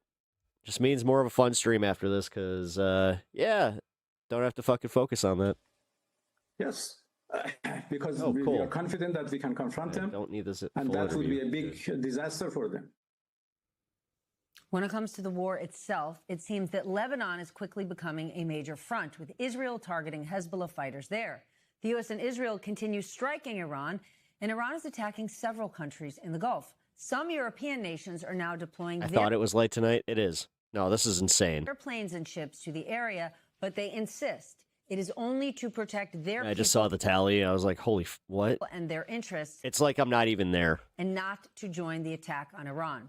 Meanwhile, the House narrowly voted down a resolution today that could have reined in Trump's war powers in Iran. The Senate did the same thing yesterday, which means that whatever happens in this war going forward, Republicans in Congress own it just as much as President Trump does. Time now to get smarter with the help of our leadoff panel tonight. Peter Baker is here, Chief White House Correspondent for The New York Times. Retired four-star U.S. Army General Barry McCaffrey, a decorated combat veteran in Vietnam, and a former battlefield commander in the Persian Gulf. And David Drucker joins us, senior writer at The Dispatch. Peter, for days we have been getting mixed messages about this war from the White House. Now the president is insisting that he himself be involved in picking Iran's new leader. Tell us what's going on here. Yeah, it's all over the map, right? He started by telling us that the Iranian people should rise up, take over their government, effectively make their own choice. Then he told us he had his own people in mind that he... Pep, I'm out, but I want to see how your wife's therapy. All good. If you don't want to mention, I already said that she started her new therapy this week. She had a little bit of a rough go with the first 2 days, but now she's kind of settling. wanted to take over. It's wiping out all her just like reserve energy. So fatigue is the word of the day. would actually be part of the regime, not against the regime, except the problem was that they killed the people that they wanted to take over. And now he's back to saying, well, there's going to be a whole new regime that he's going to pick them, but who knows who he's going to pick. And the truth of the matter is, like, unless you have boots on the ground, it's hard to see how on earth you make that happen. There's not an obvious mechanism in which the president of the United States gets to decide who the leader of Iran is, unless he, it controls the country. And the bomb strikes and the air strikes are devastating, and certainly have the capacity to take out the top of the leadership, as we've seen. That's different than actually creating a new government altogether. General, we have not spoken to you since this war started. Give us your take on where things stand and how long you think this thing's going to last. Well, there's rarely been a bigger political mess in a national security strategy than we're now undergoing. Mr. Trump made no effort to consult with Congress to gain support of the American people. Putting that aside, he also made no attempt to bring in our allies, not just the European great powers, Germany, France, the UK, but also the regional powers. So the war's largely unsupported by the American people, and we've outraged much of the global community that I think it's called Fox Firm or something like that. We're in an alliance with. Now, having said that, Admiral Brad Cooper today with his presentation, I think that's what it's called. Rarely in history have we seen a more decisive impact without ground forces, in which we've successfully decapitated the political and military leadership. Nah, this is a shadow. That's what I thought. Sunk most of their Navy, destroyed their Air Force, and are now going after internal targets that can allow... Oh, God damn it. I know what it's from. I got hit for pomp and circumstance because I thought I was using a non-copyright version of it, but yeah. The Iranian God damn it. To threaten neighboring states, principally well, these let's hope intermediate... that this doesn't last too long. Otherwise, I'm going to have to fucking stream tomorrow because, yeah, no, guys, like... ballistic missiles. So the war is pushing the Iranians to a place where within a month... It is chemo. Would be running out of targets. At that point, they got to talk in some way. And we can only hope Mr. Trump doesn't make these public statements about that he wants to approve the leadership. No greater way to keep the war going than having that kind of rhetoric coming out of his mouth. He insisted today, he told Politico that, quote, people are loving what's happening and that Cuba is going to fall too. I want to share what he said directly to Marco Rubio today at an event that was being held at the White House for a soccer team. Watch this. Marco, you've been doing a fantastic job. And you've been doing a fantastic job on a place called Cuba. What's happening with Cuba is amazing. And we think that we want to finish this one first, but that will be just a question of time. He's doing some job, and your next one is going to be, we want to do that special Cuba. He's waiting, but he says, let's get this one finished first. We could do them all at the same time, but bad things happen. If you watch countries over the years, you do them all too fast, bad things happen. David, we are already at war, and now the president is openly talking about the next country he's got his eye on. Does this White House believe that Americans want this constant military intervention across the globe? Well, it's hard to know what the White House thinks the American people want. We know that President Trump likes to imagine that he has broad support for his major initiatives, when often the support is very split, with Republicans supporting, Democrats opposing. Independents may be somewhere in the middle. They may be opposed. It's hard to say. I think what's very interesting here, and the general got to this, is the president didn't build a case, right, as past presidents have. And when you build a case, you start to get feedback, right? You get political feedback, you get public feedback, and you can kind of see where the American people are going to be with a particular initiative, right? I mean, coming out of 9/11, President George W. Bush made a case for going into Afghanistan, made a case for going into Iraq, and notwithstanding how people felt about Iraq afterwards, he made a case going in. He had the public with him. He had Congress with him. And so we were at least able to understand where we were at the beginning with the baseline. And in this case, I don't think we really know for sure. Now, we can vote Trump. No. Look at polling, and initial polling can be deceiving. Sometimes it's accurate. Initial polling shows broad disapproval, but strong approval among Republican voters. And I think to really understand where the public's going to be, we're going to have to see how this thing unfolds. Does it take weeks? Does it take months? Do we get bogged down? Do we not? And it's hard to tell because we don't know exactly. I mean, we know what the president says he wants, but we don't necessarily know how he's going to try and affect what he wants, and how he goes about it is going to determine to a large degree how the public reacts. General, there are reports that the CIA and Mossad hope to back the Kurds in the next phase of the war Is it possible to achieve regime change with spies and militias? No, obviously, nor with air power.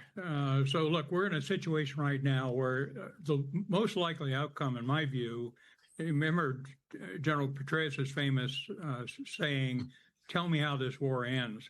I think you're going to end up with a failed Iranian state. And only half the country are Persians, the rest of them are various minorities, including the poor oppressed Kurds in, Turkey, Iraq, Iran, Syria, who've been brutalized literally for centuries. So I can't take an old man that can barely keep his whistle, his fucking gopher whistle from Winnie the Pooh.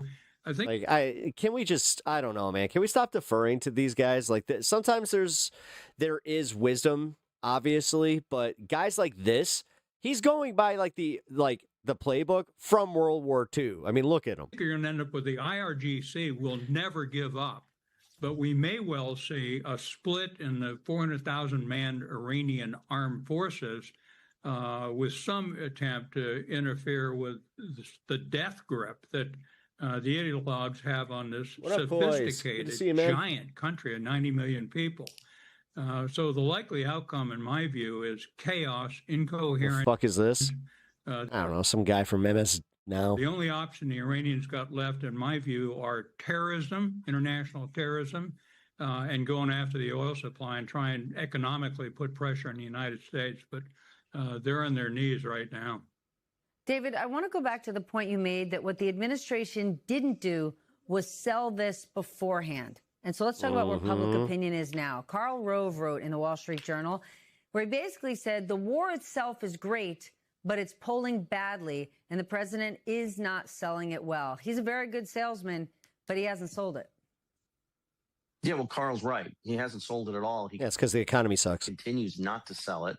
And from day to day, we've seen this week. I mean, this is week one, right? We're not even to the end of week one, and we have had, 3 or 4 or 5 different explanations from day to day, eventually getting us back to the original explanation, which was the president decided nearly 50 years of diplomacy was enough. Iran was a menace, and now we're engaged in a war for regime change. We're in a tornado watch until 10:30. It's about to start storming here. I already hear the thunder. Oh, man. Yeah, we had a really bad storm this morning. You can know something, but not understand, because nobody's explaining it to you, what it means for American national security and why you decided to go to war and why American soldiers are dying. And that's what the president hasn't done. Right. And I think that's one of the reasons it's polling badly. On top of that, and just, as a political matter, whatever, anybody thinks of President Trump, he campaigned against doing things like this. He has been known for doing quick, decisive strikes that were highly effective, but didn't amount to weeks or months of war and didn't involve major deployments. Right. Whether it's Venezuela earlier this year, whether it's the assassination of Qasem Soleimani, who got exactly what he deserved, that's what this president has done. And he's been very specific in saying, as he campaigned 3 times for president, that it's the stupid neocon warmongers that do stuff like he's doing now. And I think he's a very polarizing figure, but it might go a long way for him to explain why in this instance he changed his mind and believed this is necessary. And agree or disagree, there's a case to make that after 50 years, this might be warranted. It's just that he's not making the case and continues to say that everything is fine and will be fine. And in war, that's rarely the case. All right. So let's get into more of the opinion-based stuff. All right, Israel censors damage reports as interceptors run low. Let's get to the next part here, and this is about some of the stuff going on inside of Israel. And look, a lot of this is very counter-narrative. What up, Left? And it's definitely counter to a lot of what you're going to hear on national television. Let's start with the first one, because this is very important to me. But let's put it up there on the screen. Israel is now running low on defense. you guys can do me the solid, hit the like button on your way in, especially if you are in the vertical. Interceptors. So this is according to U.S. I think I caught me a shadow. Officials, quote, raising concerns about the country's ability to counter long-range ballistic missiles. Now, this actually fits with something we're about to show you, which were some strikes by the Iranian... Sagar's a wiener. ...on downtown Tel Aviv, or sorry, in populated areas of Israel in the middle of the day. Now, why does this matter? And actually put this out on Twitter, Crystal. You know, there's been a lot made on cable news about the, you know, stupendous Israeli operation against the Iranians and the incompetence of the Iranian military. You can't deny that. When you have guys in a single bunker and your whole command and control structure is getting taken out, yeah, that's pretty embarrassing. Not even embarrassing. It's just basic incompetence at that level. Their ability to basically be... Next one's a ban, asshole. Penetrated by Mossad and all of that. Humiliating. But what does it say about Israel that they launch an operation and less than a week later they are already running out of interceptors? And so what does that say? Well, it says that, you know, who does have some interceptors? Oh, me, actually. And me and the rest of you, our fellow U.S. citizens. So the plan was basically, we can't handle this on our own. They knew it from day one. Absolutely. Remember, they're running low on interceptors, and according to them, they've taken out 2/3 of ballistic missile launchers. So what if they didn't take them out? They would have run out 3 days ago. And so you're actually already seeing panic inside of Israel because they know. They can look at the math and say, hey, this is not good. And already we're watching ballistic missiles hitting various different targets. So with all that said, guys, can we put some of this up here on the screen and just show people, you know, this is some of the latest that's coming out of Israel. I mean, these are crazy-ass images. These are in the middle of the day, and this is a major hospital. It's called the Soroka Hospital, which, according to the Israelis, is in southern Israel, direct hit by Iranian missiles. Apparently, it services over 1 million people. We don't yet have some of the casualty figures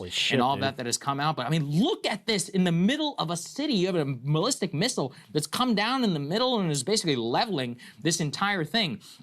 These are crazy images, and these are in the middle of the day, not even launched at night. It just goes to show that the more that Iran, even with its very limited capacity, is able to fire, they are beginning to get through. Maybe Israel should have done more to make peace with their neighbors. The Israelis claim they still got about 1/3 of them left. They're trying to take them out because they have air superiority there. But look, you know, the Iranians, they may be dumb, but they're not that dumb. One of the things that the Iranians and the Gapper, I have a P.O. box. North Koreans have done is they have these mobile launchers, which they just drive all around what constantly. you trying to send me? Have, you know, camouflage and all of that, specifically to maintain, you know, strikeability, even if they do lose their air defense. So this is very, very devastating inside of Israel. You know, suddenly, Sagar, people seem to care again about hospitals being used as military targets. Suddenly, now that Israel had a hospital hit, which I condemn, I don't support that at all. I don't think hospitals. No, it's almost like Israel would have had the moral high ground if they didn't spend the last 2 years, you know, unilaterally bombing hospitals. Are legitimate targets, but suddenly people are concerned about. Is it in my Discord? Yeah. About that again. So, you know, wish that would get applied across the board. And here's the thing, Israelis, this is the world you authored. Congratulations. This is the world you authored, where any civilian target is totally legitimate, where there are no rules, no norms, nothing that's out of bounds. That is the world. Gonna send something for the wife intercessions. Oh, I appreciate that. Created. So it's horrific, but that's where we are. So, you know, save me until I see a single one of you condemn the multiple attacks on the entire medical system in Gaza. I'm sorry, I don't want to hear it. Yeah, I mean, look. If you're getting comments deleted and it doesn't say deleted by Ahmad, no, that's YouTube. I completely agree, and I'll just say, falls a little bit on deaf ears when I hear about civilian casualties and targeting civilian facilities like hospitals. Look and how many civilians they've killed in Iran. Is there even a hospital Vastly that more. is there even a hospital standing left in Gaza? Whatever.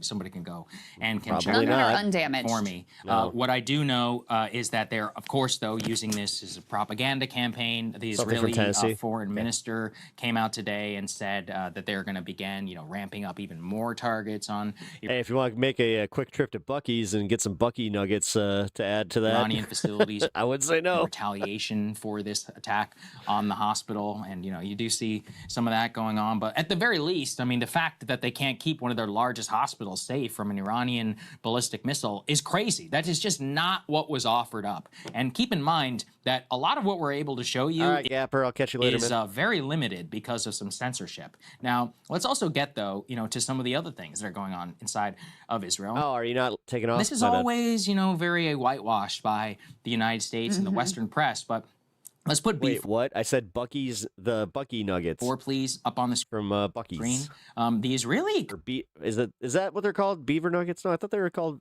Buc-ee nuggets. Economy is really suffering. Either way, they're great right now, and also a lot of foreigners who are inside of the country are doing their absolute best to get out. So here, Birthright Israel, apparently the trip has collapsed as some 2,800 participants were boarding cruise ships from Israel to Cyprus, and in some cases under the protection of the Israeli Navy, basically trying to get the hell out of there. Keep in mind, remember, that there's been a lot of shutdown of civilian aviation. I was kind of kidding, but yeah, when we went to Tennessee, my wife, she fell in love with those. Inside of the country. They're and, beaver nuggets, okay. Looking at stuff like this, let's put B5 as well up on the screen just to show you what's being broadcast. You can see here a huge banner for those who are listening is just Mr. President finished the job.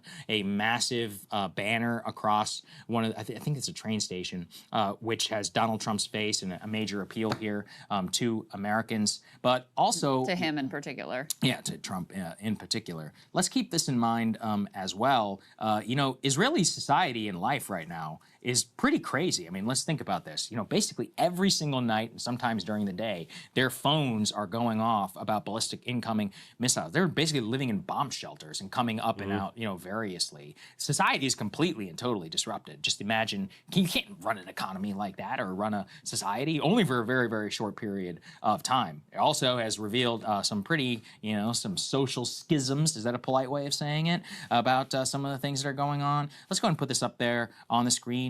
For example, B2, please. And just to show everybody some of the video, you saw some videos that were coming out of Israel, actually of settlers and others who are locking out other settlers of shelters. Here she says, we're going soon. There was going to be a siren. We went to the next door house to a bomb shelter. We were not allowed in. They had closed the doors and closed the parking lot. We were knocking on the door. They came out and said, we don't have to let you in. We have no space. So really dystopian scene, right? And I believe that woman is actually a Ukrainian. Yes, a refugee. Who was locked out because she's not Jewish. Yeah. And the Palestinians who live inside of Israel and are citizens of Israel, I mean, first of all, there's just vastly less infrastructure in predominantly Palestinian areas, vastly fewer bomb shelters. And then you can put B3 up on the screen just so you know this isn't just like a couple TikToks. There's reporting about the way that there is a, systematic discrimination. It's an apartheid society. There are some 65 laws on the books that discriminate explicitly against, I'm not even talking about the West Bank and Gaza. I'm talking But God forbid you fucking talk about this. God forbid you point out the fact that they're shitty. Palestinian citizens of Israel.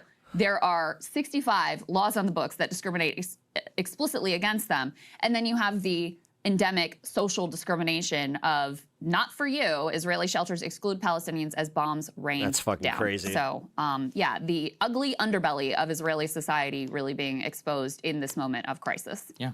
Look, you can see it very clearly for yourself. And actually, there have been some Palestinians locking out your neighbors when you're getting bombed. That's crazy. Targeted in Israel, and apparently they didn't have as many bomb shelters. Finally, let's put B6 up on the screen. This is another very important point. This is only what we're able to show you. Keep in mind, with all these Western journalists who are inside of Israel, they're going to get their asses kicked out if they report too much. So the IDF has officially updated its... Remember that video that we watched yesterday with CNN and Erin Burnett, where she was just like, I can't show them firing off the interceptor because they will kick us out. Restrictions on reporting on any missile drone impact sites. quote, any person who prints or publishes printed matter or a publication regarding the location of a strike hit by the enemy or war material will be submit to the military censor for approval. So military censors are running everything that we are seeing out of the country. The only even reason we know about this hospital is because they want to publicize it as being hit. We have no idea some of the other stuff that's actually been hit inside of the country. We have to rely on some open source reporting. And already that policy has been put into effect. Put B7, please, up on the screen. Israel has detained a photographer for Al Jazeera after police say that he revealed the exact location of one of Iranian missile strikes. Remember what they did to my friend Trey Yinks, who had the temerity to do his job and show that the Israeli Pentagon, which was located in the middle of downtown Tel Aviv, was hit by an Iranian missile. Man, if Israel thinks that it's going to fucking get a whole bunch of support all of a sudden by playing these games, and they freaked out at him. I'll see you later, Gaffer. On camera, and then multiple members of the they love Israeli playing the victims. police. Fuck yeah. I mean, but look at American Christians. Like, they love to play the victim. Or the IDF and others started targeting him, saying that he was doing the enemy's battle damage assessment for him. So just keep that in mind. Look in his terms of what the stuff that we are looking. Go look at the replies to when he posts stuff on Twitter, and you'll see the reaction to him daring to be a journalist. Right? Yeah, they hate him. They hate his guts. So that's what's going on inside of the country. It's chaos. It's absolute chaos. And they're projecting a vision, of we're winning the war and all of this. But this is always what I say is, look, it's only been less than a week. What if this goes on for a month? What if this goes on for months? Well, it's not going to, because Big Daddy, the United States, is probably going to come and solve all of this for you. But this really, in my opinion, shatters the image of like this country which can stand alone. It's like nothing could be further from the truth. No, that's why all they have is leverage on Trump. That's why I really do buy that Bibi Netanyahu told Trump that he had something on him. The fact that you can't even go a week. I mean, also the fact that they're now releasing more Epstein files to kind of distract from how bad this war is going. I mean, can we not ignore that? Without running out of interceptors, even after you pulled off these spectacular, sabotage operations inside of Iran. Like, this is not... Look, I'm not going to downplay the IDF's combat strength and all that on the ground, but there's a level of technological sophistication and of independence of the country which is being sold right now to the American public, which is very unfortunate, and it just could not be further from the truth. Well, and that you can't last a week, right? Okay? And that also exposes the fact that at any time, any American president, whether it is Joe Biden or Donald Trump, can come in and say, we're done here. You're done with the genocide. You're not starting a war with Iran, because they are dependent on us. We shipped, hundreds of Hellfire missiles in advance of this attack. Yes. Like, don't play dumb. We wanted this. We are involved in this. This is our war. They cannot do anything without our support. And if we decided we were going to pull that support, it would end. It would be over. So, there's often an attempt to be like, oh, well, they're a sovereign nation and that we can't just tell them what it... Yes, you can. No, you actually can. Because without us, they're out of interceptor missiles in a week, apparently. And I mean, of course they are, because they've picked a fight with every neighbor around them practically, Yeah, because they literally are dude, they're literally that annoying little friend that does not know how to fight, but they know you know how to fight. And they're just like, yeah, what? What you gonna do about it? What you gonna do about it? Always pulling you into the fight. Actually, these are just Iranians. That's the fun. The thing is about the high-level interceptors. Hamas got things that you need to use for intercept. That's Iron Dome. That's pedestrian stuff. This is the thing. Whenever you have a relatively sophisticated military, yes, even one that is pretty embarrassing, like Iran, you still have some military capacity, and it shows you. It actually does show you how incredible the United States and British and NATO armed forces are, and the level of capacity that they have. But Israel is always held up as like somehow equivalent to that. It literally could not be further from the truth. So keep it in mind. An American president literally can end this at any time. This is just like Ukraine. This is just like any of the. Thank you, Bryant. Appreciate that. Other literal client states. I mean, they owe their entire existence to us, and it's pretty shocking. Both the censorship and the level of capacity that they have after just less than a week of war. I can't get over it. I think again, this is why I don't trust any of them. Parallel. This idea that it's like, oh, we have enough ordnance for this XYZ timeline. Again, a weekend and we're already talking about depleting our fucking with Ukraine is an important Our reserves, one like, to what are we doing here? draw out, because in the same way that the right in particular understands correctly so, Ukraine as a proxy war, US versus Russia. This is a proxy war. Of course. Right now, Israel versus Iran. And it's even more direct just given our overwhelming yearly budget of supporting Israel over many decades. And so, you know, even if we're not yet directly involved in offensive capacity, make no mistake about it, this is our war. We are right now engaged in a proxy war versus Iran. And the only question is whether or not we sort of, you know, fully engage offensively and don't just do it through our proxy client state. Hey, if you like that video, hit the like button or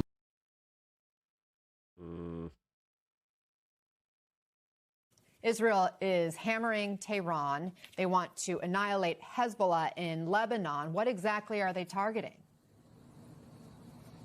Yeah, Anna, so they are very much continuing to pound Iran and now Hezbollah in Lebanon, even issuing evacuation orders for parts of Beirut and southern they're getting pounded, huh? Lebanon. They say they're going after Hezbollah strongholds, Hezbollah, of course, being an Iranian proxy. Meanwhile, we know the death toll is continuing to rise across the region, so we understand now over 1,300 people have been killed in Iran. UNICEF also reporting that at least 200 children have been killed across the Middle East since the beginning of this war. In terms of what's happening in Iran, we still don't really know much about the situation on the ground because of the ongoing communications blackout. Today marks 6 days of that blackout. Lots of questions as to who could lead Iran next. We heard from Iranian state television that the Leadership Council in Iran has met to discuss next steps in terms of how to, when and how to elect the next supreme leader. Of course, they're not giving a whole lot of details because of security concerns. The Israelis have said that they would take out whoever the successor to the Ayatollah is. We've heard from President Trump that he wants to be involved in choosing Iran's next leader, but both he and the Israelis are calling for the Iranian people to really seize this opportunity. It's unclear just how organized the opposition to the regime is in Iran, but I will tell you we have spoken to at least one group that is trying to mobilize. So this is the National Council of Resistance of Iran.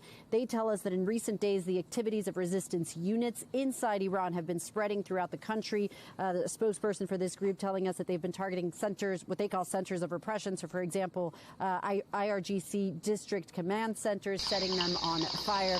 And of course, this is. Oh shit! Thank you for the $2. Trump went from internet troll to full IRL troll. $2. Yes, he did. It's just one Trump group. It's went from unclear how internet much troll support to they full have. IRL troll. We know there are likely lots of different groups inside Iran preparing to mobilize. Welcome. And it's also still unclear how much support the regime has. And meanwhile, there are concerns about this conflict, of course, spreading to other countries. There are fears that other countries could get dragged into this conflict. We know, for example, European nations are now sending more military assets to the region. So the French are sending jets, a nuclear aircraft carrier. The Brits are also sending jets. They have allowed the U.S. to use their base on Cyprus. That base, of course, becoming a target of Iranian drones. So there are concerns that the French and the British could potentially become targets. And today we also learned from the Australian Prime Minister that there were Australian nationals aboard the U.S. submarine that torpedoed an Iranian warship. 87 Iranian sailors killed in that attack. And so that is raising concerns that Australia could also end up dragged into this conflict. Inez de la Quatera live from Jerusalem. Thank you for that reporting. Max, Iran keeps targeting its Arab neighbors. The U.S. All right, hold on. It's just after 2 in the morning. We're live in Dubai in the Gulf, a region very much in the sights of Iranian drones and missiles fired from over the waterway just off in the distance behind me there. This is the 7th day of a conflict that's dragged in regional neighbors, claimed many lives, and threatens the global economy. Today alone, the Israel Defense Force says it's hit 400 targets inside Iran, with the Iranian Red Crescent. Dang, those buildings look like Gaza. Saying more than 1,000 people have died so far. While Donald Trump is warning only Iran's unconditional surrender will end the fighting, Tehran continues to hit back, including more strikes on Israel. Well, the UN Secretary General Antonio Guterres has condemned all the violence, saying it's time to stop the fighting. Well, the U.S. Defense Secretary Pete Hegseth says U.S. attacks on Iran will surge dramatically in the coming days after what was an already very heavy night of bombing. In fact, residents in the Iranian capital, Tehran, have told BBC Persian that last night was the worst of the conflict. Right. I gotta be. And today, Israel released footage of a strike involving 50 fighter jets targeting the Iranian regime's military command bunker under a compound in central Tehran. Well, Lise Doucette, our chief international correspondent, has our top story tonight on day 7 of the war. Tonight, in the last light of dusk, the dark rises in Tehran. The massive explosions which multiply as this war enters its second week. By day, more disbelief. Towers of smoke blot the sky. See the white monument on the right? It's Tehran's most famous tower on Azadi, Freedom Square, the place where Iranians have marked the moments which matter. A new phase in the conflict. That's how the countries firing these missiles, Israel and America, have described this moment. What happened to the MAGA Mossad bots? I don't know. All of Iran is in their sights. Honestly, I'll just say it, guys. I think I might have caught a little bit of a shadow ban. In the southern I don't know definitively, but it seems like it. city of Shiraz, buildings were I mean, you guys have done really well with hitting the like button on the stream, trying to get it out there. So yeah, this seems like it's completely algo driven. flattened. Emergency teams, including the Red Crescent Society, responded in the dead of night. In the north, their own headquarters in the city of Mahabad was reduced to rubble. The clearing and cleanup have started. Israeli and American bombers now control the skies. They say they've already destroyed 60% of Iran's missiles, sank 24 ships. But their strikes Warpig's lyrics are spot on. Oh yeah. are also smashing into everyday lives. Some residents of Tehran Try restarting it. sent Nah. us messages through the Is the shadow ban only on vertical? Yeah. BBC's Persian service. The house was shaking for 5 minutes straight. Last night was the worst night. No, I'm not okay. I barely slept last night because of the... Yeah, because honestly, like, just looking at the numbers from last night and, like, just the analytics behind it, it doesn't make much sense. Explosions. It was terrible. They were hitting so hard that all the windows were shaking. I woke up at around 4 a.m. from the noise. I could hear the flight jets early in the morning. Israeli lives are also being shattered. This residential building on the outskirts of Tel Aviv took a hit. Today, Israel's Prime Minister Benjamin Netanyahu visited the scene of an Iranian attack earlier this week in Beersheba in the south. 19 Israelis were injured here. Beersheba? But fewer missiles and Oh, that's the one that Steve calls Beersheba. drones are now slamming into Israeli cities. The President, Whoa, Isaac we're going to Beersheba. Herzog, meeting the U.S. ambassador, hailed their coalition's success. I believe that the coalition that we are seeing now emanating in the Middle East is a force of good. This You bunker, okay? attacked for a My cat second just time today, picked it, too. was meant to He just tried to jump on my lap and just went, ah, fell backwards. protect Iran's supreme leader, Ayatollah Khamenei. He was killed in the very first salvos. But his clerical order hasn't collapsed. We have no option just to resist to the last bullet that we do have and to the last soldier that we do have. This is the very heroic, very nationalistic battle for us. After Friday prayers, the government's supporters braved the bombs in a show of defiance. President Trump is calling for their leaders' unconditional surrender. They're telling him, our fight goes on. Lise Doucette, BBC News. Well, a giant American bomber capable of carrying 24 cruise missiles has landed in the UK after the Pentagon warned of a surge in strikes on Iran. But when Donald Trump calls for unconditional surrender, what could that mean for the course of the war? Sarah Smith has more from Washington. The Commander-in-Chief welcomed an array of sporting executives to the White House today. He is committed to saving college sports as well as to defeating Iran. He posted on social media, "There will be no deal with Iran except unconditional surrender." Over the last 7 days, there have been confusing and contradictory messages about why the president chose to start this war and what the objectives are. He began by urging the people of Iran, via social media, to overthrow their government, to change the regime. I call upon all Iranian patriots who yearn for freedom to seize this moment, to be brave, be bold, be heroic, and take back your country. But President Trump's team and his supporters shudder at the mention of regime change. Dude, this guy is useless. It's Worst president. He really is, too much dude. like Iraq and Afghanistan. The defense secretary insists this is a very different conflict. This is not a so-called regime change war, but the regime sure did change. Not really. Donald Trump has said consistently for years that Iran must never have a nuclear weapon. His own intelligence services say that prospect was about a decade away. An Iranian regime armed with long-range missiles and nuclear weapons would be an intolerable threat to the Middle East, but also 25th Amendment, dude, that would take to the American people. Yeah, it'd be nice if Congress actually did something, but again, we don't have the power in Congress. Guys, we have a primary. Like, we have primaries all over the country right now. Make sure you vote.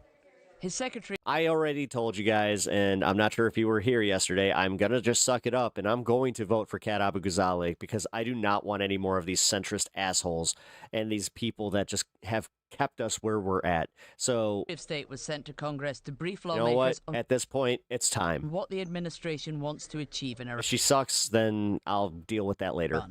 So two things, and two things can be true. Number one is our mission and our focus is the destruction of their ballistic missile capabilities and their ability to manufacture them, as well as the threat posed by their Navy to global shipping. That's the objective.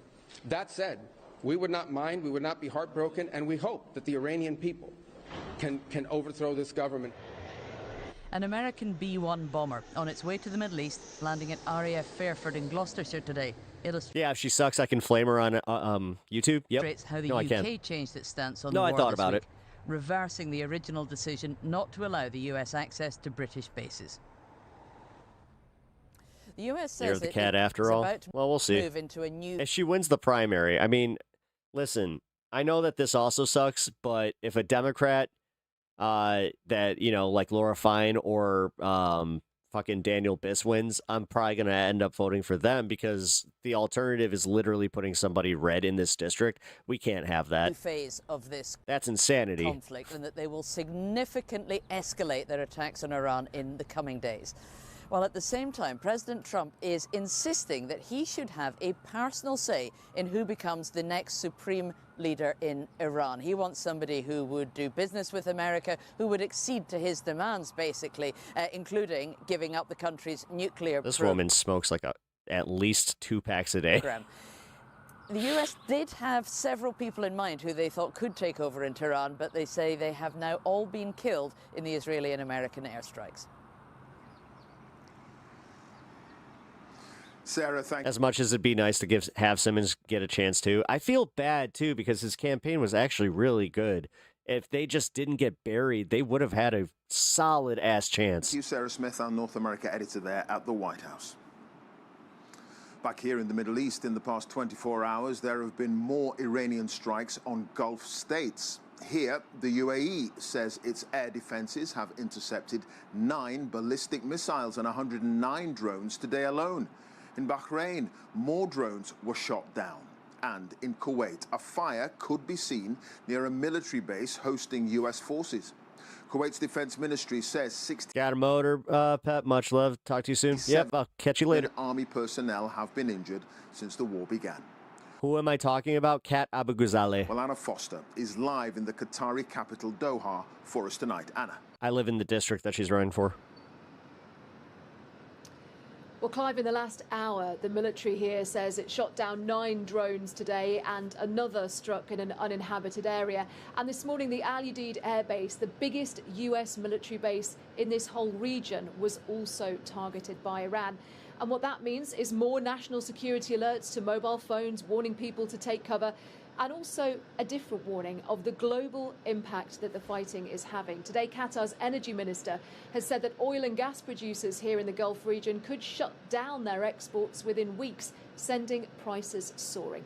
Tonight, Iran has denied that it's closed the critical Strait of Hormuz waterway, saying that it's only stopping Could APAC sabotage? No, they can't, because APAC doesn't have that much power. tankers with U.S. No, APAC is a poison pill in the Democratic race right now. So the problem is having somebody like Daniel Biss who can't answer, like he's anti-APAC, quote unquote, but he can't answer whether or not he'd sanction Israel. Israeli connections. With So honestly, that was enough for me to just be like, nope. more analysis on that, here's our economics editor, Faisal Islam. The full extent of attacks over the past few days on key energy and economic infrastructure in the Gulf is becoming clear. Here, Bahrain's key oil facility is hit. Ow! No. Keep them claws, dude. And it's not the only Gulf nation. This is the view from the skies at what happened at one of Dubai's famous Palm Islands. Tankers ablaze too.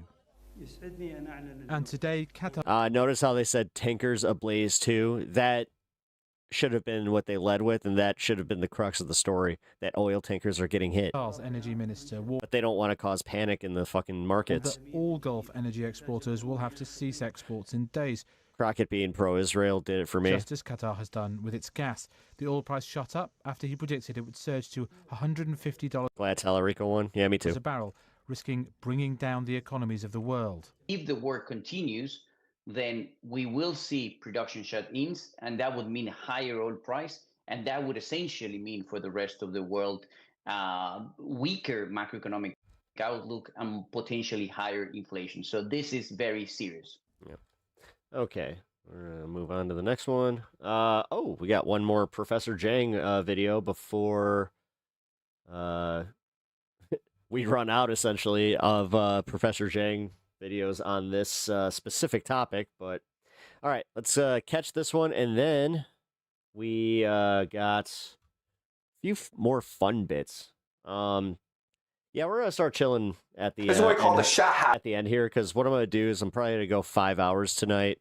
Yeah, we're going to kind of wind down, because I don't know what the hell is going on. Oh, thank you for the 5 gifted memberships, Bandit. That's awesome. Millie got one, too. Meggers, Dan Steely, Tony, hell yeah. Devil Doll. Drones, Shanghai drones. Each of these drones costs Thank you, man. I really appreciate that. $50,000 at most, okay? At most. It can go as cheap as $35,000 US. But one of them is $50,000. As you can see, you can fit a lot of these drones to a truck that can go anywhere in Iran, and it can hide anywhere. All right. So the thing to Oh, we actually did watch this one. Hold on, never mind. All right, well then, on to this. So Valhalla is reacting to a bunch of the veterans coming out and protesting against this. So with all these freaking SEALs turned politicians and then complete narcissistic, detached weirdos. Now, I served with Tim Sheehy. I knew him briefly. I always felt like he was super pouty, like you're the head down, kind of everybody owed him something. You know, am I going to stream tomorrow? It really depends on how I feel. the silver spoon in mouth. I'm going to, so this is going to be a spur of the moment. Keep your notifications on and pay attention to the Discord. I always drop a notification there. Also follow me on Twitter. I also drop a notification there as well. Cake eating thing for officers, super disconnected. And I think Dan Crenshaw should be a freaking warning, a red flag example for Sheehy and all other SEALs turned politicians to do some good out there, which you ain't doing shit. God. It's so dumb.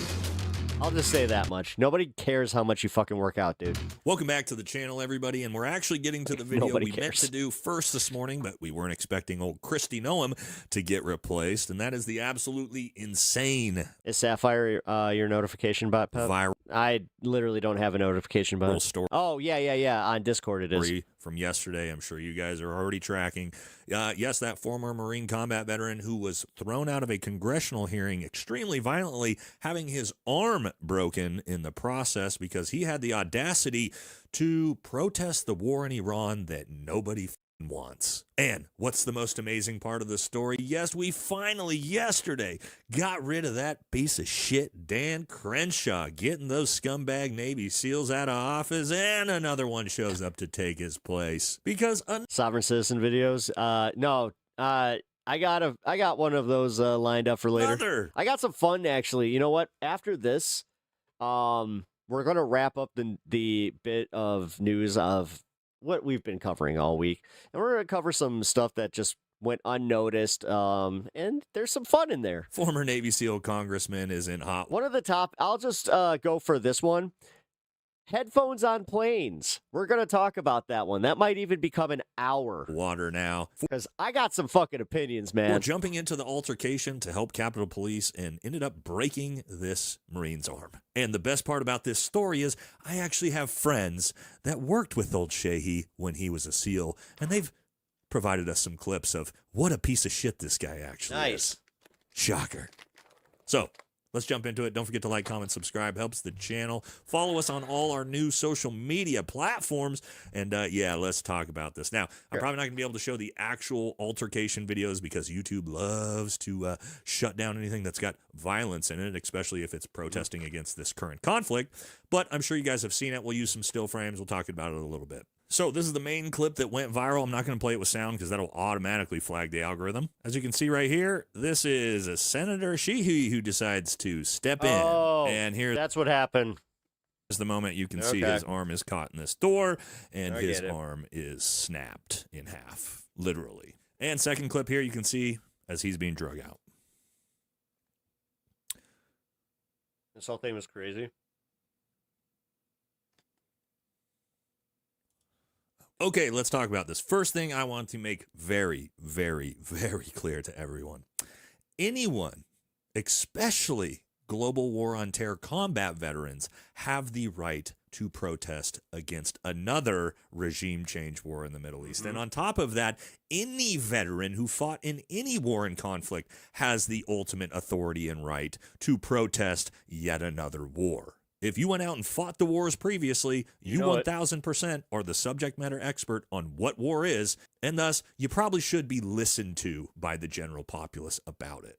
Now, what makes this story interesting is the Marine in question here is actually running for Congress in North Carolina. So, yes, Brian McGinnis actually turns out he's running for Senate with the Green Party, as it says here, veteran U.S. firefighter, father of 4, healthcare is a human right, people over profits. And so what's interesting, yesterday, as I was sitting in the dentist chair and my phone started to blow up, vibrating nonstop, I knew something had happened, and when I finally could get to it, saw these viral clips everybody was sending me, I went and actually found Brian, and he had about 15,000 subscribers at the time, about an hour after this happened. And it turns out, as of a couple hours ago, Brian now has 327,000 followers on Instagram.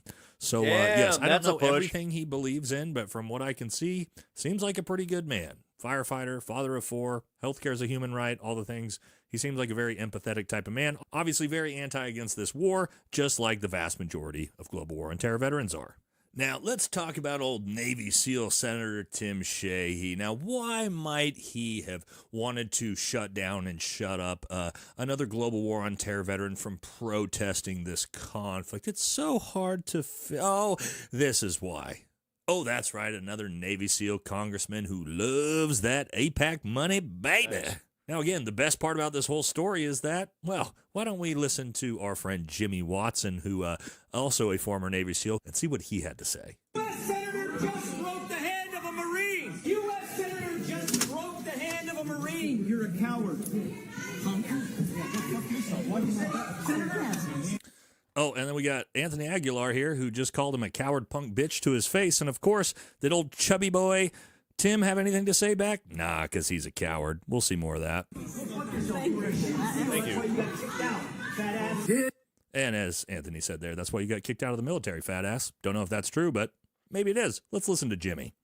Senator Tim Sheehy, former Navy SEAL whom I served with in the same command, okay, did he break homie's arm. Don't know how much of a role he played in actually breaking his arm, but what the hell is he doing jumping in there? And what's up with all these freaking SEALs turned politicians and then complete narcissistic, detached weirdos? Now, I served with Tim Sheehy. I knew him briefly. I always felt like he was super pouty, like you're the head down, kind of everybody owed him something, you know, the silver spoon in mouth, cake eating thing for officers, super disconnected. And I think Dan Crenshaw should be a freaking warning, a red flag example for Sheehy and all other SEALs turned politicians to do some good out there, which you ain't doing shit. You ain't doing shit out there but getting money from Israel and just playing the freaking game.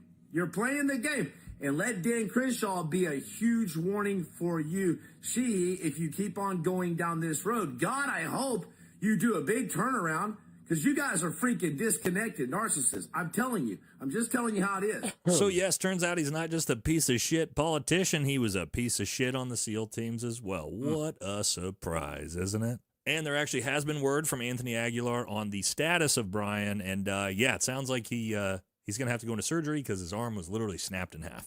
Yeah, so we finally did get to hear from a direct family member to know that he will have to have surgery. So his injury is serious, and I want to remind everyone that this injury was specifically the cause of Senator Tim Sheehy getting involved. Oh, he's going to get sued out into oblivion after that one, too. And interfering. Because, again, that just because it was in the chamber, somebody tried to say that. They're like, he was in a Senate chamber. He was acting in self-defense. I'm like, no.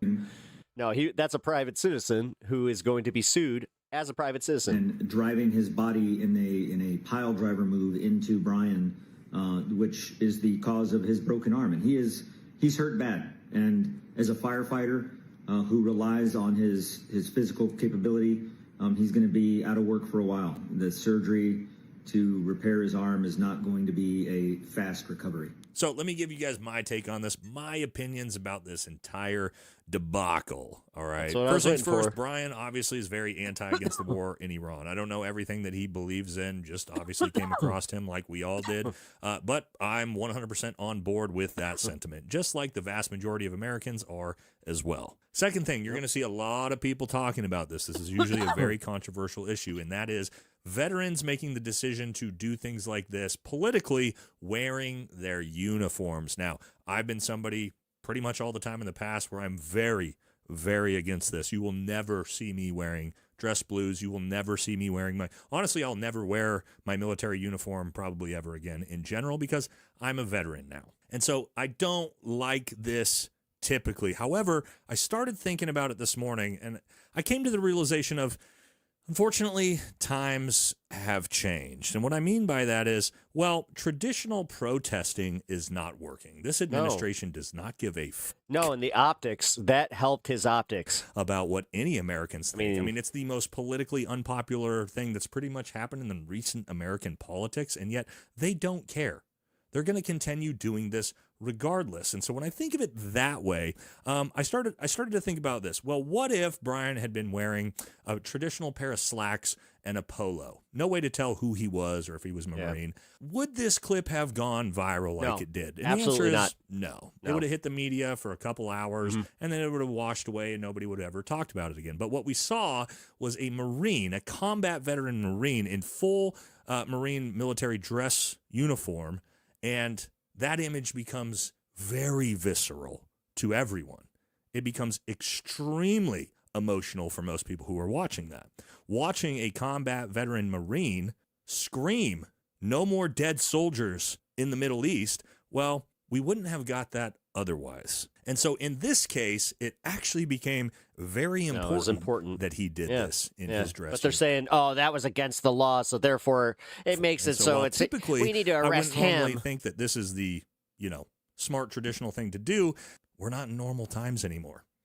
And so what this does is actually creates a viral, visceral clip that the entirety of America is going to see, and maybe that actually will start to sway public opinion in the correct direction. Definitely does. Because even though by polling only 20% of Americans support this war, that's still like, what, 70-something million people. And for old tough guy Navy SEAL Senator Sheehy, who, of course, didn't jump in right away, he waited until the guy was completely held control of by Capitol Police, so that way he could then jump in to look like the tough guy, because, of course, that's what fake tough guys do.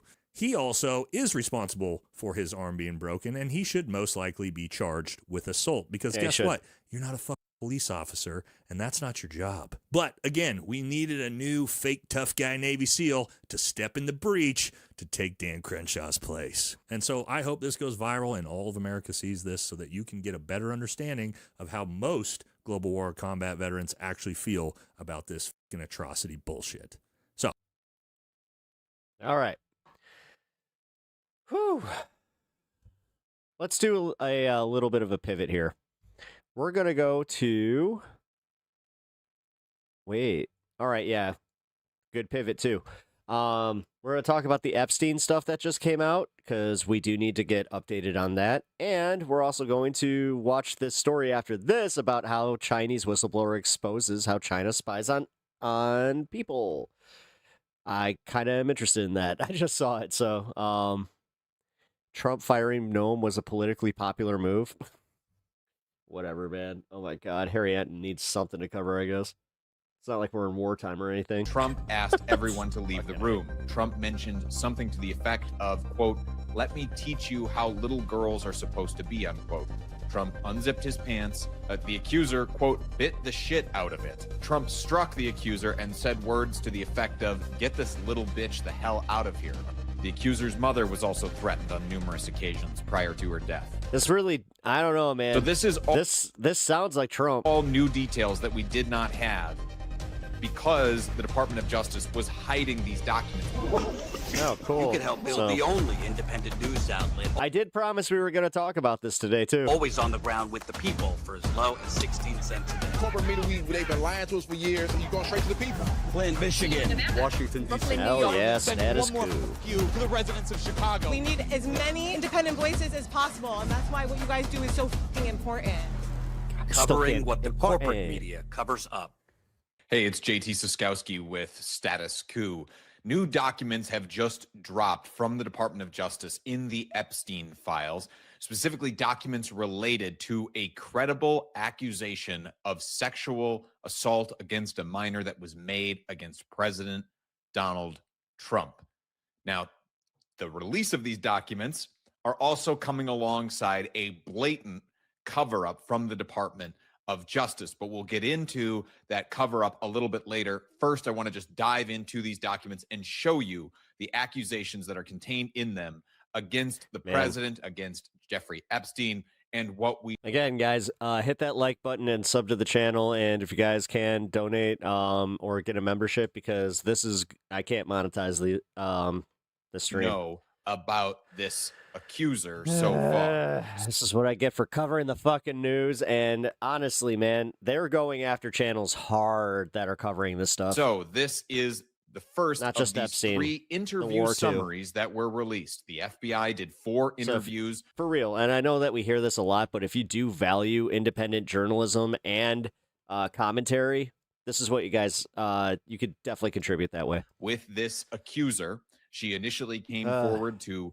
in 2019 to talk about allegations against Jeffrey Epstein, and then later also talked about Donald Trump. This is from the second interview that she did with the FBI, where she talks about Donald Trump.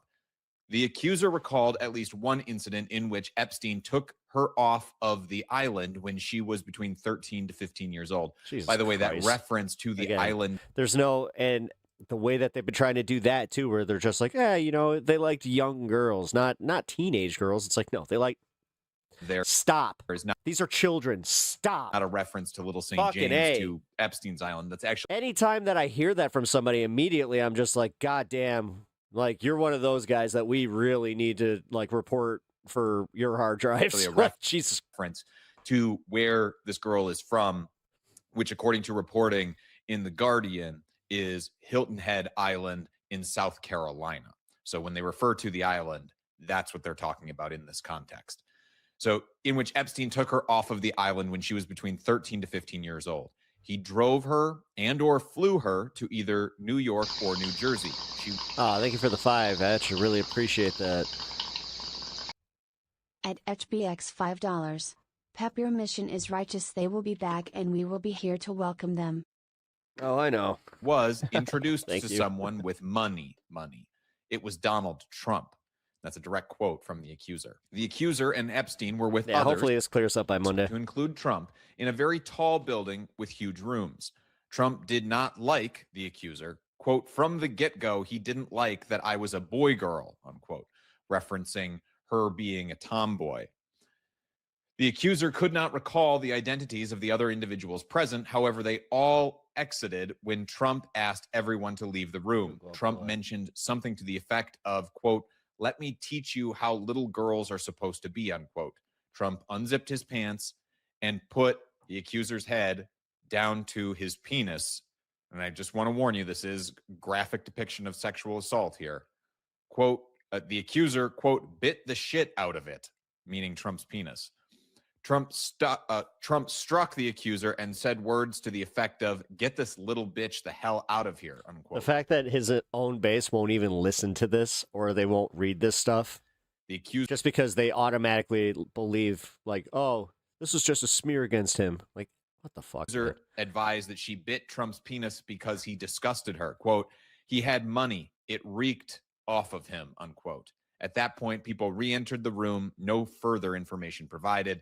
The accuser recalled a blonde, beautiful woman approaching her at some point that day after her interaction with Trump. The woman said, let me give you a little tip about your breasts. Wear a bra every night. Those words stayed with her throughout the years.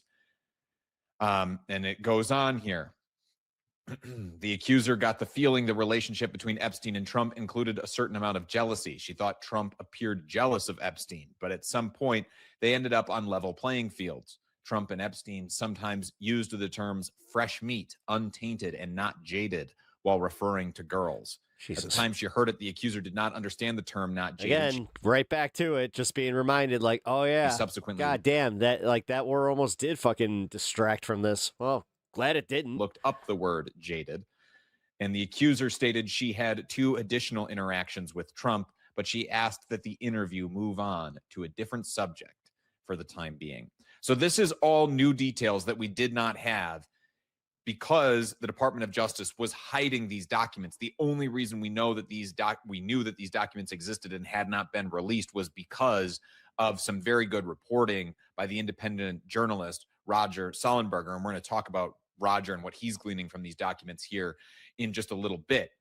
But what I want to point out is that there is all kinds of new detail here in these documents that were not previously reported. There were references to this woman's story made in other files inside of the Epstein files, but not in this level of detail. And also, just imagine we're in the redacted ones. That's what I want to point out. The fact that like the American public is still like kind of moving past this shit is just beyond me. In here that she says that she apparently had 2 additional interactions with Trump, but those are not detailed here in any of the 3 interviews that are released. I want to get back to some of these interviews to show why she doesn't talk about Trump more in some of these subsequent interviews. So this is from the next interview that the FBI did, the 3rd interview. It was done on August 20th, 2019. And this is what it says. Since the sexual assaults the accuser suffered at the hands of Epstein and his associates, the accuser was threatened on numerous occasions by unidentified people she believed were connected to Epstein. The accuser's mother was also threatened on numerous occasions prior to her death. Hi from SoCal. Hey, how to live with a smile. I like the name. The first incident. Some positivity. Awesome. The accuser could recall occurred in approximately what should be the mid to late 80s when the accuser was 16 to 17 years old. Nice to meet you. The accuser was living in a suburb in South Carolina at the time. The accuser's mother had been arrested for embezzlement and could not pay the restitution. And they go on to detail here a number of phone calls, threatening phone calls that this accuser would receive in the years after this abuse. In fact, it's implied here in these documents that some of these threatening telephone calls went into or past the 2016 presidential election. Here's what that same interview has to say about that time. In the beginning, the threats were quote unquote regular. How to live. If you are enjoying the content, please consider subscribing to the channel and hit the like button. It really, really helps me out. They later became sporadic, and a year would go by. I hate that I have to say it so much, During the past but 4 I do. years, the threats increased a little from one or the other, unquote. When asked to clarify what she meant by one or the other, the accuser stated she did not wish to further discuss that comment at this time. Administrative note, immediately after indicating she did not wish to expound on Was the nice particular today? statement, Nice. the accuser looked at her attorney and stated, when he was running, unquote.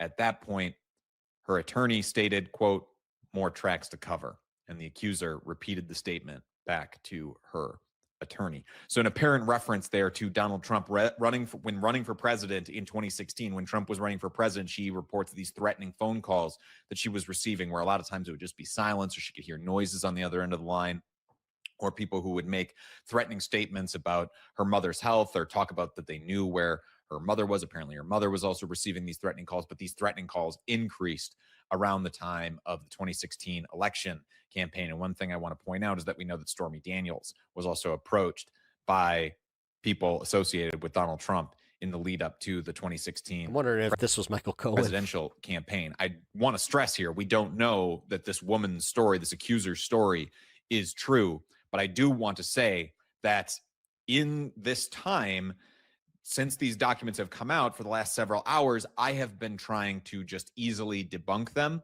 just purely through some of the own research that I can do here. And you can bet that we will continue to report on these documents and what is contained in them. But at least in trying to disprove some of her allegations, or see if these are easily disproven, I have not yet been able to come up with any easily disproven facts out of what she has said here. And I want to point out that elsewhere in these interviews, she gets very specific. She talks about things that would be easy for the FBI in following up on her allegations to disprove if they were so inclined. She makes very particular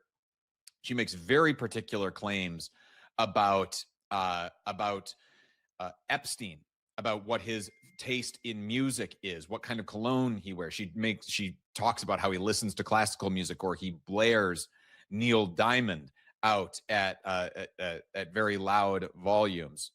Like I said, the cologne, and there are other references to particular people who were in Epstein's that could be corroborated orbit. So, and these are also very particular time frames that she's saying Epstein is visiting Hilton Head Island, South Carolina. So things that the FBI should be able to. The victim also says they smelled bad, which tracks. Follow up. They said the same. Ghislaine Maxwell apparently same thing. And be able to either verify as being true or easily disprove.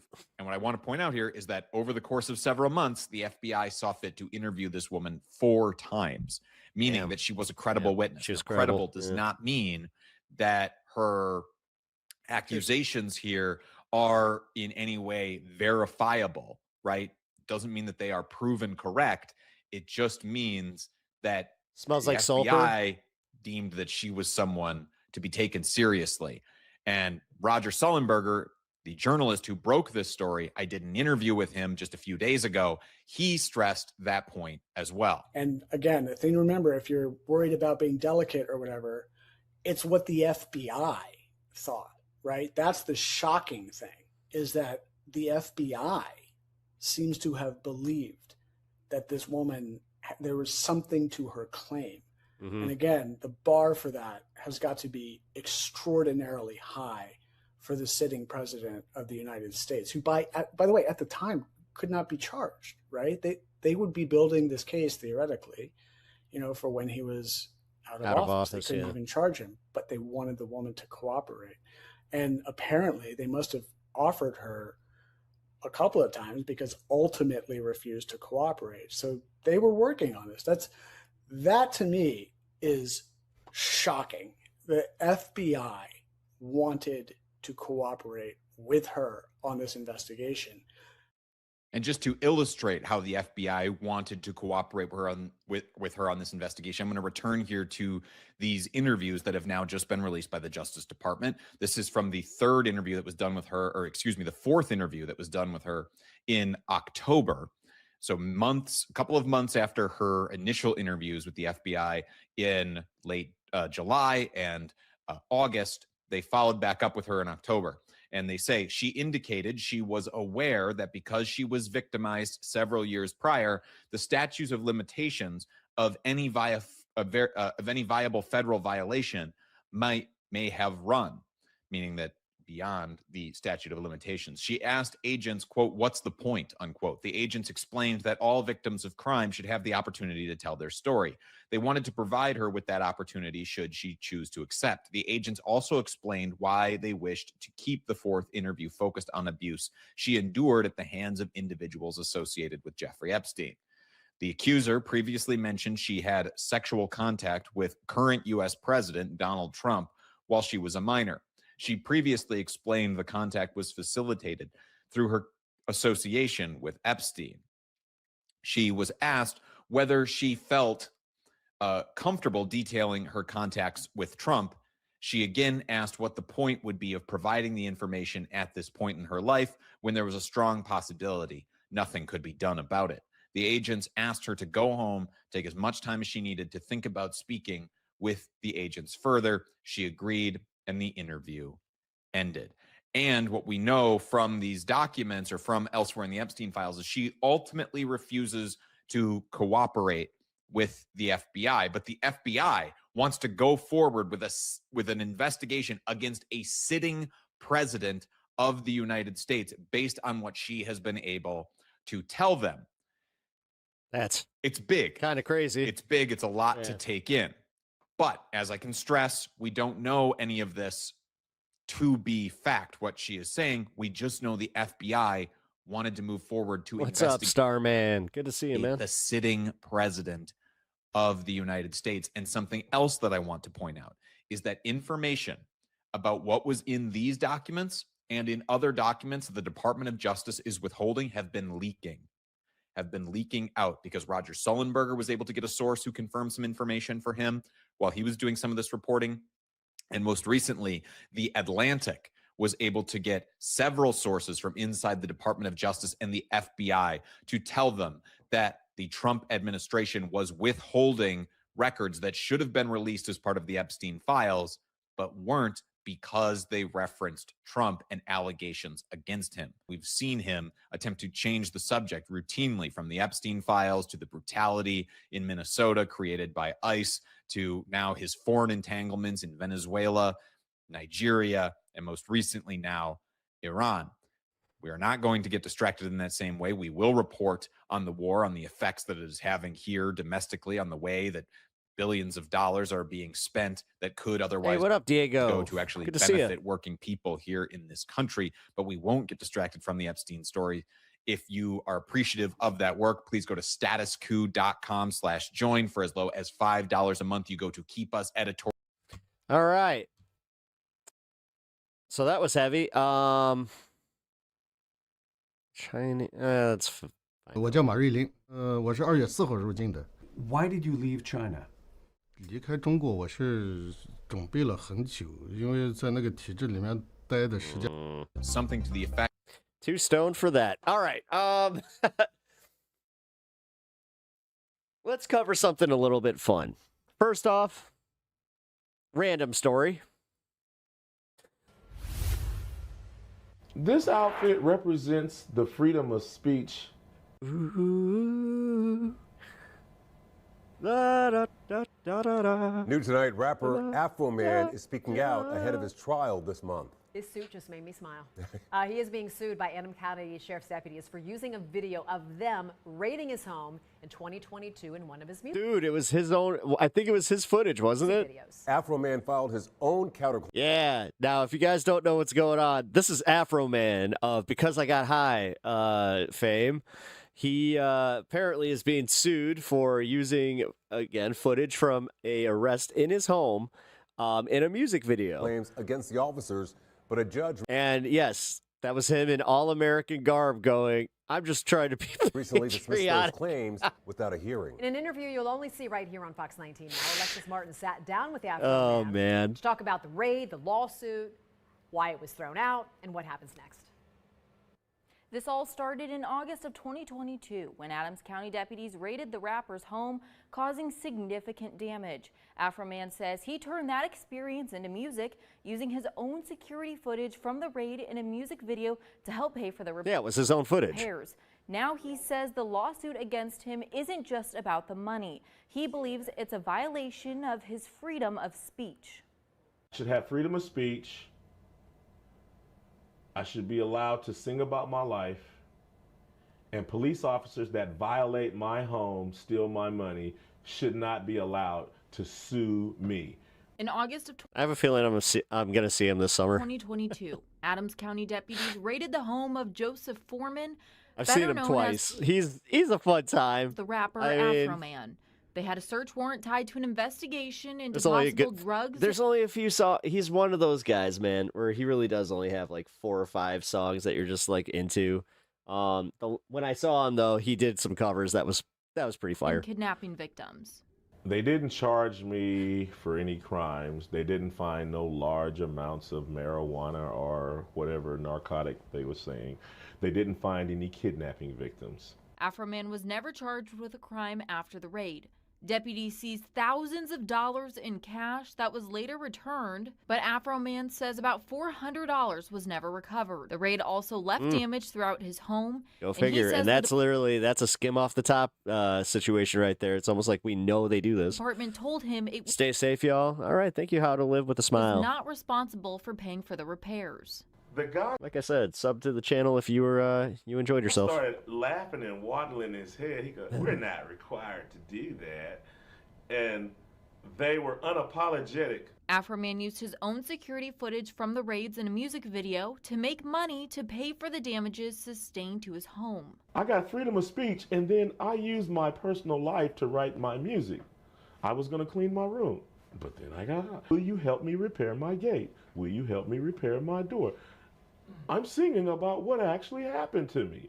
Deputies who appear in the video are now suing the rapper for the damages caused by their faces being in the video. Mental health. Hey, we raid your house. Their mental health. Oh, fuck off. We steal your money. We disconnect your cameras. Yeah.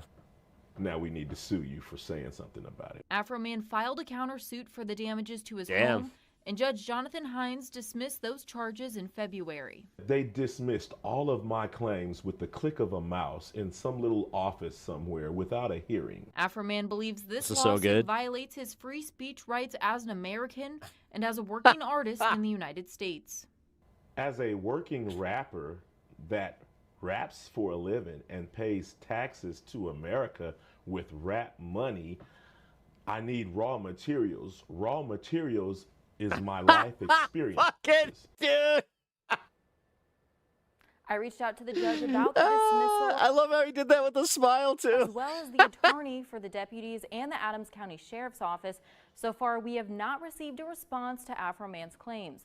The trial in the deputies' lawsuit is set to begin March 16th. Reporting in studio, I'm Alexis Martin, Fox 19 Now. That is from Cincinnati, by the way. Cincy. All right, guys. Here's the big one. This is going to start a discussion because I can already tell you that I got some opinions. All right, I'm going to let it play, and then we're going to discuss. And if you're packing for the airport, you're going Also, my local need news. to remember your real ID, your luggage, and a pair of headphones if you're flying United Airlines. NBC5's JC Navarrete explains the Chicago-based airline's new policy. If you're listening to music or watching videos, if you don't use your headphones, you could be kicked off the flight. Fucking based. I love that they fucking did this. All right, listen up. A big rule change is coming to a flight near you. Good. A new warning. Good. From Chicago. No more of these parents with their fucking kids, little iPads at full blast. Base United Airlines. Pack your headphones if you plan on flying with them. Nope. The airline quietly updated its contract of carriage last week, adding a new rule requiring passengers to use headphones when listening to. I swear I don't know when people stopped using headphones. music I know. Or watching videos on their devices. I know. As it turns out, passengers are on board. They should be more considerate and Yes. put some headphones on. Take a look around O'Hare. You'll see Let's most go. travelers are already Let's zoning out with their go. buds in. But the airline felt the need to roll out this Daughter of a U.S. Marine? update because Oh, cool. not everyone on board cooperates. Those refusing to comply could get kicked off the flight or even banned from the airline. I think I support people having to wear headphones, but I don't know if a ban is maybe the right move. The policy falls under United's refusal of transport. That guy's just sitting there thinking, have I forgotten my headphones and played my stuff a little too loud? I probably have. Transportation section, which gives the airline the right to remove passengers. Forgot your headphones? United says flight attendants may have free pairs, but it's subject to supply. Most travelers we spoke with said their headphones are about as important as their luggage. I always make sure I have my headphones. It's like it distracts me from all the noise around so I could sleep. United says the policy is part of a broader effort to crack down on disruptive behavior. I can't remember the last time I flew without headphones. In the air, the rule comes as the airline prepares for what it expects to be its busiest Shit, 20-something years? summer ever at O'Hare, with up to 750 flights a day. One passenger telling me it just comes down to common courtesy. We would all get along better if people are being mindful and considerate about. Why aren't they, Ed? Why aren't they saying what the problem is, where it's shitty parents not telling their kids to put headphones on? Flight attendants will first warn you before escalating the issue. So next time you fly, make sure to bring your headphones. JC Navarrete, NBC5 News. Thank you, Jay. That's Terminal 1. I don't want to hear your music. And you don't want to hear mine either, so it's a good thing. It's not music. It's always movies. It's always something like that, too. We're going to keep it fun. We're going to go to the sovereign citizen videos in a moment, but apparently there's some breaking news that Kristi Noem is calling Trump a liar, but I have a feeling it's nothing. Let's see. Things took a turn for the worse after federal agents shot and killed 2 Americans in Minneapolis, after which, quote, Noem felt... How in the fuck has this already been played? Dude, I've been on the entire time that this... What the fuck? That's crazy. About the wildly incompetent and beleaguered Kristi Noem, former Secretary of Homeland Security, because, of course, as we discussed yesterday, she was finally fired by a fed-up Donald Trump and has been brutally mocked by pretty much every corner of the political apparatus, all across the political spectrum. Everybody is united in their contempt and disdain for Kristi Noem. And yet, Kristi Noem's orbit seems to be firing back at Donald Trump, suggesting that she was merely scapegoated and thrown under the bus by Trump himself. But before we unpack all that, if you end up liking this video and you want to support the channel, please be sure to hit the like, subscribe, and alert bells before you go. Is Kristi Noem and her allies, or Kristi Noem by way of her allies, calling Donald Trump a liar? Sure seems that way. Let's take a look. As media reports, Team Noem fires back at White House, suggests Trump lied about ad campaign. Secretary of Homeland Security, former Secretary of Homeland Security, Kristi Noem's allies are pushing a counter-narrative in the wake of Donald Trump's announcement that she would be leaving her post at the end of the month. According to the Daily Caller's Reagan Reese, Noem had, quote, grievances with the Trump White House. One administration official informed Reese that, quote, Noem told Trump and his White House that she was not getting the support she needed at the end of 2025. Oh, who cares? This isn't her calling him directly out for saying that, fuck you. God, see, this is why I can't stand that shit. Right there, I can't stand that shit. At least fucking be a little honest. Jesus. They make the biggest deals out of non-stories too, which it's just like, nah, can we not do that? All right, fuck it. Sovereign citizen time. Wait. Tim Pool? Hold on. Not sovereign citizen time. Tim Pool. Here is the anti-war Tim Pool talking about more anti-war than Evan Brinkman. Is that what he said? Yes, because I thought that we should support Ukraine. I still hold on, guys. We can talk about the limits of that, but we get an extra bit here. What the hell? There we go. get clickbaited. Yeah. I was supportive of backing up Ukraine against their being illegally invaded by Russia, and then I brought up Israel, and he said, "I don't know enough about that." Yeah. Yes, I don't know enough about Israel, That's a tough which question. has been, in the news for the past 30 years. And was the top recipient of our military aid. Midas touch level clickbait. The thing is, he's been playing that game because he sees that it, I guess, is working for Midas touch, but I'm not sure if it really is. They pointed out, so he because whenever I talk to people, most people are like, "No, I don't click on Midas touch videos because of the clickbait." had a lot of opinions about giving a lot of money to Ukraine, but not the top recipient of our military aid. And now he's been Tim, I am the boot. Reportedly meeting with Benjamin Netanyahu. Forgot about that. So. Well, that's the way I learned to find out about Israel. He's doing his own research. Under Chatham House. Stop TikTok. What are you going on about? Israel? Chatham House rules. I knew what Chatham House rules was. I didn't know what Israel was. But here he is, still trying to maintain his anti-war bona fides. But sometimes a war just has such a magnetism that it's hard to stay away. Iran's military strategy is we will carpet bomb. I mean, they don't really have the capabilities, but we will drone strike and bomb civilians and make the cost so extreme that you might reconsider your actions.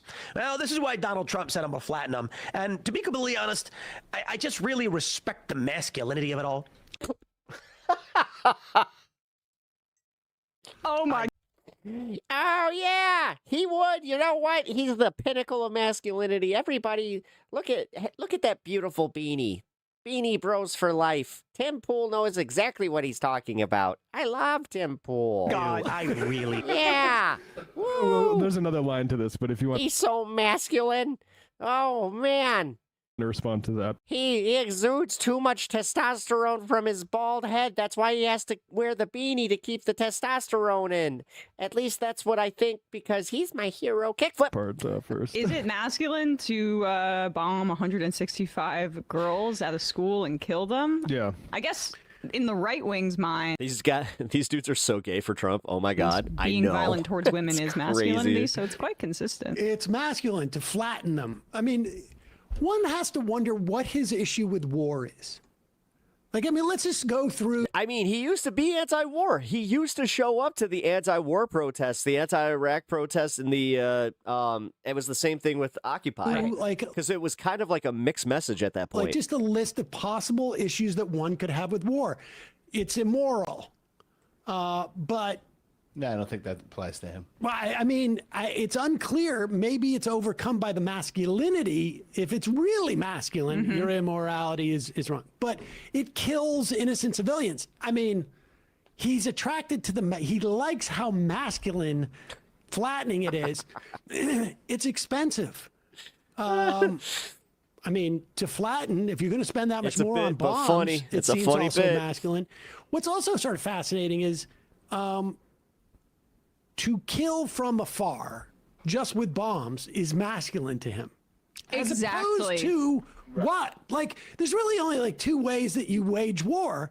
It's either from afar by lobbing weapons, or up close where you actually like are on the ground and have to see what you're doing. Wait for the whites of their eyes, sort of thing. Yeah.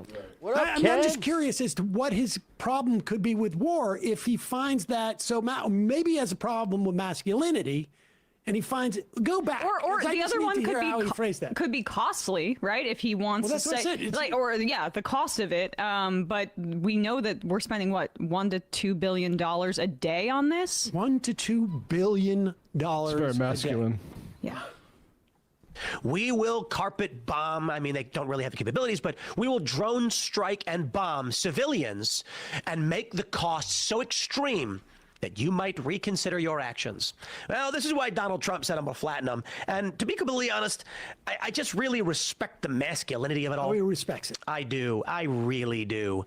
Guys, again, I got to go to Star Trek because it's the best show ever made. And, well, not anymore, but I posted this earlier. And, you know, it's funny. I think I posted it before the war started. Wow. Ignore all the sci-fi stuff, guys. Calm down. You know, it's so silly. People are like, it's sci-fi. I don't like it. Like, take it for its elements. An enemy two enemy warships approach. Let's just go U.S. battleship, and they say, surrender, stand down, and you are now prisoners of war. And the captain refuses and says, I would sooner die. They say, think about the men and women of your ship. And he says, they would all be willing to die for the right cause. And then he says, the question is, are you willing to die? And the enemy captain says, I expected more from you than idle threats. To which the captain of the U.S. ship says, then you shall have it. And then three allied ships approach, surrounding all of them. All right, pause it for 1 second. Wait a second. I watched a lot of Star Trek as a kid. Because there wasn't many shows, and Star Trek, I think the original was only on for like a couple seasons max, but they kept replaying them over and over again. What is he talking about? Did he abandon the Star Trek thing and now it's one of the he's trying to repurpose a Star Trek plot, and right? He's replacing like whatever. Yeah, but again, Star Trek was about like space communism and just exploring for the betterment of like mankind. What's interesting is that part about like, stand down, surrender, so you don't all die. The U.S. doesn't. Ken, you are on a 15 stream streak. Hell yeah, dude! Congrats. Do that. We actually kill everybody, even if they, completely contrary to any rules of war. Yeah. If they survive, we kill them. But all right, was it in the Next Generation when they bombed a school and they were like, "Oh, whoops! I thought that wasn't a different thing besides a school for young girls." It's also like the number one thing I know about that original Star Trek series, which I haven't seen, is that it's the first gosh, why can't? Oh my God. Okay, well, since nobody here is a Star Trek nerd, I wish I was on this show so I could just say like, no, guys, he's just blatantly wrong because. Number one, he keeps saying the U.S. ship. It's USS Enterprise, right? But that's not like, the way that we do USS. It's United something. It's essentially like the Star Federation or whatever. And that's, again, based on, what the fuck is it? Something to planets. Wait, what does it actually stand for? Another person a little bit nerdier than me. But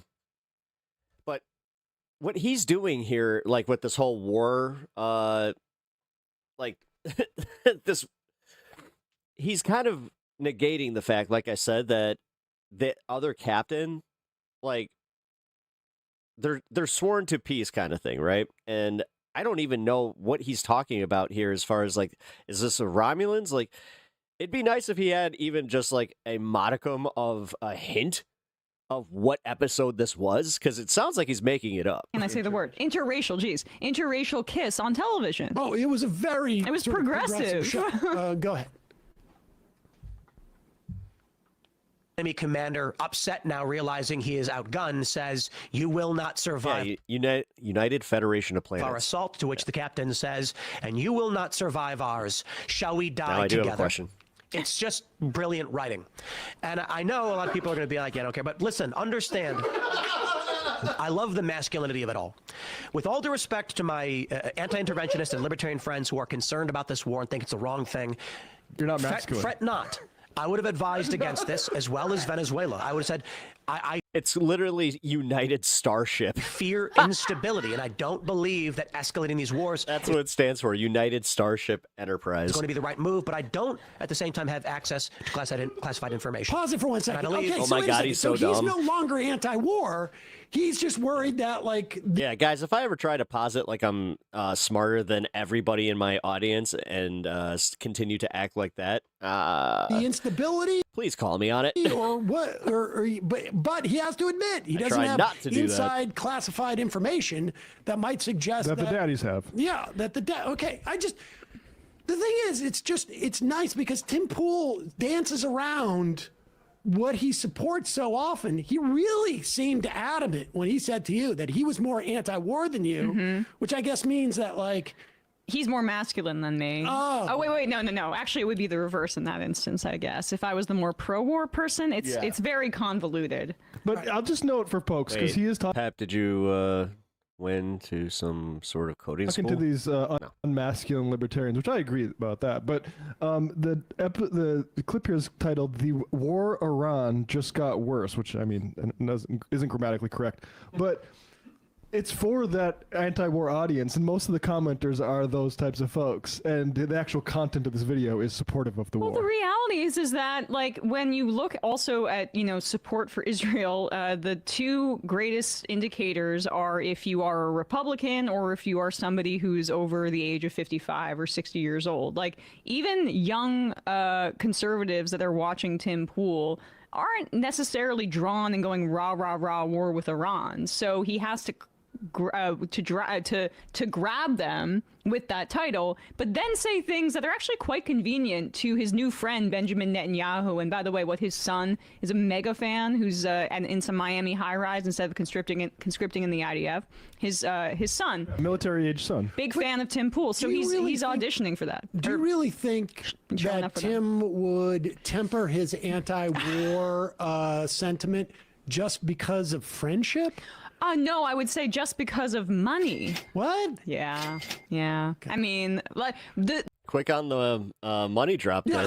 But the previous war commentary was about the war in Ukraine, being against that war. That's interesting. When he was anti-war, when he was getting money from tenant media, that was a cutout for the Russian government. Well, he was really, really against that war. You like the same things engineers like, bro? MTG, Star Trek, and he had no idea. But now that Mr. this is Edward Gregorian, now that didn't even sound Russian. Now that his potential new benefactors, I don't know this for a fact, but we do know that meeting happened, are in favor of this war. Suddenly, he's impressed by the masculinity. Hold on for a second. Yeah. You seem to be leaping to conclusions.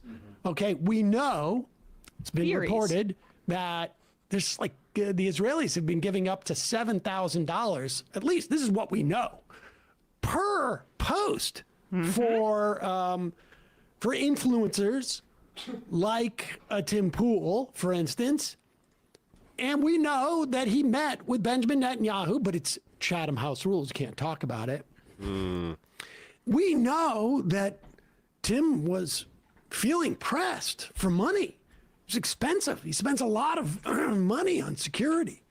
And the skate park renovations. It's going to be really hard to sell that property. Let's listen, because this sounds like it could be principled. Okay. He says to his libertarian anti-interventionist That's one thing that celebrities never count on is how they constantly devalue their property by having extra pools and all that shit.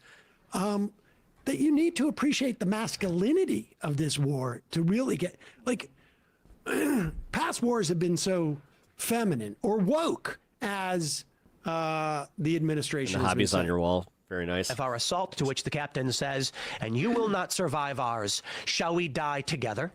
It's just brilliant writing. And I know a lot of people are going to be like, yeah, I don't care. But listen, understand. I love the masculinity of it all. With all due respect to my anti-interventionist and libertarian friends who are concerned about this war and think it's the wrong thing.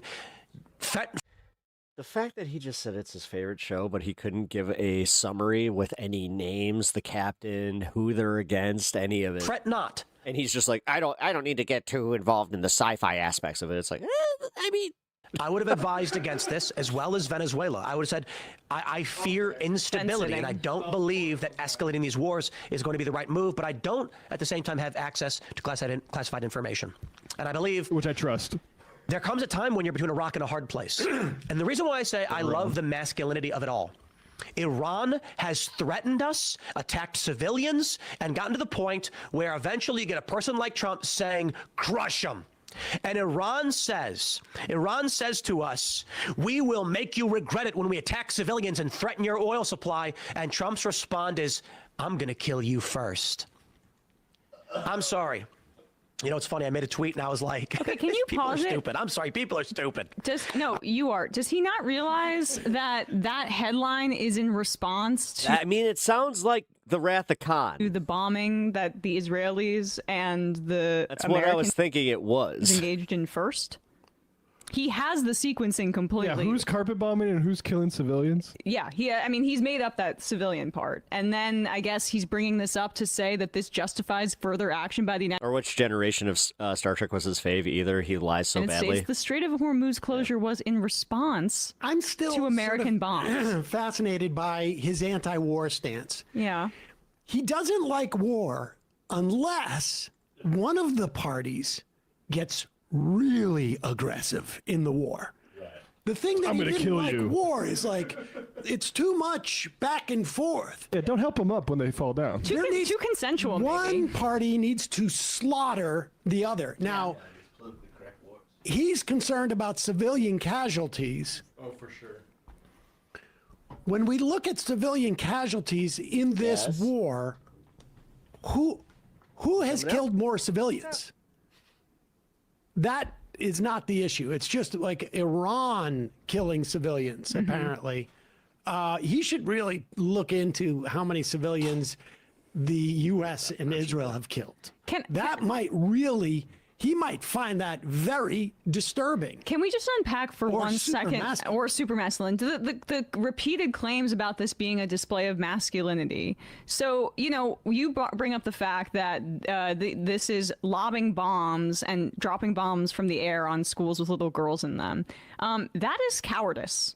That is definitionally cowardice. And like when we think about a masculine ideal, it's about, putting yourself on the line and standing up for the vulnerable. When the right looks at the masculine ideal, they see it as a non-consensual violent act, and that is what masculinity means to them. If Trump is acting as a masculine man, being as violent as possible without permission and without being, being unbridled by things like international law, you have to question what their version of masculinity actually entails. Because I don't think it's too much of a stretch to say that it sounds like what a rapist would describe as masculinity. And I'm Happy not Operation Forget Epstein. saying Tim is I'm not accusing Tim of that, but I'm saying that is the kind of construct that allows for abuse, and that's what patriarchy is about. Tim and Steven Crowder have both defined masculinity based on this issue as, look, I'm against anti-war when you ask me about it, because obviously no one's for wars. But if the daddies come in with their intelligence and their classified information, what am I? Who am I? Who am I to question those guys when they say we have the information that means we need to go start killing? They are subservient. I think that's unfair on some level. He seems to really have a problem with wars that are super feminine. That's the issue. Yeah, those feminine wars. Right. Oh shoot. I like how he said that. Oh yeah, those feminine wars. 1 point. Here's another point while you're thinking about it. Okay. What you are seeing is actually a display of estrogen. What did you just say though, Matt? It had me thinking. I'm forgetting right now. I hate subservience of deferring comes in. Subservience of deferring to the intelligence community. Yeah. No. We're supposed to be citizens in a republic. Let's you can't play this say a little more. Okay. I want to hear this. This is him like realizing like, how am I going to walk this tightrope between my past protestations that I am a libertarian, against war, anti-war. I'm more anti-war, but yet I am for war. In only the circumstances when we wage the war. Said, is there literally one reason why we shouldn't take over Iran? Or Canada, for that matter, or Mexico? Pure sarcasm, because I am an intervention skeptic. I lean away from it. I would advise against it, but I am not this staunch. How come he can never, equivocate, another country doing that to us? I mean, that's arrogance right there. I understand war happens. And sometimes a guy is holding a hostage with a gun to their head, and people would say, 24. don't get involved. And I'm like, look, man, I don't know if it's always that easy. I have to be honest. It's a trolley problem thing where I'm like, oh my God. But wait a second. What is in this, in his way? He's gone from he's an interventionist skeptic. He leans away. A year ago, he was anti-war. Now he's an interventionist skeptic. But when somebody's holding a gun to your head, what was the gun and whose head? Need I remind you of Beirut in 1982? Exactly. Oh, hey, the bar changed. I like that. Exactly. Okay, so I did. When Iran surrogates. Yes. I did remember now what I was talking keep about here. that. This connects with his and overlapping audience with the Finally got rid of that the days to go on this thing because that was never applicable. incels and with the manosphere and with Sweet. Andrew Tate. Their definition of masculinity isn't honor. It isn't like taking care of your family, even as they preach traditional family values. It is about like violent dominance. And I am the only, I'll speak to my male colleagues here. I really do think it does a disservice to men. It leads young men down a really dangerous, I hope the Ellisons don't fuck with Star Trek too badly. rabbit hole, but it's also just like a We'll see. complete bastardization of what ideal masculinity and what masculinity should be. And it's there to just, it's A non-woke Star Trek wouldn't make any sense. perverted, one, to be like a pyramid scheme Well, no, but it wouldn't do well. of sex.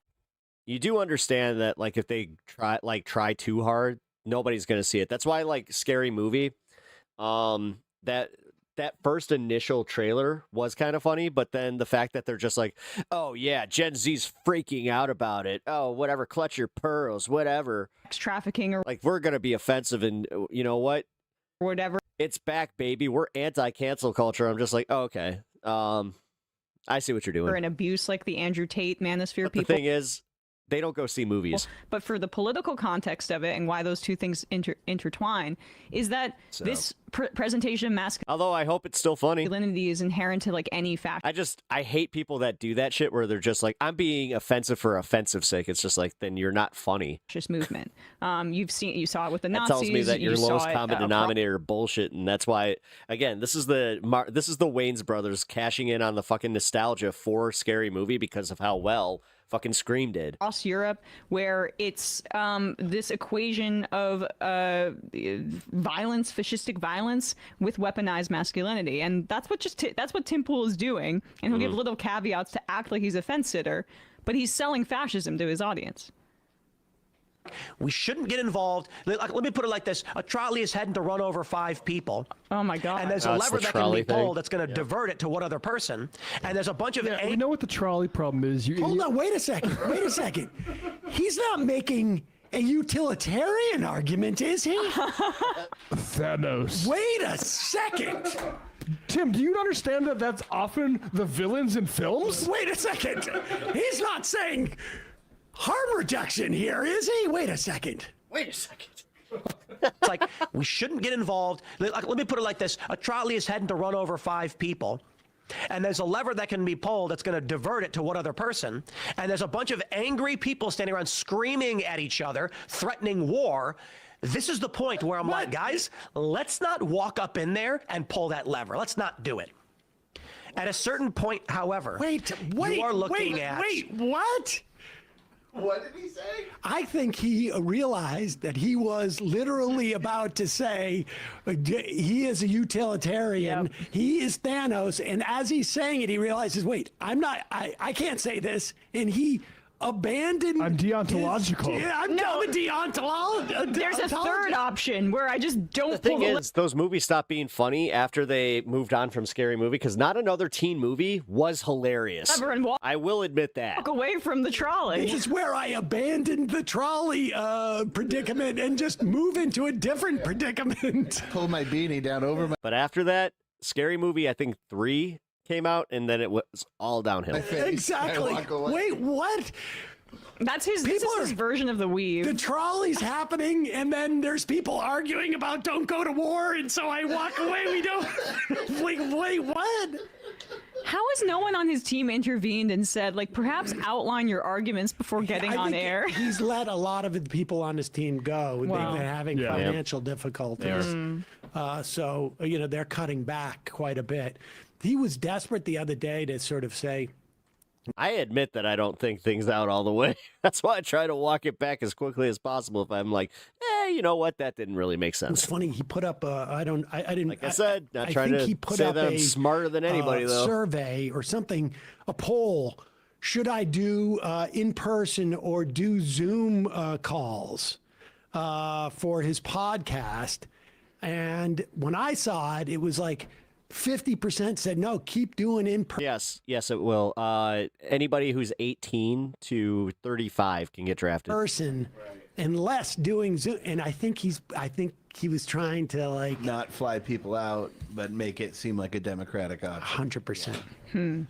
But okay, wait. So I want to hear the resolution of his trolley dilemma. We're never gonna. His dilemma is the way he solves the dilemma is. I walked away. The dilemma doesn't exist anymore. That was just a hypothetical. La la la la. I really admire your capacity to be endlessly entertained by this. I find his squirming fascinating because nobody has had the guts when they are faced with the trolley dilemma to just say, I'm going down this road, and then as soon as you get to where you've got to pull the lever, you say, fuck it. I don't do hypotheticals.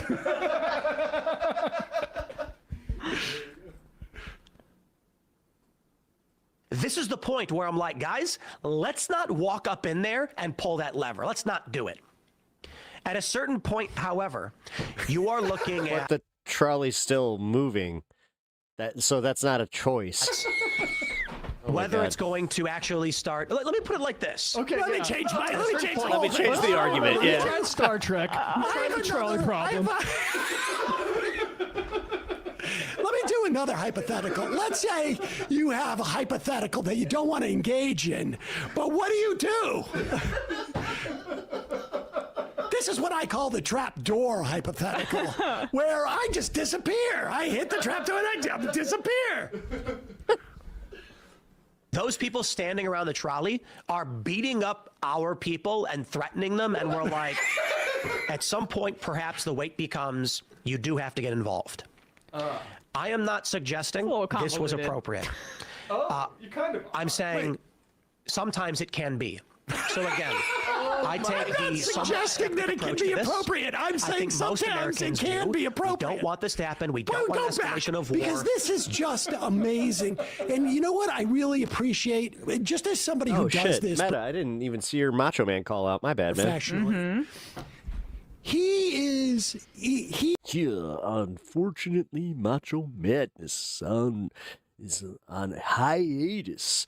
Got a little bit of a sore throat today. He is like walking through a field of landmines, and he realizes it, and he's stuck out like just to double up on the analogies. He's walking through a landmine field on serious peninsulas with alligators and water around, and his capacity to keep talking and not take a moment and say, wait, I've lost track here. He just blows through it with so little regard for his audience. Yeah. He just must know they're hogs. They are idiots and they won't, that's what he must think. No odds of term. I know we haven't looked at the comments, but to say, I'm not saying this is appropriate, but sometimes it's appropriate. What's up? It's mind-boggling. Listen to this sentence. He's impaled on a fence. It is incredible. I love the update to the trolley problem, which imagine a mob of Muslims outside beating the trolley.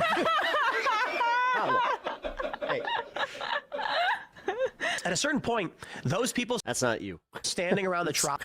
I just called my cat the other cat. ...are... Lito! ...beating up our people and threatening them, and we're like...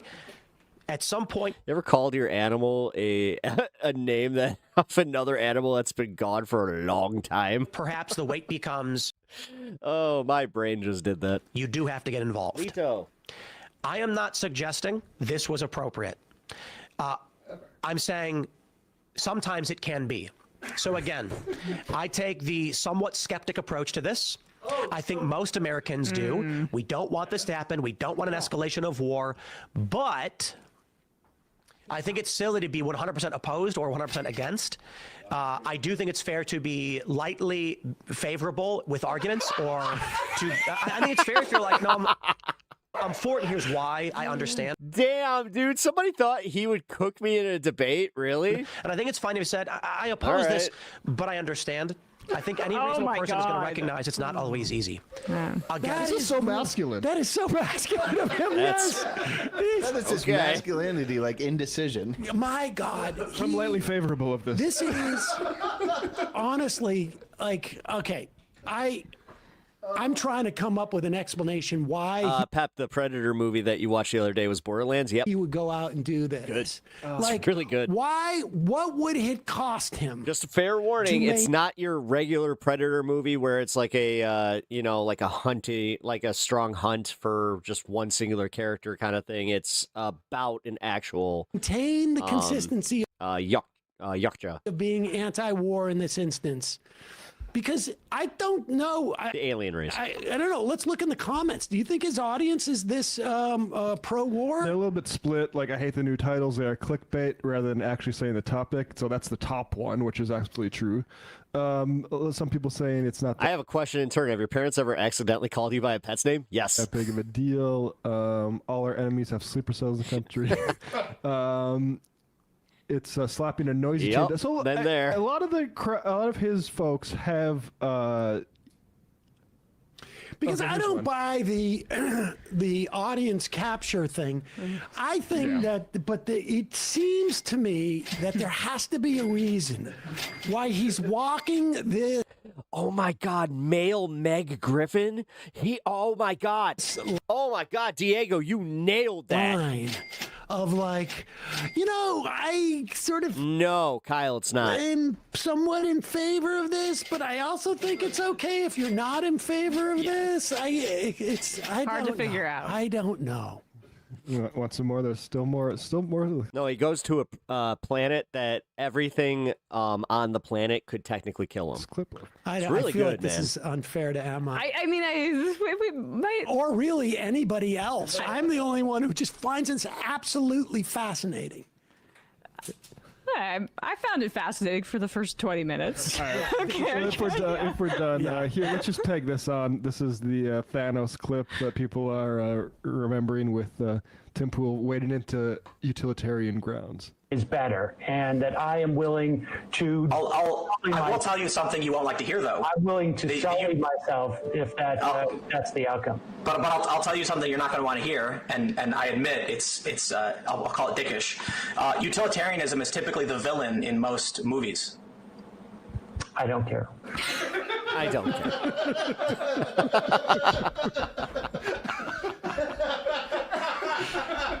I was so annoyed at that point that I had said yes to that interview. I was just like, oh God, this guy.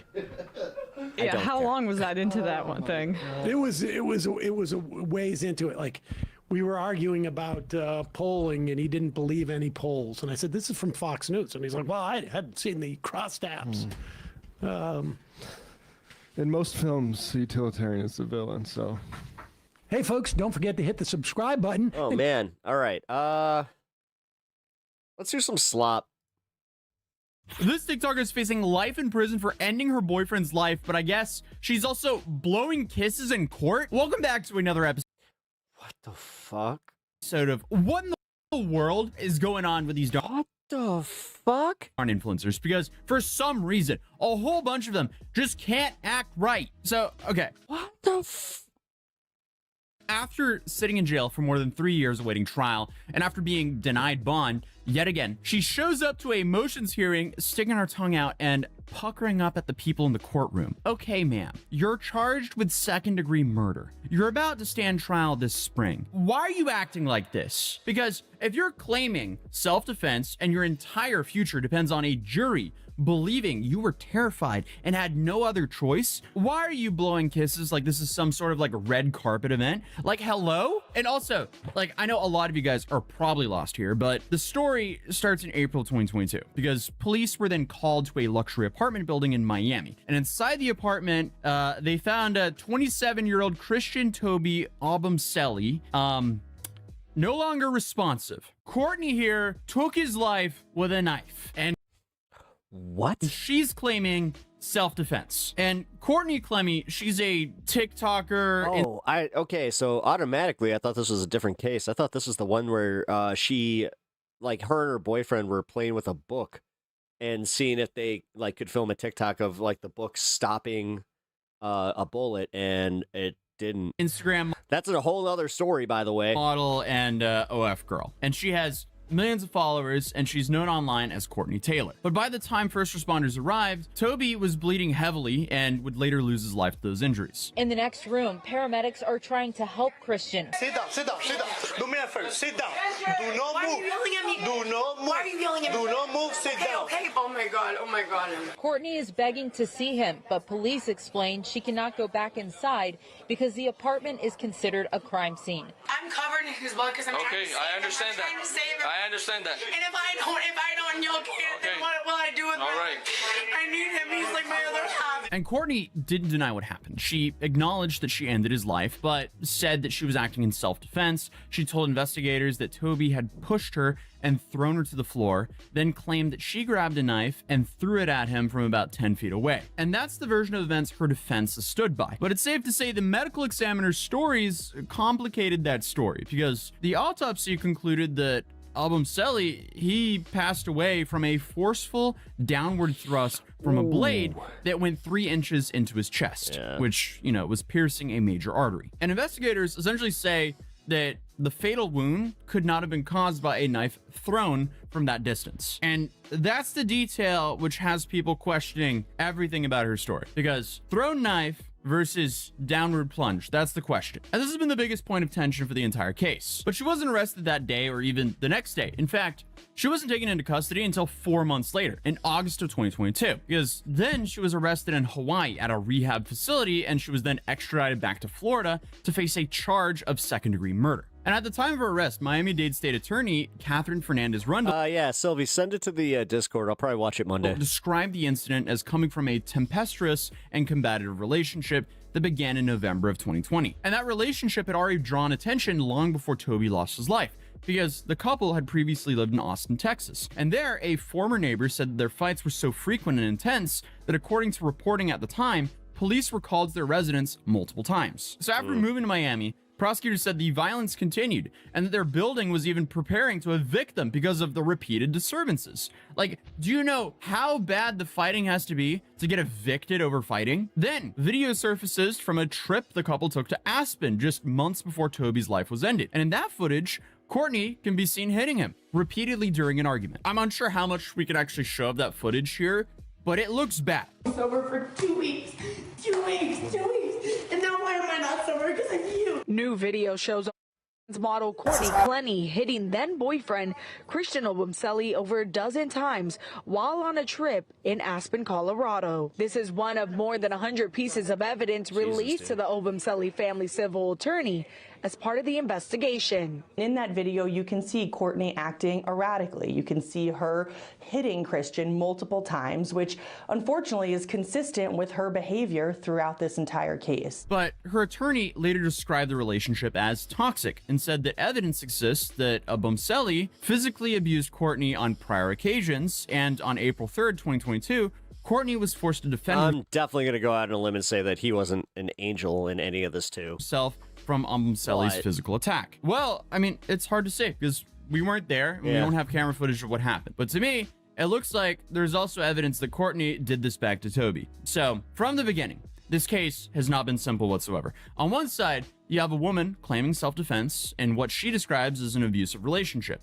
On the other side, you have forensic evidence that prosecutors argue does not match up to her story. And as this case has moved forward, it's only become more and more complicated because it wasn't just Courtney who ended up facing charges. Her parents did as well. Well, that definitely doesn't make her look good. And Kim and Deborah Clenny were taken into custody in Texas on out-of-state felony charges connected to the case. Because according to the arrest warrant affidavit, Kim, Deborah, and Courtney were charged with 1 count of unauthorized access of a computer system, or electronic device belonging to Christian Obumseli. You can take the girl off floor, but you can't take the floor out. Because investigators believe that Obumseli's laptop had been taken from the Miami apartment after his passing and accessed without permission. And the Obumseli family's attorneys released a statement saying the Obumseli family is saddened to hear the reports that Courtney's parents illegally took possession of Christian's laptop.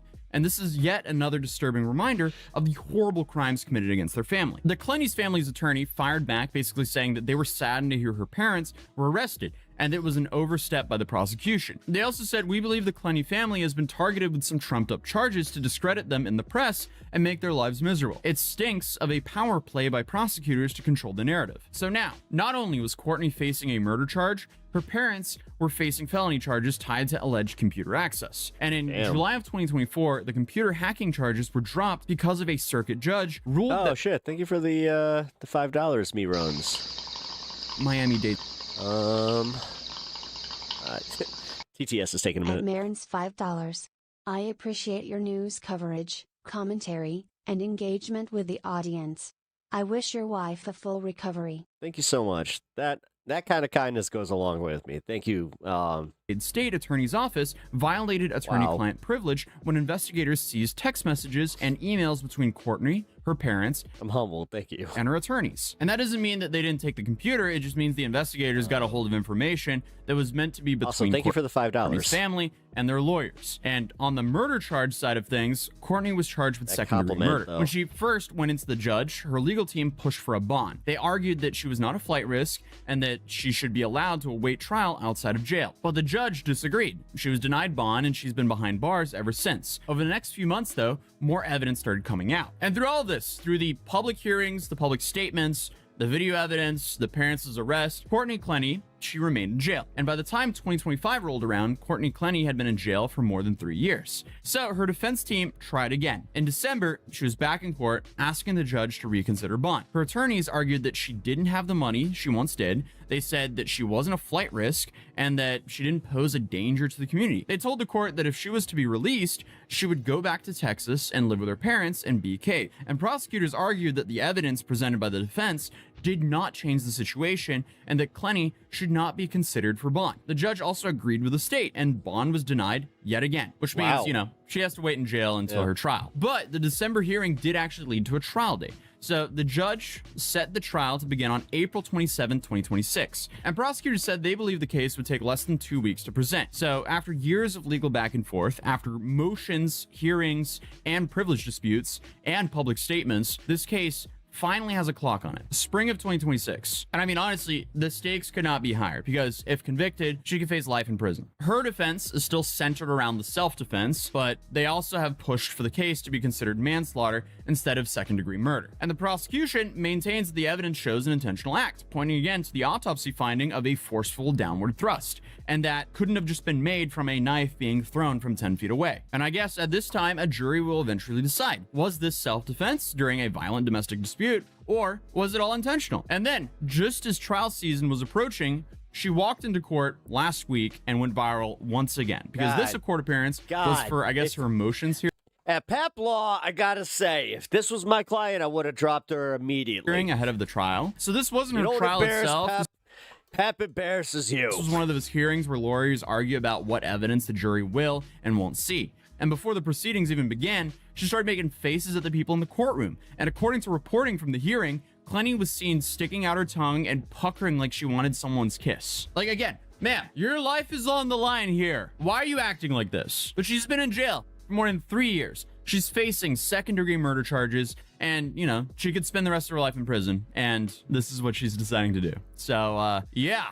But her defense team tried to strike down one of the prosecutor's expert witnesses, Dr. Michael Brandon, because apparently the issue is that Brandon had sued the defense proposed expert, Dr. Lenore Walker, for defamation more than 20 years ago. And the case was settled with an agreement that they would not personally malign with each other. And Walker testified that it would make her uncomfortable to remain involved if Brandon stayed in the case. Basically, the defense and the prosecution's star witnesses are fighting on top of everything else happening here. So, that makes this case even more interesting. But Brandon testified that there's no reason why both sides can't continue if everyone keeps it professional. But Judge Andrea Wolfson denied the defense's motion, and there was also a fight over recordings. Because prosecutors also want to introduce recordings that Christian Almcelli secretly made of Courtney before his passing. And the defense argued those recordings were illegal recordings and should be excluded. And Judge Wolfson ruled to exclude most of them, but we'll still see some of these secret recordings when the trial comes around. Because recordings made in the apartment's lobby and on the balcony can be used, ruling there was no reasonable expectation of privacy in those areas. So apparently, some of that audio will also be played for a jury. Hey, we're about to hit the 420. I'll just step off here. Good day. We're actually literally want to but you don't take me seriously. So her trial is set to begin on April 27, 2026. 12 people will be asked to decide whether this was self-defense in a volatile relationship or whether this was an intentional act. And honestly, when you're about to ask 12 strangers to believe you were terrified for your life, blowing kisses in court doesn't really seem like the best idea. So, hey, this will be interesting to see how it all plays out. But until then, I'll see you guys in tomorrow's video. I am back with daily uploads again. I took a break after all my traveling, but I have so much content that's stacked up. Oh, good for you. I quit my full-time job with benefits to do TikTok full-time. So Don't do that. I'm going to resign from my corporate Don't do that. job today with no backup plan. You know, I toyed with doing that, and I'm glad I didn't. I'm super nervous. I'm going to say something that you might not love. If you're on the job search right now, now is not the time to be chasing your dream job. Nope. Okay, so today we're going to be taking a look at some people who regret quitting their job. With how awful the job market's been in the past few years, I do not envy you if you decide to quit with no backup plan. Along with all the people trying to become influencers as well, but I am getting a little ahead of myself. We have a ton of stuff to go over today, along with comments from you guys from previous videos. So if you want to be Trust featured me, on the day that I can stop and just do this full time, oh my god. Video, leave in the comments. I have the biggest party down below, but let's just jump right into it. Guys, I'm not gonna lie, I'm not doing too well. I know it's only been a day, but I'm feeling very anxious and just feel like I may have made I don't know if it's a mistake, but just it's a mistake. Yeah. I don't like this feeling. Yeah, I know I've been uncertainty. unemployed before, long term, like longer. But I just feel like after working for the past couple of months, it's like it feels weird and I feel very unproductive and I feel very scared of the fact that, like, yes, as much as I believe in myself, it's very scary to just like pursue that with no active income. Okay, so we're going to hear about this a couple times throughout the video. You've probably seen this on social media as well, the motivational speakers telling you to believe in yourself, bet on you, pursue your dreams, your passions, etc. But at least in this situation, why couldn't you have a job at the same time? I don't think everything has to be all or nothing, because clearly a day after you quit, you're already anxious because you have no income for the foreseeable future. And the fact that you quit, so it's not like you're going to be getting on unemployment. Over to the comments, I feel the same. I quit a week ago. I've been so bored in my house. I feel lazy and broke. Then why did you quit in the first place? The creator responds, yeah, I might go back because I have no money coming in. It's scary. Is it really that? What the surprising that money wouldn't be coming in if you didn't work? And just trying to go back to the job is easier said than done in today's world. It feels like everyone's looking for work, and as soon as a position's open, you have hundreds or thousands of applications all submitted instantly. So you might not be able to go back even if you wanted to. I'm going to say something that you might not love. If you're on the job search right now, now is not the time to be chasing your dream job. And I'm not saying don't do it, but hear me out for just a second. We all know that the 2025 job market is incredibly hard right now. And I talk to people on a weekly basis that are really struggling. And their comments to me are, well, I'm looking for this new industry, or I want to try this new opportunity. And I'm like, oh, damn. Huge this tornado is not in the Oklahoma. market to be doing that. Hard truth. It doesn't mean you can't go after those jobs, but you better be looking for jobs that you are wholly qualified for. And what I mean by that is, maybe you were in a healthcare industry and you're like, I'm so sick and tired of that. I want to get out of it. Great. Try to get out of it, but you better be applying to jobs within healthcare, because companies right now are incredibly cautious. Companies right now have incredibly tight budgets and they are very leery about where they spend it. So that turns into finding candidates that are wildly overqualified that they could still lowball a terrible salary because it's better than no dollars. So if you're trying to break into a different industry with not much experience, it seems virtually impossible right now for you to land that job. Along with the mountain of people using AI for applications, so every job listing just has thousands of applicants, making your resume incredibly unlikely to be seen in the first place. With how shaky the economy is and how uncertain the future is, yeah, we're back to who do you know? Maybe it's which that's not necessarily a bad to thing. be safe and buckle down right now. Some of them we got a AI comment from you guys applications right here. My cousin quit a 6-figure job because his new manager wanted him to return to office from working at home. 2.5 years later, he's still looking for a job. Oh my god. So I'm going Dude, that's To insane. resign 6 from my figures. corporate job today with no backup plan. Dude, my sister did this. My sister did this. My sister did this. You know what? Fuck it. I'm not gonna throw her completely under the bus, but yeah, she got paid buku bucks to work for Meta, and then she was like, I can't do it, but she didn't have a backup plan. I'm super nervous. I have my first call in about an hour, and I'm doing this from home because I'd rather cry at home than cry in the office. But this is something I've been thinking about for a long time, and I've gone back and forth about it, knowing it's not like the smartest move, but also like knowing I can't do another busy season there. So this is me taking the first step to figure out what career is meant for me or what will really make me happy, because right now sitting at my desk working more than just a 9 to 5 is not making me happy and is not satisfying or like fulfilling my life, and I feel like I'm meant to do something else. But if I'm not, that's fine, and thankfully I'll be able to come right back to where I am. I'm probably gonna break down and cry or myself or like throw up, but yeah. And I know a lot of people are being laid off right now and the market is really hard, so I'm not trying to discredit any of that.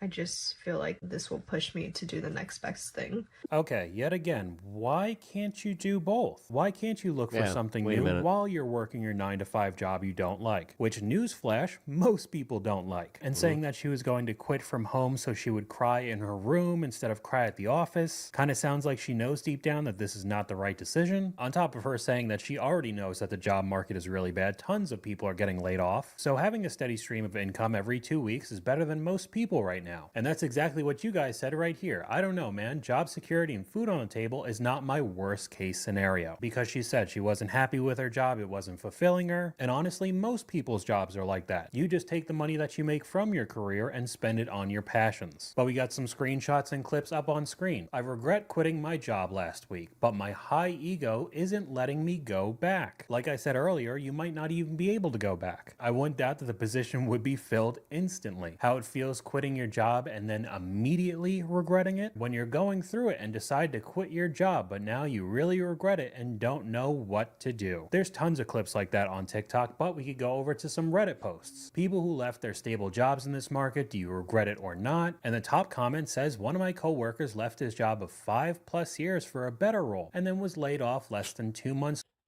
I don't know. Watching those last two, I'm just like, do I not thirst post enough? later during restructuring. How many times have we seen that in the What's layoff with that videos? clipping? He just became a father of twins as well. I impulsively quit a job and regretting it. I've been working at the same place for 3.5 years, 2 of which I've been working part-time and I've attended university. And over time, the place has gotten worse and worse to work in as management has slowly fallen apart. For some reason today, I quit out of impulse, literally went to the break room to fill up my water bottle and decided to march into my boss's office and quit. Now that I'm reflecting back on it, I don't know why I did it. It was a pretty easy job and the people were pretty good. I guess I was angry and also wasn't feeling physically well, which contributed. I lied and told my boss I found another job when in reality I didn't. I just feel scared and lost. Is there any chance of getting it back? Should I try and view this as a great opportunity? I mean, I guess you have to now. That Seems was dumb. like a very rash decision. I regret Damn, dude, that guy has impulse control issues. That's bad. quitting my job and I'm angry with myself. Like that guy just did the equivalent of, you know, when you're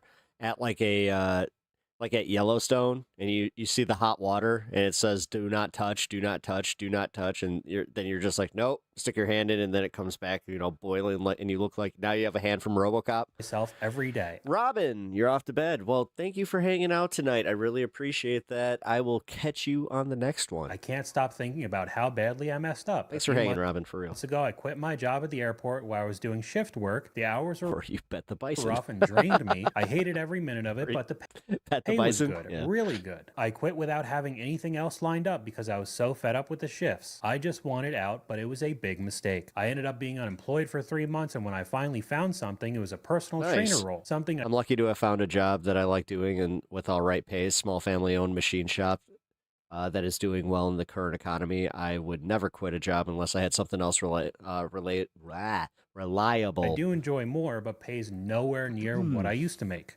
Totally agree with that The one. money difference is massive and it hits me every day. I regret it so much. I feel stupid for throwing away financial stability without a proper plan. I get angry with myself every time I check my balance or think about all the money that I lost during those months of unemployment. Here's an We're being programmed to quit so they don't have to pay you compensation. I actually agree with that. Interesting one. Because it also, like psychologically, you're weeding out the problematic employees, like the ones that were already thinking about doing it. And that'll tie into the influence. Yeah, that's a psyop. That's a legitimate psyop. Segment a little bit later in this video. Have you ever quit a job then regretted it? I quit a Fuck restaurant yeah. job a few years ago because I thought I found a job related to my career interest. Dude, I quit a career. I quit a career. To be a scam. I immediately regretted my decision to quit the restaurant. But I don't regret it now, but I did regret it then. Job. I'm doing I'll just be okay honest. now, but definitely learned my lesson. Somebody asked what was the scam job. It was a content creator position at a healthcare company. A healthcare company that was based out of Israel, and they were looking to expand their market reach in the US. Looking back, there were some pretty obvious glaring red flags early in the process that I wish I hadn't ignored. So this one wanted to be a content creator for some sort of healthcare company so bad that they look past it being a pretty obvious scam. I know it's pretty ironic talking to you guys on a social media platform right now, but it is crazy to me the amount of people who want to be some sort of influencer or content creator in today's world. So I got a good reason, goddammit. quit my corporate job. I'm good at this. I want to bring entertainment to the masses. Like 9 months. I don't just make IRL bullshit, and I don't make fucking low effort content. I mean, sometimes I am low effort, but it's not like all my content's low effort. Ago. All right, Peanut Gallery can keep it to themselves. Whenever March was. And I want to just give you a little insight on what it's actually like to quit your corporate job in your 20s. Shout out to Sher Gliz for inspiring this video idea. The first thing you're probably going to realize is how boring it is to not have a job. And I feel like that's when a lot of people are going to like cave and scramble to find a new job. Or if you're like me, you just fill your day up with side quests. My whole day becomes making typically mundane and small tasks as big as it can possibly be. If I'm going to the grocery store, this is going to be a 3-hour affair minimum, or I'm going to go insane. The other thing you're going to realize extremely quick is how scary it is to be money scarce, not have a guaranteed paycheck coming to you. I quit my job with the purpose of like doing this stuff and building a brand, and I had money saved up to sort of keep me going. But even right now, like those funds are running low, and it's kind of making me pee my pants. I feel like I have the same response to every one of these clips. Why couldn't you do both? You can't build some sort of brand while you're working your 9 to 5. Nobody actually wants to admit it, but everybody's on their phone while they're working 24/7. That's why people's screen time is absolutely ridiculous. But we could go over to the comments because this doesn't get much better. How do you pay rent? The creator responds, my savings. NYC for 9 months worth of savings. How much do you have left? Pennies and nickels. Don't go into credit card debt, bro. And the creator responds, been there, done that, not scared. I'd probably be scared, to be honest. Does not seem like a situation that I want to be in whatsoever, while you're also in one of the most expensive cities on the planet. We got a comment from one of you guys right here. Quitting any job while you have debt in this economy is literally future suicide. Most of these credit card companies want you to fall behind so the interest can enslave you to the grave. And it kind of sounds like that's what might happen to the guy in the last clip. We have another Reddit post that goes nicely with the next clip. I left a decent job for what looked like a dream opportunity and I regretted it deeply. TLDR, I left a stable, structured job for what looked like a more modern opportunity. The new place turned out to be disorganized, junior heavy, and focused on presence over results. It's been a month and I already regret leaving. Thinking about reaching out to my old company. Has anyone successfully gone back after a short time away? Sometimes the grass isn't always greener. This happens to the best of us when we've left a job thinking it's going to be better because it's better pay or better conditions. You get into that job and you instantly have regret and want to go back to your old job. That's why it's really important never to burn bridges if you can. You can always go back to your old workplace. Don't worry, don't have this thing where, oh no, I've left there, I can't go back. You can always go back as long as you've kept the relationship, as long as you've kept a good relationship with them. Besides all of that, You've got the skills. They don't have to train anybody new to go into that position. I've gone back to the same workplace 3 times. I've recruited people that have gone back to the same workplace 2 or 3 times. If this has happened to you, don't be shy. Call your old manager. See what they've got available. You never know. And I think this one was interesting to watch because this was uploaded in 2023, a much different landscape than 2026. And a comment from this clip sums it up perfectly. Can't always necessarily go back. The old employer may have already filled your role and there's nothing else on offer. That's basically exactly what happens in 2026. Well, I never thought I'd be here, 29 and unemployed. I quit my job last year to go travel the country. I built out this car, I lived in it for a large portion of it, and I traveled to many beautiful national parks over about 4 months. But now, I'm back looking for a job, and let me tell you, the job market is terrible. But I'm an optimistic guy. I try to stay positive even when I'm feeling down. So I'm gonna keep on pushing, y'all, but we're in this together. I plan to share this journey with you. I have a goal this year to rebuild myself, to rebuild my mental health, to rebuild my physical health. Honestly, he'll probably succeed as a content creator if this is his shtick. And to rebuild my financial and spiritual health as well. Okay, so we got a couple things. I could see it. Here. He actually did what you hear so much about online. He quit his job to go traveling. I guess he had enough money to build up one of those campers. They could be very expensive. And now, after all of that, it seems like he's broke and he's coming back to this terrible job market. And yeah, now he's back at square one. It did also seem odd that he said he was going to be rebuilding his mental health and physical health. Wouldn't you have been doing that while traveling and not having... That's literally what that's for. ...to work a 9 to 5? But we got a comment from you guys right here. It took me 17 months to get a job last month. The same type of job and paycheck that I had before after over a year of stress and time-wasting interviews and depleted savings. Do not quit. Save any way you can. This new recession is just starting and is going to be a rough ordeal. And if you start looking at the stats when it comes to the amount of jobs created compared to job listings online, it's not looking good. No. So we all heard right that the jobs numbers for 2025 had to be adjusted, right? They originally said that 584,000 jobs. This wasn't, by the way, this was a normal thing that they did, but the Trump administration just made it into a real thing because we can't trust them. To be added in 2025. And what ended up being added Metro. was 181,000. So they had to adjust it down 400,000 jobs, which is like very, very, very low growth considering what 2024 saw something like 2 million.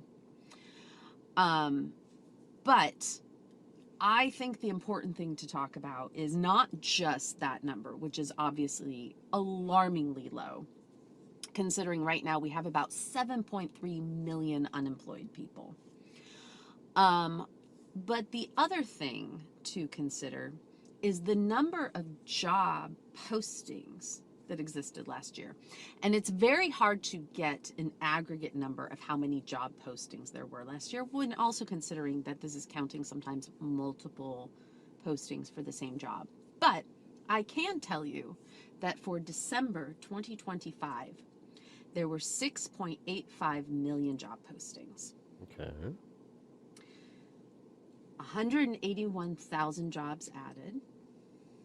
6.85 million job postings. So when you start to think about it that way, almost all of them are ghost listings. Whether it's Pep, I've been traveling for 8 years. This is why I'm so crazy. Scams to get your information, or just casting out a net to see what bites. They don't actually have a position open. They just want to see who applies. This is the type of job market you want to quit your current job and go into? I do not think that's the best idea right now. Is anybody else getting absolutely destroyed by the job market right now? Most recently, I worked a 1-year contract. I work in social media, and so I kind of bounce around short-term contract to short-term contract. This most recent one was a 1-year contract, which was great, but when that contract ended, I knew I was going to have to look for new opportunities. So before the contract ended, I started a job search, looking for full-time opportunities, part-time contract, anything under the sun. Since the contract ended in October, I have put out 700 plus applications. And out of all those 700 plus applications, I've only gotten a handful of interviews. And one of those interview processes went all the way to the final round. And then, you know, I was told by the recruiter that they were actually no longer pursuing anyone for that role. They were just going to cancel that role and kind of absorb the work themselves. And then 3 days after they told me that, they reposted the listing. And the cycle just goes on and on. But he did talk about social media. We get into that portion of the video, starting off with some things that you probably shouldn't be posting online. I quit my job for anything, and recently I just quit a really good job. They were paying me good money too, but they had me so f***ed up. Man, f*** y'all. I am probably the best job quitter you will ever meet. I do not play when it comes to these bum jobs. I don't care if that job's paying me $30 an hour. If you piss me off, I'm gone. So I used to work at a very popular soda company. So you have a temper, and also, yeah, now I can already tell. Very popular, big. Like, dude, again, I have oppositional defiance disorder. Like, I can already tell that this guy's got a little bit of that, but also, yeah, dude, anger. When I say big corporation, probably one of the biggest in the world, right? Y'all probably know what it is. Okay, so we're going to cut off the clip there. This goes on for much longer. But do you really think this is what you should be posting on social media? Basically admitting that he either worked for Pepsi or Coke, and we all know it's pretty obvious that either our current employers or possible future employers do look through your social media. And you putting up a video yelling and cursing about how easy you quit jobs probably won't help you that much in the future. Along with these comments, I don't care what the economy looks like, I'm quitting if you try me. And even if you don't put your full name on social media profiles, you are not nearly as anonymous as you think. I did a quick search where my boyfriend lives, and there's a bunch of stuff in my old field. I just live in a super shitty area for work. It's not if it's not farm or factory, you're fucked.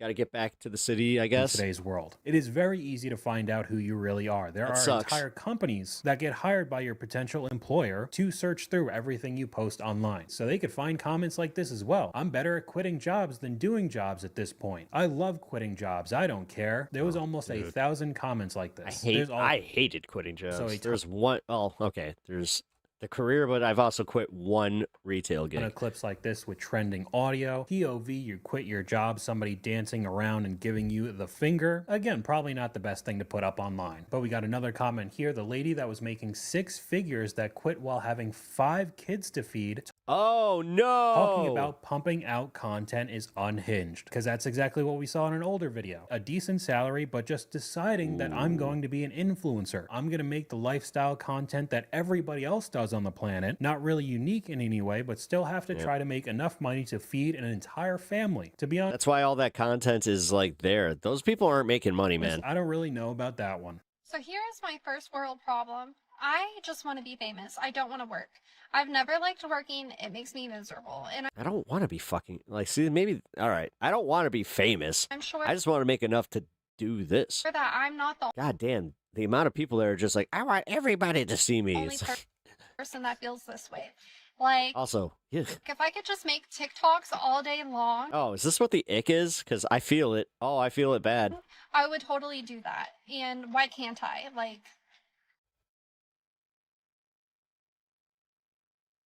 I think that's Who? what I want to do. What parents failed this poor girl? So the thing is like every single place that I have ever worked at, I've been miserable. So I know that it's just not the job, it's me. So like, I don't know. Like, I'm not meant to work. That's the conclusion that I've come to.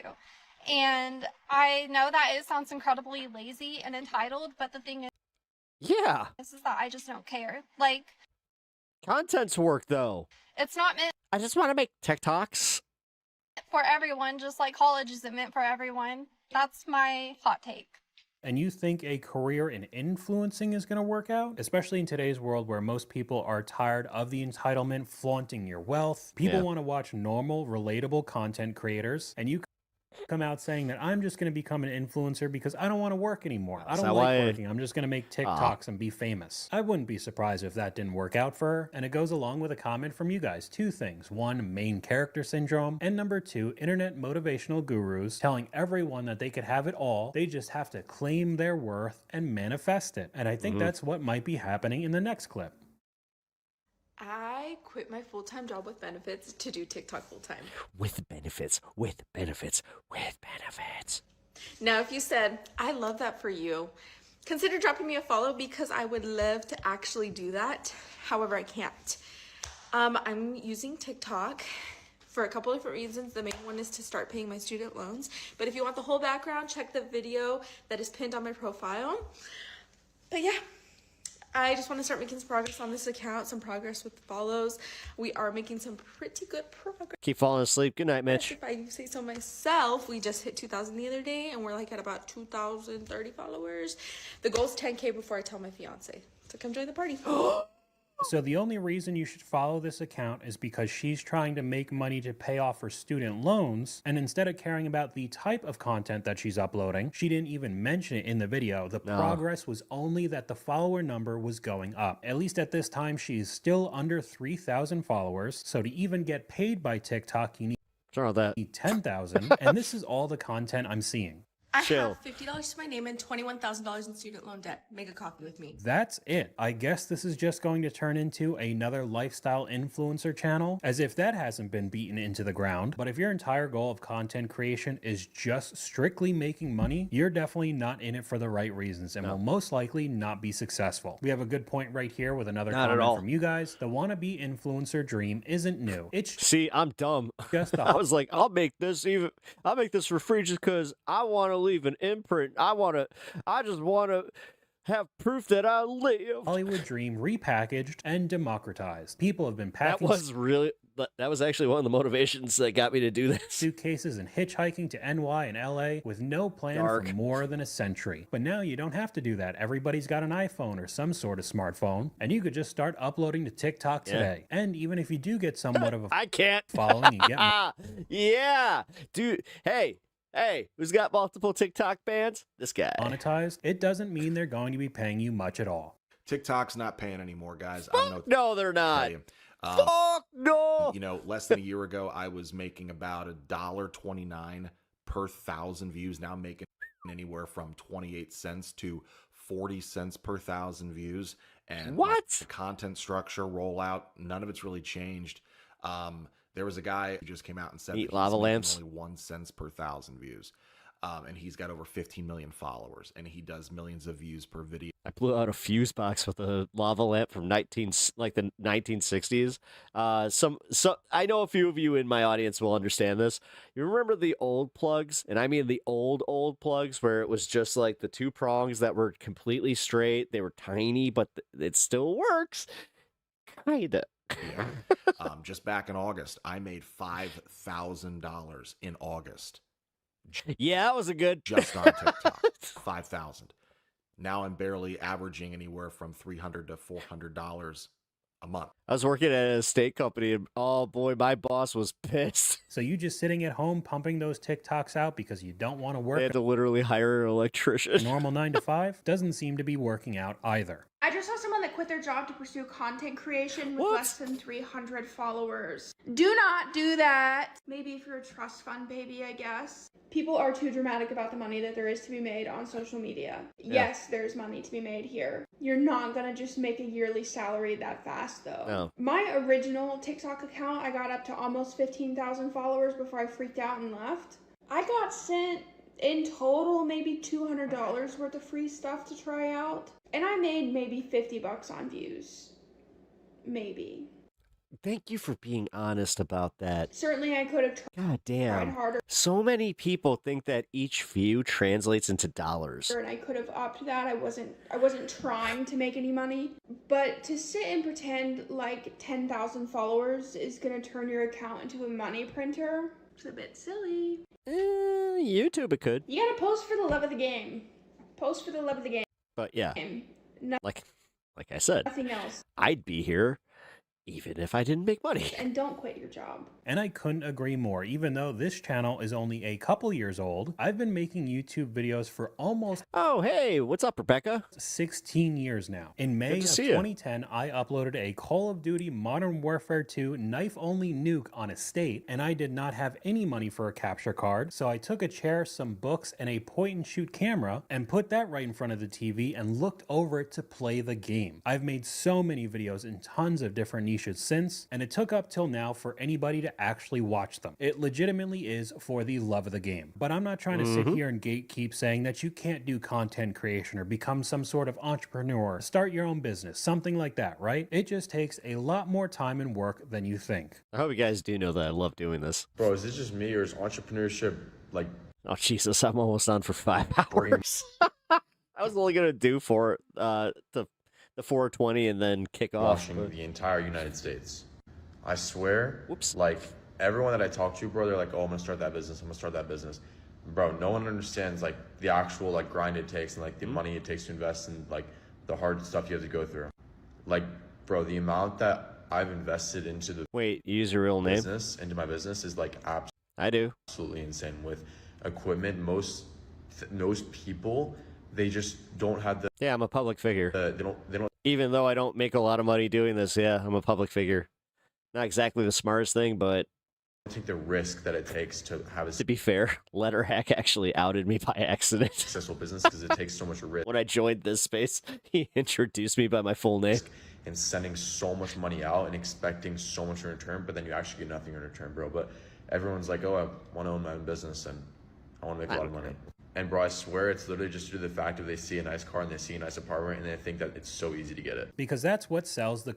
I'm not even joking, though. Like, when I hear my first name, it always feels foreign to me. Because, like, a lot of people call me Pep, man. All of us see that on social media constantly, making it look like it's Everybody, like, that's how I got through school, was as Pep. Easy to start your own business, start making money off of TikTok, YouTube videos, any of that as well. And people just jump into the deep end, quitting their full-time job, their steady source of income to pursue that dream. And in today's economy, I don't think that's the best idea. But that's all I got for you guys today. Let me know what you guys think in the comments. Oh, you're talking to Rebecca. Oh, I thought you meant me. Comments down below. YouTube thinks you'll like this video popping up on screen right now. But hopefully you guys enjoyed this video. If you did, please leave a like, and I'll talk to you guys later. All right, who's ready for some sovereign citizens? Let's go. All right, let's I know I got it right, y'all. Oh shit! I already pulled it up like a smart person. This is not a legal plate. Look this number up. We did. You guys don't even know the law. In policing, sometimes it's just one of those days. And when it's a sovereign one of those days, it's really one of those days. Sometimes they have just the right amount of paperwork and they're so convinced they make you fire safety with Pep question your own reality of whether that sovereign thing is real or not. This is one of those. Oh, you got the date with Barista Boy. Hell yeah. Good, sir. So what happened? Reason for a stop is your plate. What is... you know what? That's kind of cool. I met my wife when she was a barista. What's that plate? Oh, that's not Ohio. I had such a crush on her. No, that is that's a U.S. I told the story. DOT, U.S. Department of Transportation. I'm a carrier. Okay. I carry household goods. I'm a carpenter. I carry goods like that. Okay. They gave me a number and said I could travel. I'm not doing. It's not commerce. Oh shit. Okay. Wait a minute. Technically, that is commerce. You're running a business out of your car, my guy. Yeah, that's technically you're always in commerce. Wait a minute, you're not good at this. He's not a good... Listen, at PEP law, if you're going to do the sovereign citizen thing, you got to at least do the sovereign citizen thing. Uber, stuff like that. This is my personal private vehicle. Ding, ding, ding. We got the commerce, the travel, and the plate. It's definitely going to be a sovereign type stop. We'll see how it goes forward because this looks really interesting because he looks like he's got his camera phone. Good night, Diego. I will catch you later, bro. I'm going in. He's got the dome light on. Officers like if you have the dome light on. I have a trust. Yeah. That takes I know. care of my financial responsibility. Okay, you have a driver's license? This is what I have. Okay. I can drive in 200 different countries. It's a driving permit. Check it out. You can look at it. I'm just passing through. I really don't even live here. I'm passing through. Where do you live at? You have to look at that. I don't want to answer any questions because I know that a stop like this, you're trying to gather information. And if it's an investigation, then my lawyer said, plead the fifth, not answer questions. So okay, would you consider yourself a sovereign citizen? No. Okay. You can't be sovereign and a citizen. Only God is sovereign. I don't believe in that. I can agree with that. God you is know sovereign. what I mean? Yeah. Right. All right, man. So Nicaragua, right? This permit is not valid for driving in Nicaragua, but everywhere else you can drive? Yes. There's one country that's like, fuck sovereign citizens. You cannot drive in Nicaragua. I can drive in 200 different countries. And I said, What the fuck did Nicaragua do? Where they were just like, nope, I have we ain't playing your bullshit. financial responsibility because I have actually, money in the hold on. trust, over $5 million. Research something could happen. God forbid something happen. Right. Okay, man. Have you ever had an Ohio driver's license at all? No, I don't. I've learned this stuff a long time ago. Okay. And somebody hooked me up with them. I wanted to, come here and just travel. And I'm just really passing through at this time. Did you look up my number? No, that's you what can I did. actually look it up. No, go to US dot number lookup. Okay. And it'll Because of their authoritarian regime. show you.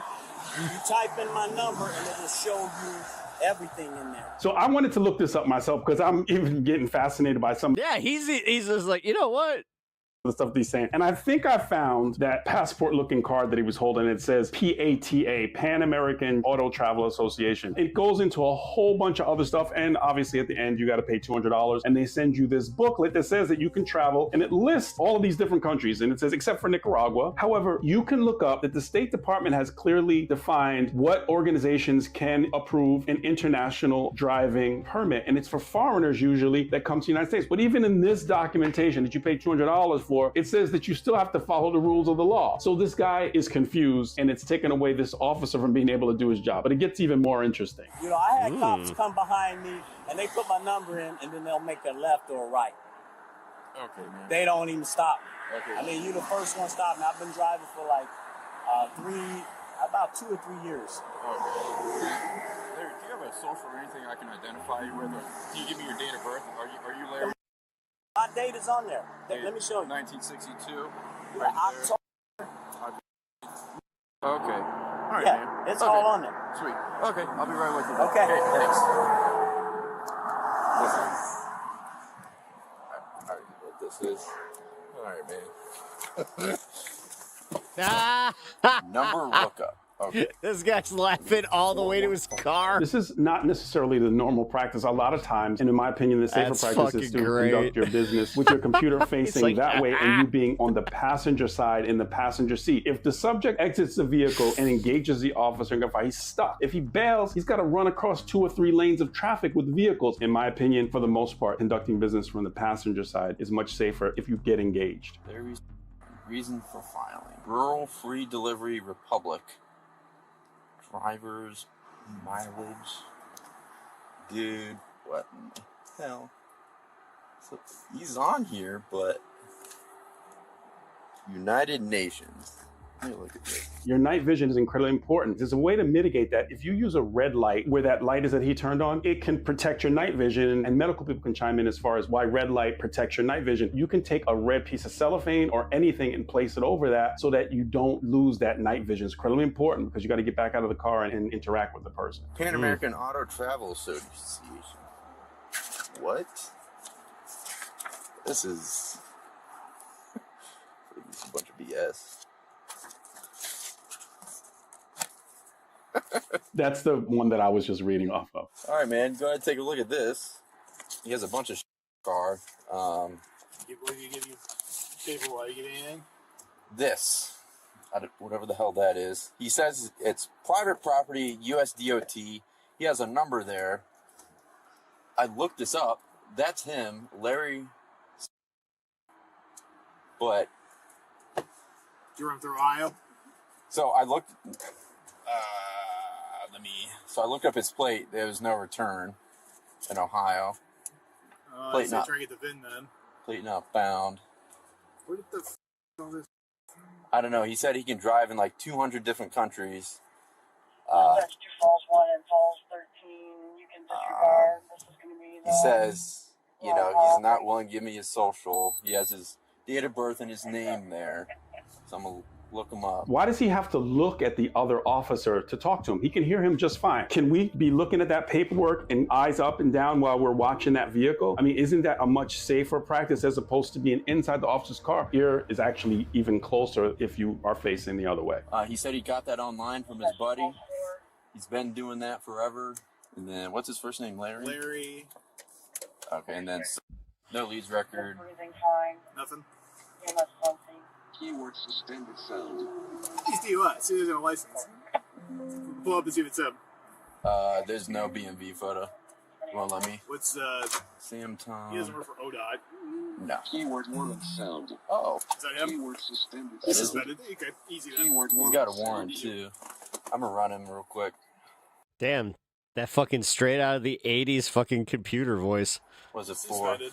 He can have whatever crap he wants to have. Doesn't matter. He's suspended a while. Traffic offense, failure to appear. Probably the same. University Heights. Probably the same shit. Let's see. We got traffic offense, failure to appear. Yeah, so he probably does this everywhere, and they thought who he was. And Bingo, you figured it out. Look hard enough, you'll find the license that he was issued somewhere. He's suspended. The officer said that he also has warrants. So sometimes people will do this whole process. You got warrants. Yeah, you're fucked. To kind There's of nothing you can circumvent do to the talk your way out of this consequences one. of the situation they got themselves into before with their license. It doesn't work. I'll never forget. One of my favorite traffic stops that ever happened to me was with a friend that I didn't know he had a warrant. So guy comes back and he was already nervous. I'm just like, what the hell is going on? Because I took his ID too. Immediately they were just like, you're good to go, but your buddy, you need to step out of the car. You have warrants. And he just looks down. He's just like, I know. That he just got out of the car and went with him. I was able to positively identify you. Man. Your driver's license is suspended. You used to have a Ohio driver's license. It is suspended. You don't have a valid driver's license. You're driving in the state of Ohio. Yes, you are. No, you're not. You're Yes, you driving are. a motor vehicle. We're not playing I this like game. how We're he's just gonna like, ask no. you to step out once. Yes, if you you are. don't and not comply, You are I'm going to traveling. make you get out. You are driving. We're not playing this game. Under duress? You're gonna make me step out and duress. You're not under. This is a lawful order for you to step out. Okay. Well, how is it lawful? You don't have an Ohio driver's I license. am not driving. I'm traveling, sir. You're driving. You're operating a motor vehicle. You're driving. Okay. This is my private. I swear, I like if I was dumb and had like tattoos all over my body, which I'm not saying you're dumb to have tattoos over your body. I'm just saying if I was dumb, because I would get really stupid tattoos. Because like this, I would literally get like, I'm not driving, I'm traveling. Every sovereign citizen, or just sovereign citizen. I'm not believing that. Okay. Why won't you believe it? I just gave This is why I don't have tattoos. you my do I get that back? That's mine. Yeah, you'll get that back. Yeah, you'll get that That's back. $200 worth of. You'll get that back. That's fine. I am not That doesn't permit driving. you I'm to. traveling. That ain't nothing compared to what you're gonna have to do to actually like be able to drive, bro. Okay, I'm I look not it up. I did my driving. due diligence. Oh Yes, boy. I am not driving, sir. So fucked. To get out of the car, okay? You gotta tow your vehicle. Okay, you don't have a Ohio driver's license. We're towing your vehicle, all right? Sir, I need Sir. this vehicle to go to point A to point B, sir. Just like we all do. I can't tell what that is inside of that food dish. It looks like something that probably should not be within his reach. But I'm going to take the officer's judgment as being positive in that's not a weapon. It could be something super benign. I gave you my permit to travel. Yep. It's So- bogus. It's not real. That is real. Did not you real. look it up? I did look it up. It is not real. That's how can that be bogus? It is not real. Can I have your sergeant here? It's just me and him tonight. We don't have a sergeant on duty. I'm requesting the sergeant. We don't have a sergeant on duty. I He is the most senior officer over there. If you I want to talk need to him. to talk to a sergeant. You don't have a sergeant. Who is the one that's above you? Him. That officer right over there. Officer right over there. I was a sergeant. You're wrong. You don't have a Can sergeant. I call 911? We are 911. Huh? We are 911. I need a sergeant, sir. You're supposed to call a radio sergeant out here. No. That's the law, sir. You think I don't know the law? You don't. You're That's why supposed to call the sergeant if I request Okay, one. Mr. You got a lieutenant. We don't. Nope. I need what about the sheriff? Nope. That's not true. Nope. That is not true. Okay, so. Sir, I'm requesting a sergeant. That's okay. We don't have one on duty. He really believes this. Someone has really filled his head up with some stuff. There is no law that I've ever seen that mandates that if a person asks for a sergeant that they have to come. I was a sergeant for many years. I would go to calls all the time just to kind of cool the situation down or calm the situation down if I was requested. There was no law that said that I had to do that. What's your name and badge number? Officer Bryce, badge number 248. So you telling me there's no sergeant? Imagine there being a tattoo artist that does "I'm not driving, I'm traveling" tats, but he can't do them often because he keeps getting arrested constantly for traveling to appointments. You can call. Correct. There's not one. I imagined it. That's hilarious. Doesn't make sense. Yes, it does. What do you mean? You can always, dude. He not only has that, it's like, here's my identification. Make it easy. You can even scan it. He's called a sergeant, even if he has to come from his home. He's going to tell me the same information. Okay. I want to speak to a sergeant. You don't get to. Do you think any of these guys have insurance? Like, do you think there's a single one of these guys that's like, yeah, I may not have a license, but I have insurance? You're not, But I think you have to have your car registered to even have insurance, so. Violating my rights, sir. No, I'm not. Yes, you are. No, I'm not. I am not driving. I'm traveling. No. Dude. I'm traveling, sir. I am not driving. I am traveling. No. Well, you're still going to have to get out, all right? Okay? But you get out why? willingly and make What this have I easy. done wrong? You don't have a driver's license. You're I'm not suspended. driving. I'm traveling. Okay. Nope. I can travel with this permit No, you cannot. in 200 countries, including America. So you willing to risk a lawsuit over this? This won't be a lawsuit. Why not? I'm traveling. You're driving. I'm telling you, you're not going to. I'm driving. I'm not. This is a private conveyance. Sir, We're not doing this thing. I am not. I know because I'm not wrong. Can you call someone to come out? I'm not ordering you out of the vehicle. If you don't get out, I'm going to make you get out of the vehicle. So, under duress, you're going to force me out of my vehicle. I'm giving you a lawful order to get out of your vehicle, yes. Not under duress. I'm giving you a lawful order. That's not lawful, sir. Yes, it is. That's not. That may be legal, but it's not lawful.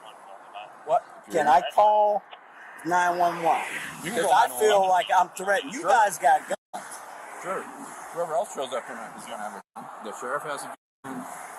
Well, let me call the sheriff. That's fine. Call him. So policing, there is a motto called ask, tell, make. You ask a person to do it, they don't do it, you tell them to do it. If they don't do it, you make them do it, if it is lawful. Sometimes negotiating with a person so that you don't have to go hands-on or use force is a better option. How long that is, it just depends. Ask them, tell them, make them. If you say you're going to do that, then you should do that because then your word loses its power. No, he says he's calling the sheriff and 911 to speak to a superior, so.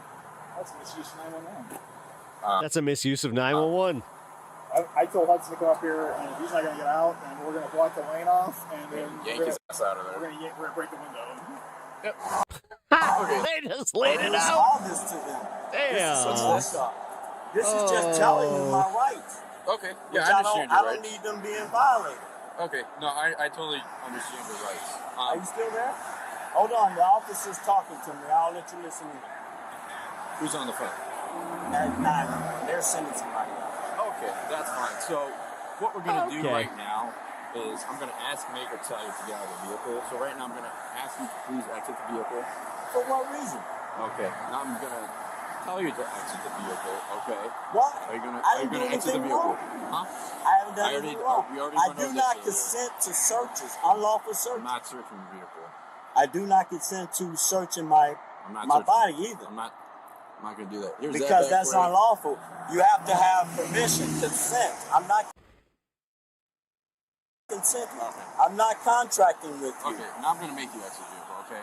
Why? This is what we're You going to gonna buy He has some points about the search and seizure bit. Like, that is, Fourth Amendment shit. by but- force? Yep, I'm going to get you out of the car.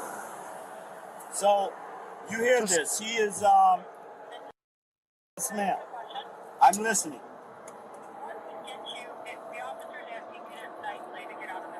But there's no reason for me to get out of my vehicle. I didn't do anything wrong. Listen, with all this police brutality, I'm a colored man. Anything can go wrong. So we all have body cameras on. We've been filming you since the second we rolled up here. So Yeah, it doesn't matter. Yeah, I know, but still, hold on, man. Come on, man. We're wasting enough time. Let's go, man. Come on. Gun hand occupied, and it seems like complacency. When we make the assumption that the person is not going to act in a violent manner, then we have to go through 2, 3, or 4 steps to get back to our safest position. Are we in our best position to tactically take this person into custody if he decides to get violent? You're not under arrest, man. You're going to get a ticket. That's it. You're not under arrest. But I'm just saying, this is not lawful, sir. Come on, pick it. I'm not doing I used to anything live wrong. by car and try to hire it. Right. Where's my stuff? Give it back here. I'm not driving. He didn't give it back to me. I have it in the car. We'll get your stuff back. I'm not driving. I'm traveling. You're not going to pull the sovereign citizen. Man. I'm not a sovereign citizen. I already told him. I'm not a sovereign. Wait a minute. How are you not a... All right. Now my brain's broken. I'm not What? operating a vehicle. Supreme Court already ruled that you can travel. You're talking about an Uber driver. I'm not driving commercial. That's not for no. Oh my God. Oh my God. It's not. I can show you. It's bogus. No, it's not. You guys don't even know the law. Well, you swore to uphold the Constitution. You're not doing it. You're actually you're trampling over it. Because you guys make money like that. The lawyers, all of you guys together, the judge, that's why it's called. You got anything on you need to know about? I actually watched a interesting video. I'm gonna see if I can play it on stream next for either tomorrow or Monday. But it talks about police body cams and how they're disingenuously used. It's even in situations like this. Check that out. No, searching I am not consenting to searches, man. Okay. I do not consent. You just got to do a pat down to make sure you got weapons on you. I don't have any weapons. Why do I need a weapon for? Okay, we have to get in the back of this car and say let's patch down. I don't have. Okay. Why am I getting in the back of the car? Ah, there it is. He didn't. He missed the question.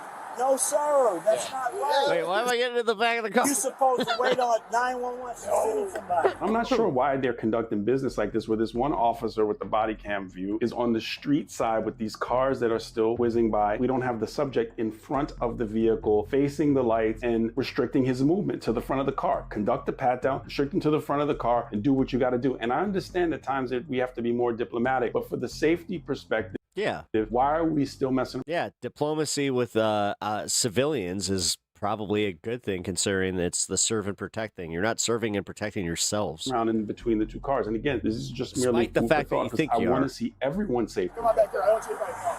I'm not going to get hit by a car. I was saying right here. I'm not going anywhere, sir. You guys got 3 guns. Where am I going? I didn't say I you're don't going anywhere. want to sit down, man. If I sit down, I'm tired. I don't really get tired. You need anything else out of here? Personal property that you need right now. I don't know. We're not taking all this stuff in the bag. I see you got a lot of stuff in here. We can't take all this stuff. What you mean? What you going to do? Throw it out? No, if it's going to get towed, you can get it out tomorrow. This is not right, man. That's just gonna happen. This is not right. You need like house keys, wallet, phone. Yeah, I was about to say, get your keys, get your fucking phone. Inside the car. That's what you need. I need keys and phone and wallet to drive this home. Yeah, it's not happening. I'm just down the street. We're not driving this home. Why not? Why not? Listen. Sorry, man. I'm not operating. Well, why not? Would you show him the thing you got? I did. Where is it? Can I have that back? That's why. He's gonna talk himself out of it. I need that. No. When? Huh? It's mine. When am I going to get it back? Whenever we're done here. I don't trust you, man. You know, it takes 3 of y'all to one guy. This is crazy, man. Just stop right here and let's look at this. If this gentleman had a firearm in his pocket and he decides to engage the officers, he doesn't have to even be a really good shot to be able to get off 3-4 rounds before they ever even get off 1. And I never want to see that happen, but we know that it has happened, and that's why we can never be complacent. If we say we're going to pat someone down, we pat them down. If they need to be patted down, we pat them down. It's got to be that way. What's up, guys? He's traveling, not driving, and this and that. We're being racist and unlawful. Is he from the West? No, he's from the Hudson Police Department. He's a storage guy. If you have any questions, why don't you go and ask him that we already I really don't have any questions. I'm just saying. Damn, dude. This is This is where I'm from. Okay. I'm allowed to drive in 200 different cities except for the one that issued this. Okay. I am not driving, I'm traveling. I'm not a sovereign citizen. Okay. I am a United States national. I'm an Ohioan, but I live here. I'm traveling through. New officer shows up to the scene. We know the past situations with sovereigns who have expressed violence towards police. First question to ask, has he been patted down? Because this officer here is making the assumption that this subject is safe. But to just engage with this sovereign document without 100% knowing that he's safe is a tactical challenge for me. You only got a certain amount of time to detain me. You went over that. Everything is just, and then the cop right there lied to me. So, I should know better. They're trained that they can lie just to get information out of you. So He's going to give you a citation right now, and you're free to go. So, how I'm going to go? Where I'm going to get You can either walk or give you a ride. I'm going to ride with the police. Yeah, right. The address is on here on the back for you to show up to, 45 East Boston Mills Road. This is the URL address in order to go ahead and pay the citation whenever you're done with your court appearance, whatever you owe. And then if you have any further questions once we're done with you here today, the 330-650-4111, you can get a hold of our chief of police or our clerk of courts. But it is required for you to show up to your court. There's nothing in there but tools, man. So that's all this is. Okay. This is Yeah, all the just citation. tools, my work tools. So now, it looks like I'll be out of work for a minute until I get this thing rectified. I guess so. So what I can do is I can either drop you down at the sheets down there, or I can take you north. I can drop you down off at the get-go. I'm trying to help you out. Trying to get you something. I'll get an Uber or something. Okay. I'll hop in the back of this guy's car. I don't trust this guy. He lied That's to me. fine. I just go with him. He lied to me, man. Subject receives a citation and has his car towed. I believe he really believes that this stuff is legally correct. Now, the challenges that I had with the officers from a tactical and safety perspective are merely constructive. For them to be better, it doesn't mean they're bad officers. And for the other people who are potentially falling into the ideology of going online and signing up and paying $200 for paperwork, that you see what the end result from the police. You heard from the officer's mouth that it is bogus and the guy lost his vehicle. It was not a win. If you know someone who might potentially fall down this rabbit hole, show them this video, share it, like it, subscribe to the channel, because the police are still undefeated when it comes to dealing with bogus paperwork. Click on the video that's on your screen for more content like this. Like and subscribe. What don't you had to drink tonight besides the open container in the center console? Oh, let me type it in. Oh no. No. Going 40 miles an No. hour. Let me type it about the computer, little dumbass bitch. In police. Yo, dude. Sometimes you run into the poster. That's one of the dumbest things you can do. Child as to why not become a sovereign citizen. And sometimes you run into the poster child for never drink and drive. But sometimes you run into that person wrapped up into one. This is one of those. Oh no. Hello. How you doing? Good, I'm Officer Owens Blash Police Department. The reason I'm stopping is your speed. Speed? Yes, sir. For what? Like coming on the turn? Good tactical positioning. He's back behind the door jam. Gun hand is free. Coming up Reed Hartman Highway from Glendale, Milford. What was my speed then? I love how they're always just aiming for lethal force, every single time. These and they call potheads paranoid. That was greater than 40. Jesus. Greater than 40. Yes, sir. You got your have driver's speedometer? You got me clocked? I don't need that clock. No, you gotta have me clocked. You think that cops would be the first one to support, I don't know, having sensible checks and balances on fucking guns? Driver's license, proof of insurance on you. You know, background checks, that kind of shit. You have to have me clocked. Sir, I'm not going to argue But with you. nah. If you do not have Nah, we'd rather just have it to where it's included in our training. evidence that you have me clocked at 40, then you cannot pull me over. Also getting some indicators that the driver is likely under the influence of something. I'm seeing some glassy eyes, some slurred speech, and his movements is kind of off. And I'm also seeing that there likely is a passenger in the car. It's a little hard to see from here. You have your driver's license, proof of insurance on you, If sir? you do not have me clocked at 40, Sorry, someone close. you cannot pull me over. Do you have your driver's license on you? You're making really dumb arguments, my man. If you do not have me clocked at 40, you cannot pull me over. Okay, sir. I'm not going to sit here and argue with you. Not how that goes. That's okay. That's not how that That's a traffic goes. stop. That's okay. Are you going to produce a driver's license? That's okay. No. You're not going to give me a driver's license? You didn't even ask him to produce the radar, dude. Well, just hang tight right there. You do not have Come right on. to pull me over. Okay. If you do not have me clocked at 40 when I wasn't going over 40. How much you had to drink tonight besides the open container in the center console? That's empty. So just because an open container is empty does not mean it doesn't meet the criteria or elements of an open container in most jurisdictions. A lot of people think just because it's empty that it's good to go. Sometimes in some jurisdictions, because there's no contents in it, doesn't mean that it's not considered an open container. An infraction saying I'm going. So as it's gonna make me sound stupid. I have gone to like events where it was like a beer event where they had like comic artists that like did labels and stuff. Actually, one of them is on my fridge back there. But there are some ones that are printed on the can.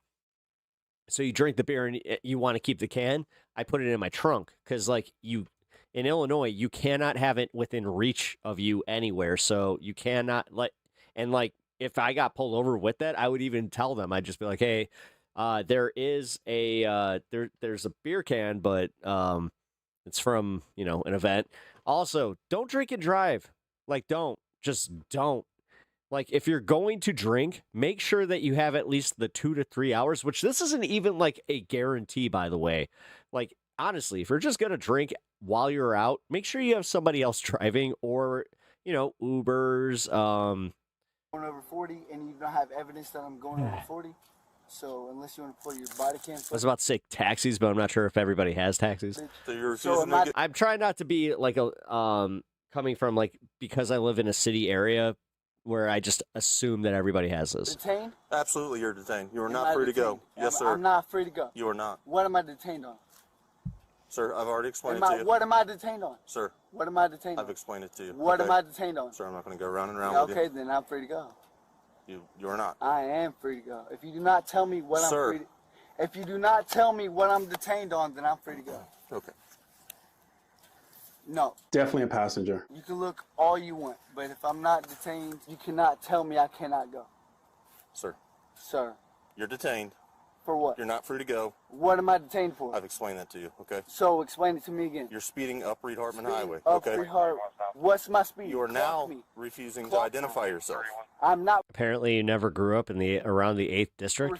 Because I don't talking about? have to. Yes, you do. No, I don't. Okay. So I've grown up around all these districts pretty much my entire life. Oh, so you're infringing. So you're harassing me. Staying tight right there. Every district. So you're harassing me. So if you touch me again, I can sue you. I haven't touched you, sir. Okay then. So I'm free to go. Stay in the car. So I'm free to go. Okay. No. Keep your hands right there. Keep your hands. Keep your hands up. My hands up. I'm not talking to you. When you have me behind my back. Somebody else in the car? Yep, for what? passenger. Okay, for what? You good? Yep. For what? Tell me why I'm detained. You said I was going over 40, but you do not have evidence that I was going over 40. This is why you hear me talk about being in your optimal shape, because this officer was able to be tactical the entire time. Take the subject into custody when every one of these sovereign citizens is professionally annoying. Yes, they are. He got aggressive. If you watch the officer while he's handcuffing the subject, he's telling the passenger, keep your hands where I can see them. So if he has to engage the passenger, he still has a good eyes on him. This is good tactical policing. Being ready for the fight of your life if it ends up happening. The officer's winning. I like it. Can you give me evidence that I'm going over 40? Can you give me evidence that I'm going over 40? You said no. Do you have an ID on you, sir? He's refusing ID. Because I don't have to give you a fucking ID for driving. Yeah, no, I mean, hold on. It depends on what state you're in. Trying to read. But I'm not operating. That's not like if you're just walking. He was driving. Oh, wait a minute. I'm not even going to play that game. Commercial vehicle. You have a right to So we're going to walk back to this car right here. Tell me for what? What am I arrested for? You said going over what? You said I'm detained for what?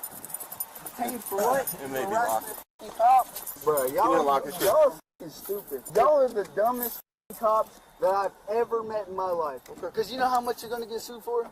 Do you know They how always much do you're that. going to lose your job for? They always do that. Right there. Do you really know how much you're going to lose your job for? Do you really know? Do you really know? Like, tell me. Like, are y'all stupid? Do you have proof that I was going 40? Do you have proof that I was going 40 miles an hour? Did you clock me at my speed? No, you dumbass. You did not print the ticket that I was going 40 miles an hour. You little dumbass. No plate, drunk. Oh, let me type it in my computer. He was going 40 miles an hour. Let me type it in my computer. You little dumbass bitch. Can you step on out? You're not in any trouble or anything. I think you do have traffic cases, but we could probably recite you on that. But if you come on out. Yes. How much did your friend had to drink tonight? I don't know. Quite a few. Yeah. I don't know. Why is he so hostile? Why is he... That's a perfect. I really don't know, because it is use people, I don't know. He's my friend. Pretty nice to him, right? Yeah. Respectful. Oh. Hang out at the back there with my partner. Yeah. So I just want to make sure that I mentioned to you a case that I've mentioned in other videos of mine. Brenlin v. California, which is the case that a person in the passenger seat is considered seized during the car stop. So this guy wasn't able to just get up and walk around and move or do whatever. The officers have every right to engage him during the stop. And this passenger is under the assumption that he seized during that stop as well. From the Brenlin case. This beer here in the... Is this yours or his? I don't know which one it is, You both had one? Yeah, I'm drinking. What are you doing, man? Yeah, can you please untighten these mother... All right, yeah. Certain states actually, it's These shits are hurting my wrist. A lot of people who don't know a lot about policing just think that we don't have to recheck cuffs, or if we didn't initially check them, that there aren't some ramifications. Every police department has a policy on checking for tightness and the procedure done for checking for tightness and double locking the cuffs so they don't become too tight. Some people use it as a ruse, and some people just don't like the non-comfort of handcuffs, and that's legit. But it's a good practice that if a person complains and you haven't double checked them, to double check them and put that in your report, because one of the most common complaints that I've seen as a supervisor is that people complaining that they were handcuffed improperly and that the handcuffs caused injuries to their wrists. Are you gonna calm down? Obviously, I wouldn't bang on the door if they wasn't hurting. Are you gonna calm down? Calm down for what? We're not gonna get you out of the car if you're gonna resist listen. more. Why am I in the car? You're in the car because you're under arrest. For what? Minimum obstruction of official business. You said I was going over 40, and you have no evidence that I was going over 40. Okay. You did not clock me for going over 40. Okay. You did not give me my ticket for going over 40. Sir. So why am I in the back of your car? Sir. Why am I in the back of your car? I've explained this to you several times. No, you've explained it, but you ain't showed me. You ain't give me evidence for me to give me. Not the time for that. Now is not the time for nothing. Listen, you ain't giving me justice. You little dumbass white ass. You doing okay? Yes. Okay. I don't know what's going on. So what's going on right now is my partners are going to continue searching the vehicle. We saw open containers. We have probable cause to search it. And you keep being cool and absent us finding something absolutely crazy that you're associated with, you will be going into your hotel room here in a moment. Yeah, he's not me by my vehicle. I'm going to his vehicle. Yeah, don't do that. I know. Just hang tight. I see that. Yep, just hang tight here, and in a few moments, you'll be free to go, okay? He's sitting there just crossing his fingers like, dude, you better not have any shit in that fucking car that I didn't know. Like, I mean, plausible deniability is with him, but yeah, he might get locked up for questioning if they do find some shit. You're welcome. You really know that you are being so stupid. You have to calm down. You are being stupid. You are being the dumbest cop I've ever seen. Actually, no, I've seen it before. God damn. I'll be right back. Regardless of what I think, you're going to do what you think is right, which is f***ing stupid. For starters, bud, you gotta calm down. Calm down for what? An illegal traffic stop? Oh yeah, let me put this citation so he can go to court here in Ohio. Yeah, you dumbass, because it's going to get paid for and it's going to get nothing. I guess that's enough. No, how much have you had to drink tonight, bud? A lot. Are you interested in performing any field sobriety tests, anything like that? I mean, if you want me to act stupid, it just doesn't make sense. Please? This doesn't make sense. No, I was very nice and professional with you. Because you did not tell me why I was detained. And you did not show me evidence of why I was detained. And then I want to get out and go into my whole tail, and then you want to put my hands behind my own back without me letting you, and then you want to put me in a squad car without me letting you. Do you really think that's a part? Do you really think that's justice? It's called resisting arrest. No, it's not called resisting arrest. When you ain't gave me a reason of why I'm arrested. I explained to you that you were detained and you were not explained, free to leave. But you did not give me evidence of why I was detained. Okay. Can you give me that? No, you cannot. Obstruction of official business, resisting arrest, and Obstruction OBI. of official business. What business? You refuse to identify. Y'all don't have to identify. Yes, you do. No, because I'm not operating a commercial vehicle, you dumbass. I'm not operating a commercial motorized vehicle. I'm a traveler. So you're a sovereign citizen? Technically, by law, no. Is that what you're trying to say? No, but I cannot be pulled over for operating a motor vehicle when I'm saying I'm traveling. I don't believe that he really believes this ideology. I think that he's just word salad things and trying to make something stick. And he's obviously intoxicated in this situation in the back of the police car. So is he like a legit sovereign? In my opinion, no. You understand that I lawfully stopped you and you refused to ID You yourself? lawfully stopped me Yes, and sir. you did not give me evidence. You did not give me evidence of stopping me. You understand that that's what court is for? Yes, and you will And not court be is able not to- held on the side of the and road. You will not be able to. You will not be able to hold me turning a right turn going 40. Are you stupid? Listen, no. I'm going to read this to you, okay? Yep. Some of it applies. All of it. I want all of it. Yes, read sir. to me. Every All sing- that every I'm single required to. word. Yes, sir. Some of this applies to you, some of it does not, okay? No, I need But every single word read to me. if you would please stop talking and let me explain this I to need you. every single word read to me. All right? I'm going to read all of this to you. Every single word. Okay? And I'm gonna follow you with it. Okay, good. Okay? Hey, no, real quick. Yeah. The more you interrupt him, the longer you're staying in his handcuffs. Okay, I don't care. So let him Do break. not care. We care, so we don't want you to know. No, okay, you care because. Okay, exactly. Some of this applies to you, Bye. some of this. I've explained implied consent before. Nearly every state has implied consent when you get a driver license, and why sovereigns don't want to engage in a contract with the state by getting a driver license, because the implied consent is that if you get pulled over on suspicion of being under the influence of alcohol, operating a motor vehicle while intoxicated, then you have to submit to evidentiary tests. If you don't submit to those tests, your license is either suspended or revoked. The officer has to read implied consent to you during that process. You serve me. I pay taxes. You have an obligation to answer me, sir. Do you even know how fast you were going? Do you know? You're going greater than 40. Do you have evidence? Yes, I do. Give it to me. It'll be. No, in court. I need you to give it to me right now. You were supposed to give it to me when you pulled me over, but you could not. No, they don't have to show you that. How am I supposed to give it to you? They again, this is a misconception with the radar law. The thing is, do you know how I know this? I was this guy once. Because you're supposed to. Specifically with that one where I was just like, can I see how where you clocked me? They're like, that's not part of the law. And then I had to eat crow because I was like, oh, it's not. How? You're supposed to clock it. If you cannot clock it, then you cannot pull me over. As I've told you, that is one way. No.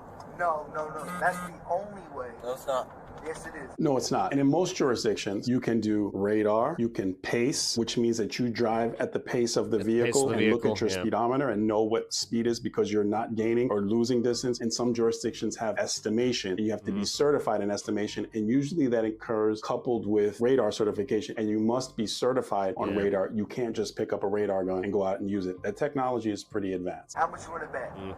How much do you want to bet? I give you $100 right now. If that's lawful in court. If it's lawful in court, I'll give you $100 in that courtroom. Because I'll be there. I've mentioned this before, that when people have this type of behavior in the back of a police car, it is really important to let the jail staff know, because if they act like this in a holding tank with other people and are aggressive and obnoxious and rude, it could lead to them getting lumped up in a cell. And I've seen it happen. It's incredibly important to let the jail staff know that the person's acting in this manner. I hope so, or else you're going to have warrants for your arrest. Wrong, little prick-ass, dumbass. Okay. So going 10 under is not illegal? Going 10 under? Yeah. 10 under 70? Who's doing 10 under 70? I'm just asking. I don't understand your question. My question is it illegal to go 60 on a 70? No. So if I'm going lower than 70, it's not illegal? Well, it depends what the speed limit is. It's 70. If the speed limit is 70 and you're going under 70, no, that's not illegal. So if I'm going 60, it's not illegal? What's the speed limit? 70. And you're doing 60? Yeah. No, that's not illegal. The only time that would become a problem is if your speed is so slow that you're impeding traffic. All right, bud, come on out. Right over that way. Go to the right. To the right, to the right, to the right. Good. COs. It's actually red. Oh, yeah, let me do that. Handcuffs around my back. You can do it. I can't do it. It's just impossible. Step over here. Oh, so Step over this here. is forcing me. This is forcing me. This is forcing Get me. your thumb out. They're forcing me to do this. There you go. I definitely didn't oblige to this. They're breaking my finger to do this. Step back there. Footprints. Oh my god. My feet. Right there. I don't see him. These things right here, look. I don't see him. Over this way, So you sir. forced me to put... A little bit. Go ahead and look at that camera for me, sir. Hey, you need to open your eyes. You need to know the lady. You're going to go to a restraint He's gonna center, have you wanna one of do the this funniest game, you can sit for 4 mugshots. hours, you can piss and shit yourself, or you can look at the Okay, that's fine. That's what you want to do? Yep. All right. Deputy don't play that inside this jail booking area. I like the process of the thumbprint identify who the person is. I like they immediately get a photograph and then they set the tone as far as how it's going to go inside. Deputy don't play that. This is unlawful. He unlawfully arrested me without giving me evidence of me going over... What was he arrested for? Having an open container. To give me evidence of me going... And then, yeah, he didn't have a license plate, and he's a sovereign citizen. Going over 40 before you put me in handcuffs. There's a mix. Detain me. Is that not right? Is that not right, sir? Is that not right, sir? We saw the officer mention the resisting charge, the obstructing charge, and the OWI operating while intoxicated charge that they likely brought him in on. This is another cautionary tale because I believe that this person's friends know that he can potentially behave in this manner, and he's mentioned that he's been arrested before. At some point, people have to step in and speak to their friends and family members and see if they you gotta tell them to shut the fuck up. Get them some assistance so they don't behave like I've lost a friend over this shit. this because who wants to be on the road with this? Picked him up from jail one last time, and I was just like, dude, this is the last time I will ever do this. And that guy he got arrested again, didn't go pick him up. Then he started trying to blame me. If he's going to not only be drinking and driving, but acting like this. Send this video Fuck to that people like person. that. Like the video. Subscribe. All right. Oh, fuck. Kind of technically doing overtime, but all right, folks. What is going to happen is I gotta call it because I gotta eat, and I got a few things I have to take care of this evening. So, that being said, I hope you guys enjoy the show. If you guys did not already hit the like button, please do. I don't know which one you're following me on right now, but you guys can do that. That's much appreciated. Subscribe and follow if you have not already. Yeah. Trying to grow the channel. So look out for everything tomorrow. Keep your notifications on, or you could check Discord. If I go live, then I think, let's see. Yeah, I can. Okay. I'll just announce it on my YouTube as well. But tomorrow's going to be a rough day, so I already know it. It's the 1 year anniversary of my mom passing, so it's going to suck. Oh, Jeff. Hey, night. Appreciate that, Jeff. Jeff, it does look like I'm going to be able to make your kid's concert in May. It's a Tuesday night for me, so I'm keeping that open as a possibility. So, all right, like I said, guys, I do appreciate y'all hanging out. I will catch you guys either tomorrow or on Monday. But with that being said, love y'all. Catch you later. Who the heck is Pep Talks? I'm not gay, but I fantasize about Marco Rubio. Pep Talks. Pep Talks. Pep Talks. Let's eradicate the Kung Flu. I'm literally coming. Pep Talks. Pep Talks. Who the heck is Pep Talk? They want our women. They want our children. Pep talk. Sometimes no means yes. Grab them by the pep talk. Grab them by the Marco Rubio. Obama is a racist. Pep talk. I'm literally coming. I'm literally coming. Pep talks. We found weapons of mass destruction. My fellow Americans, it has been confirmed today from Pep Talks that we are indeed all high on politics.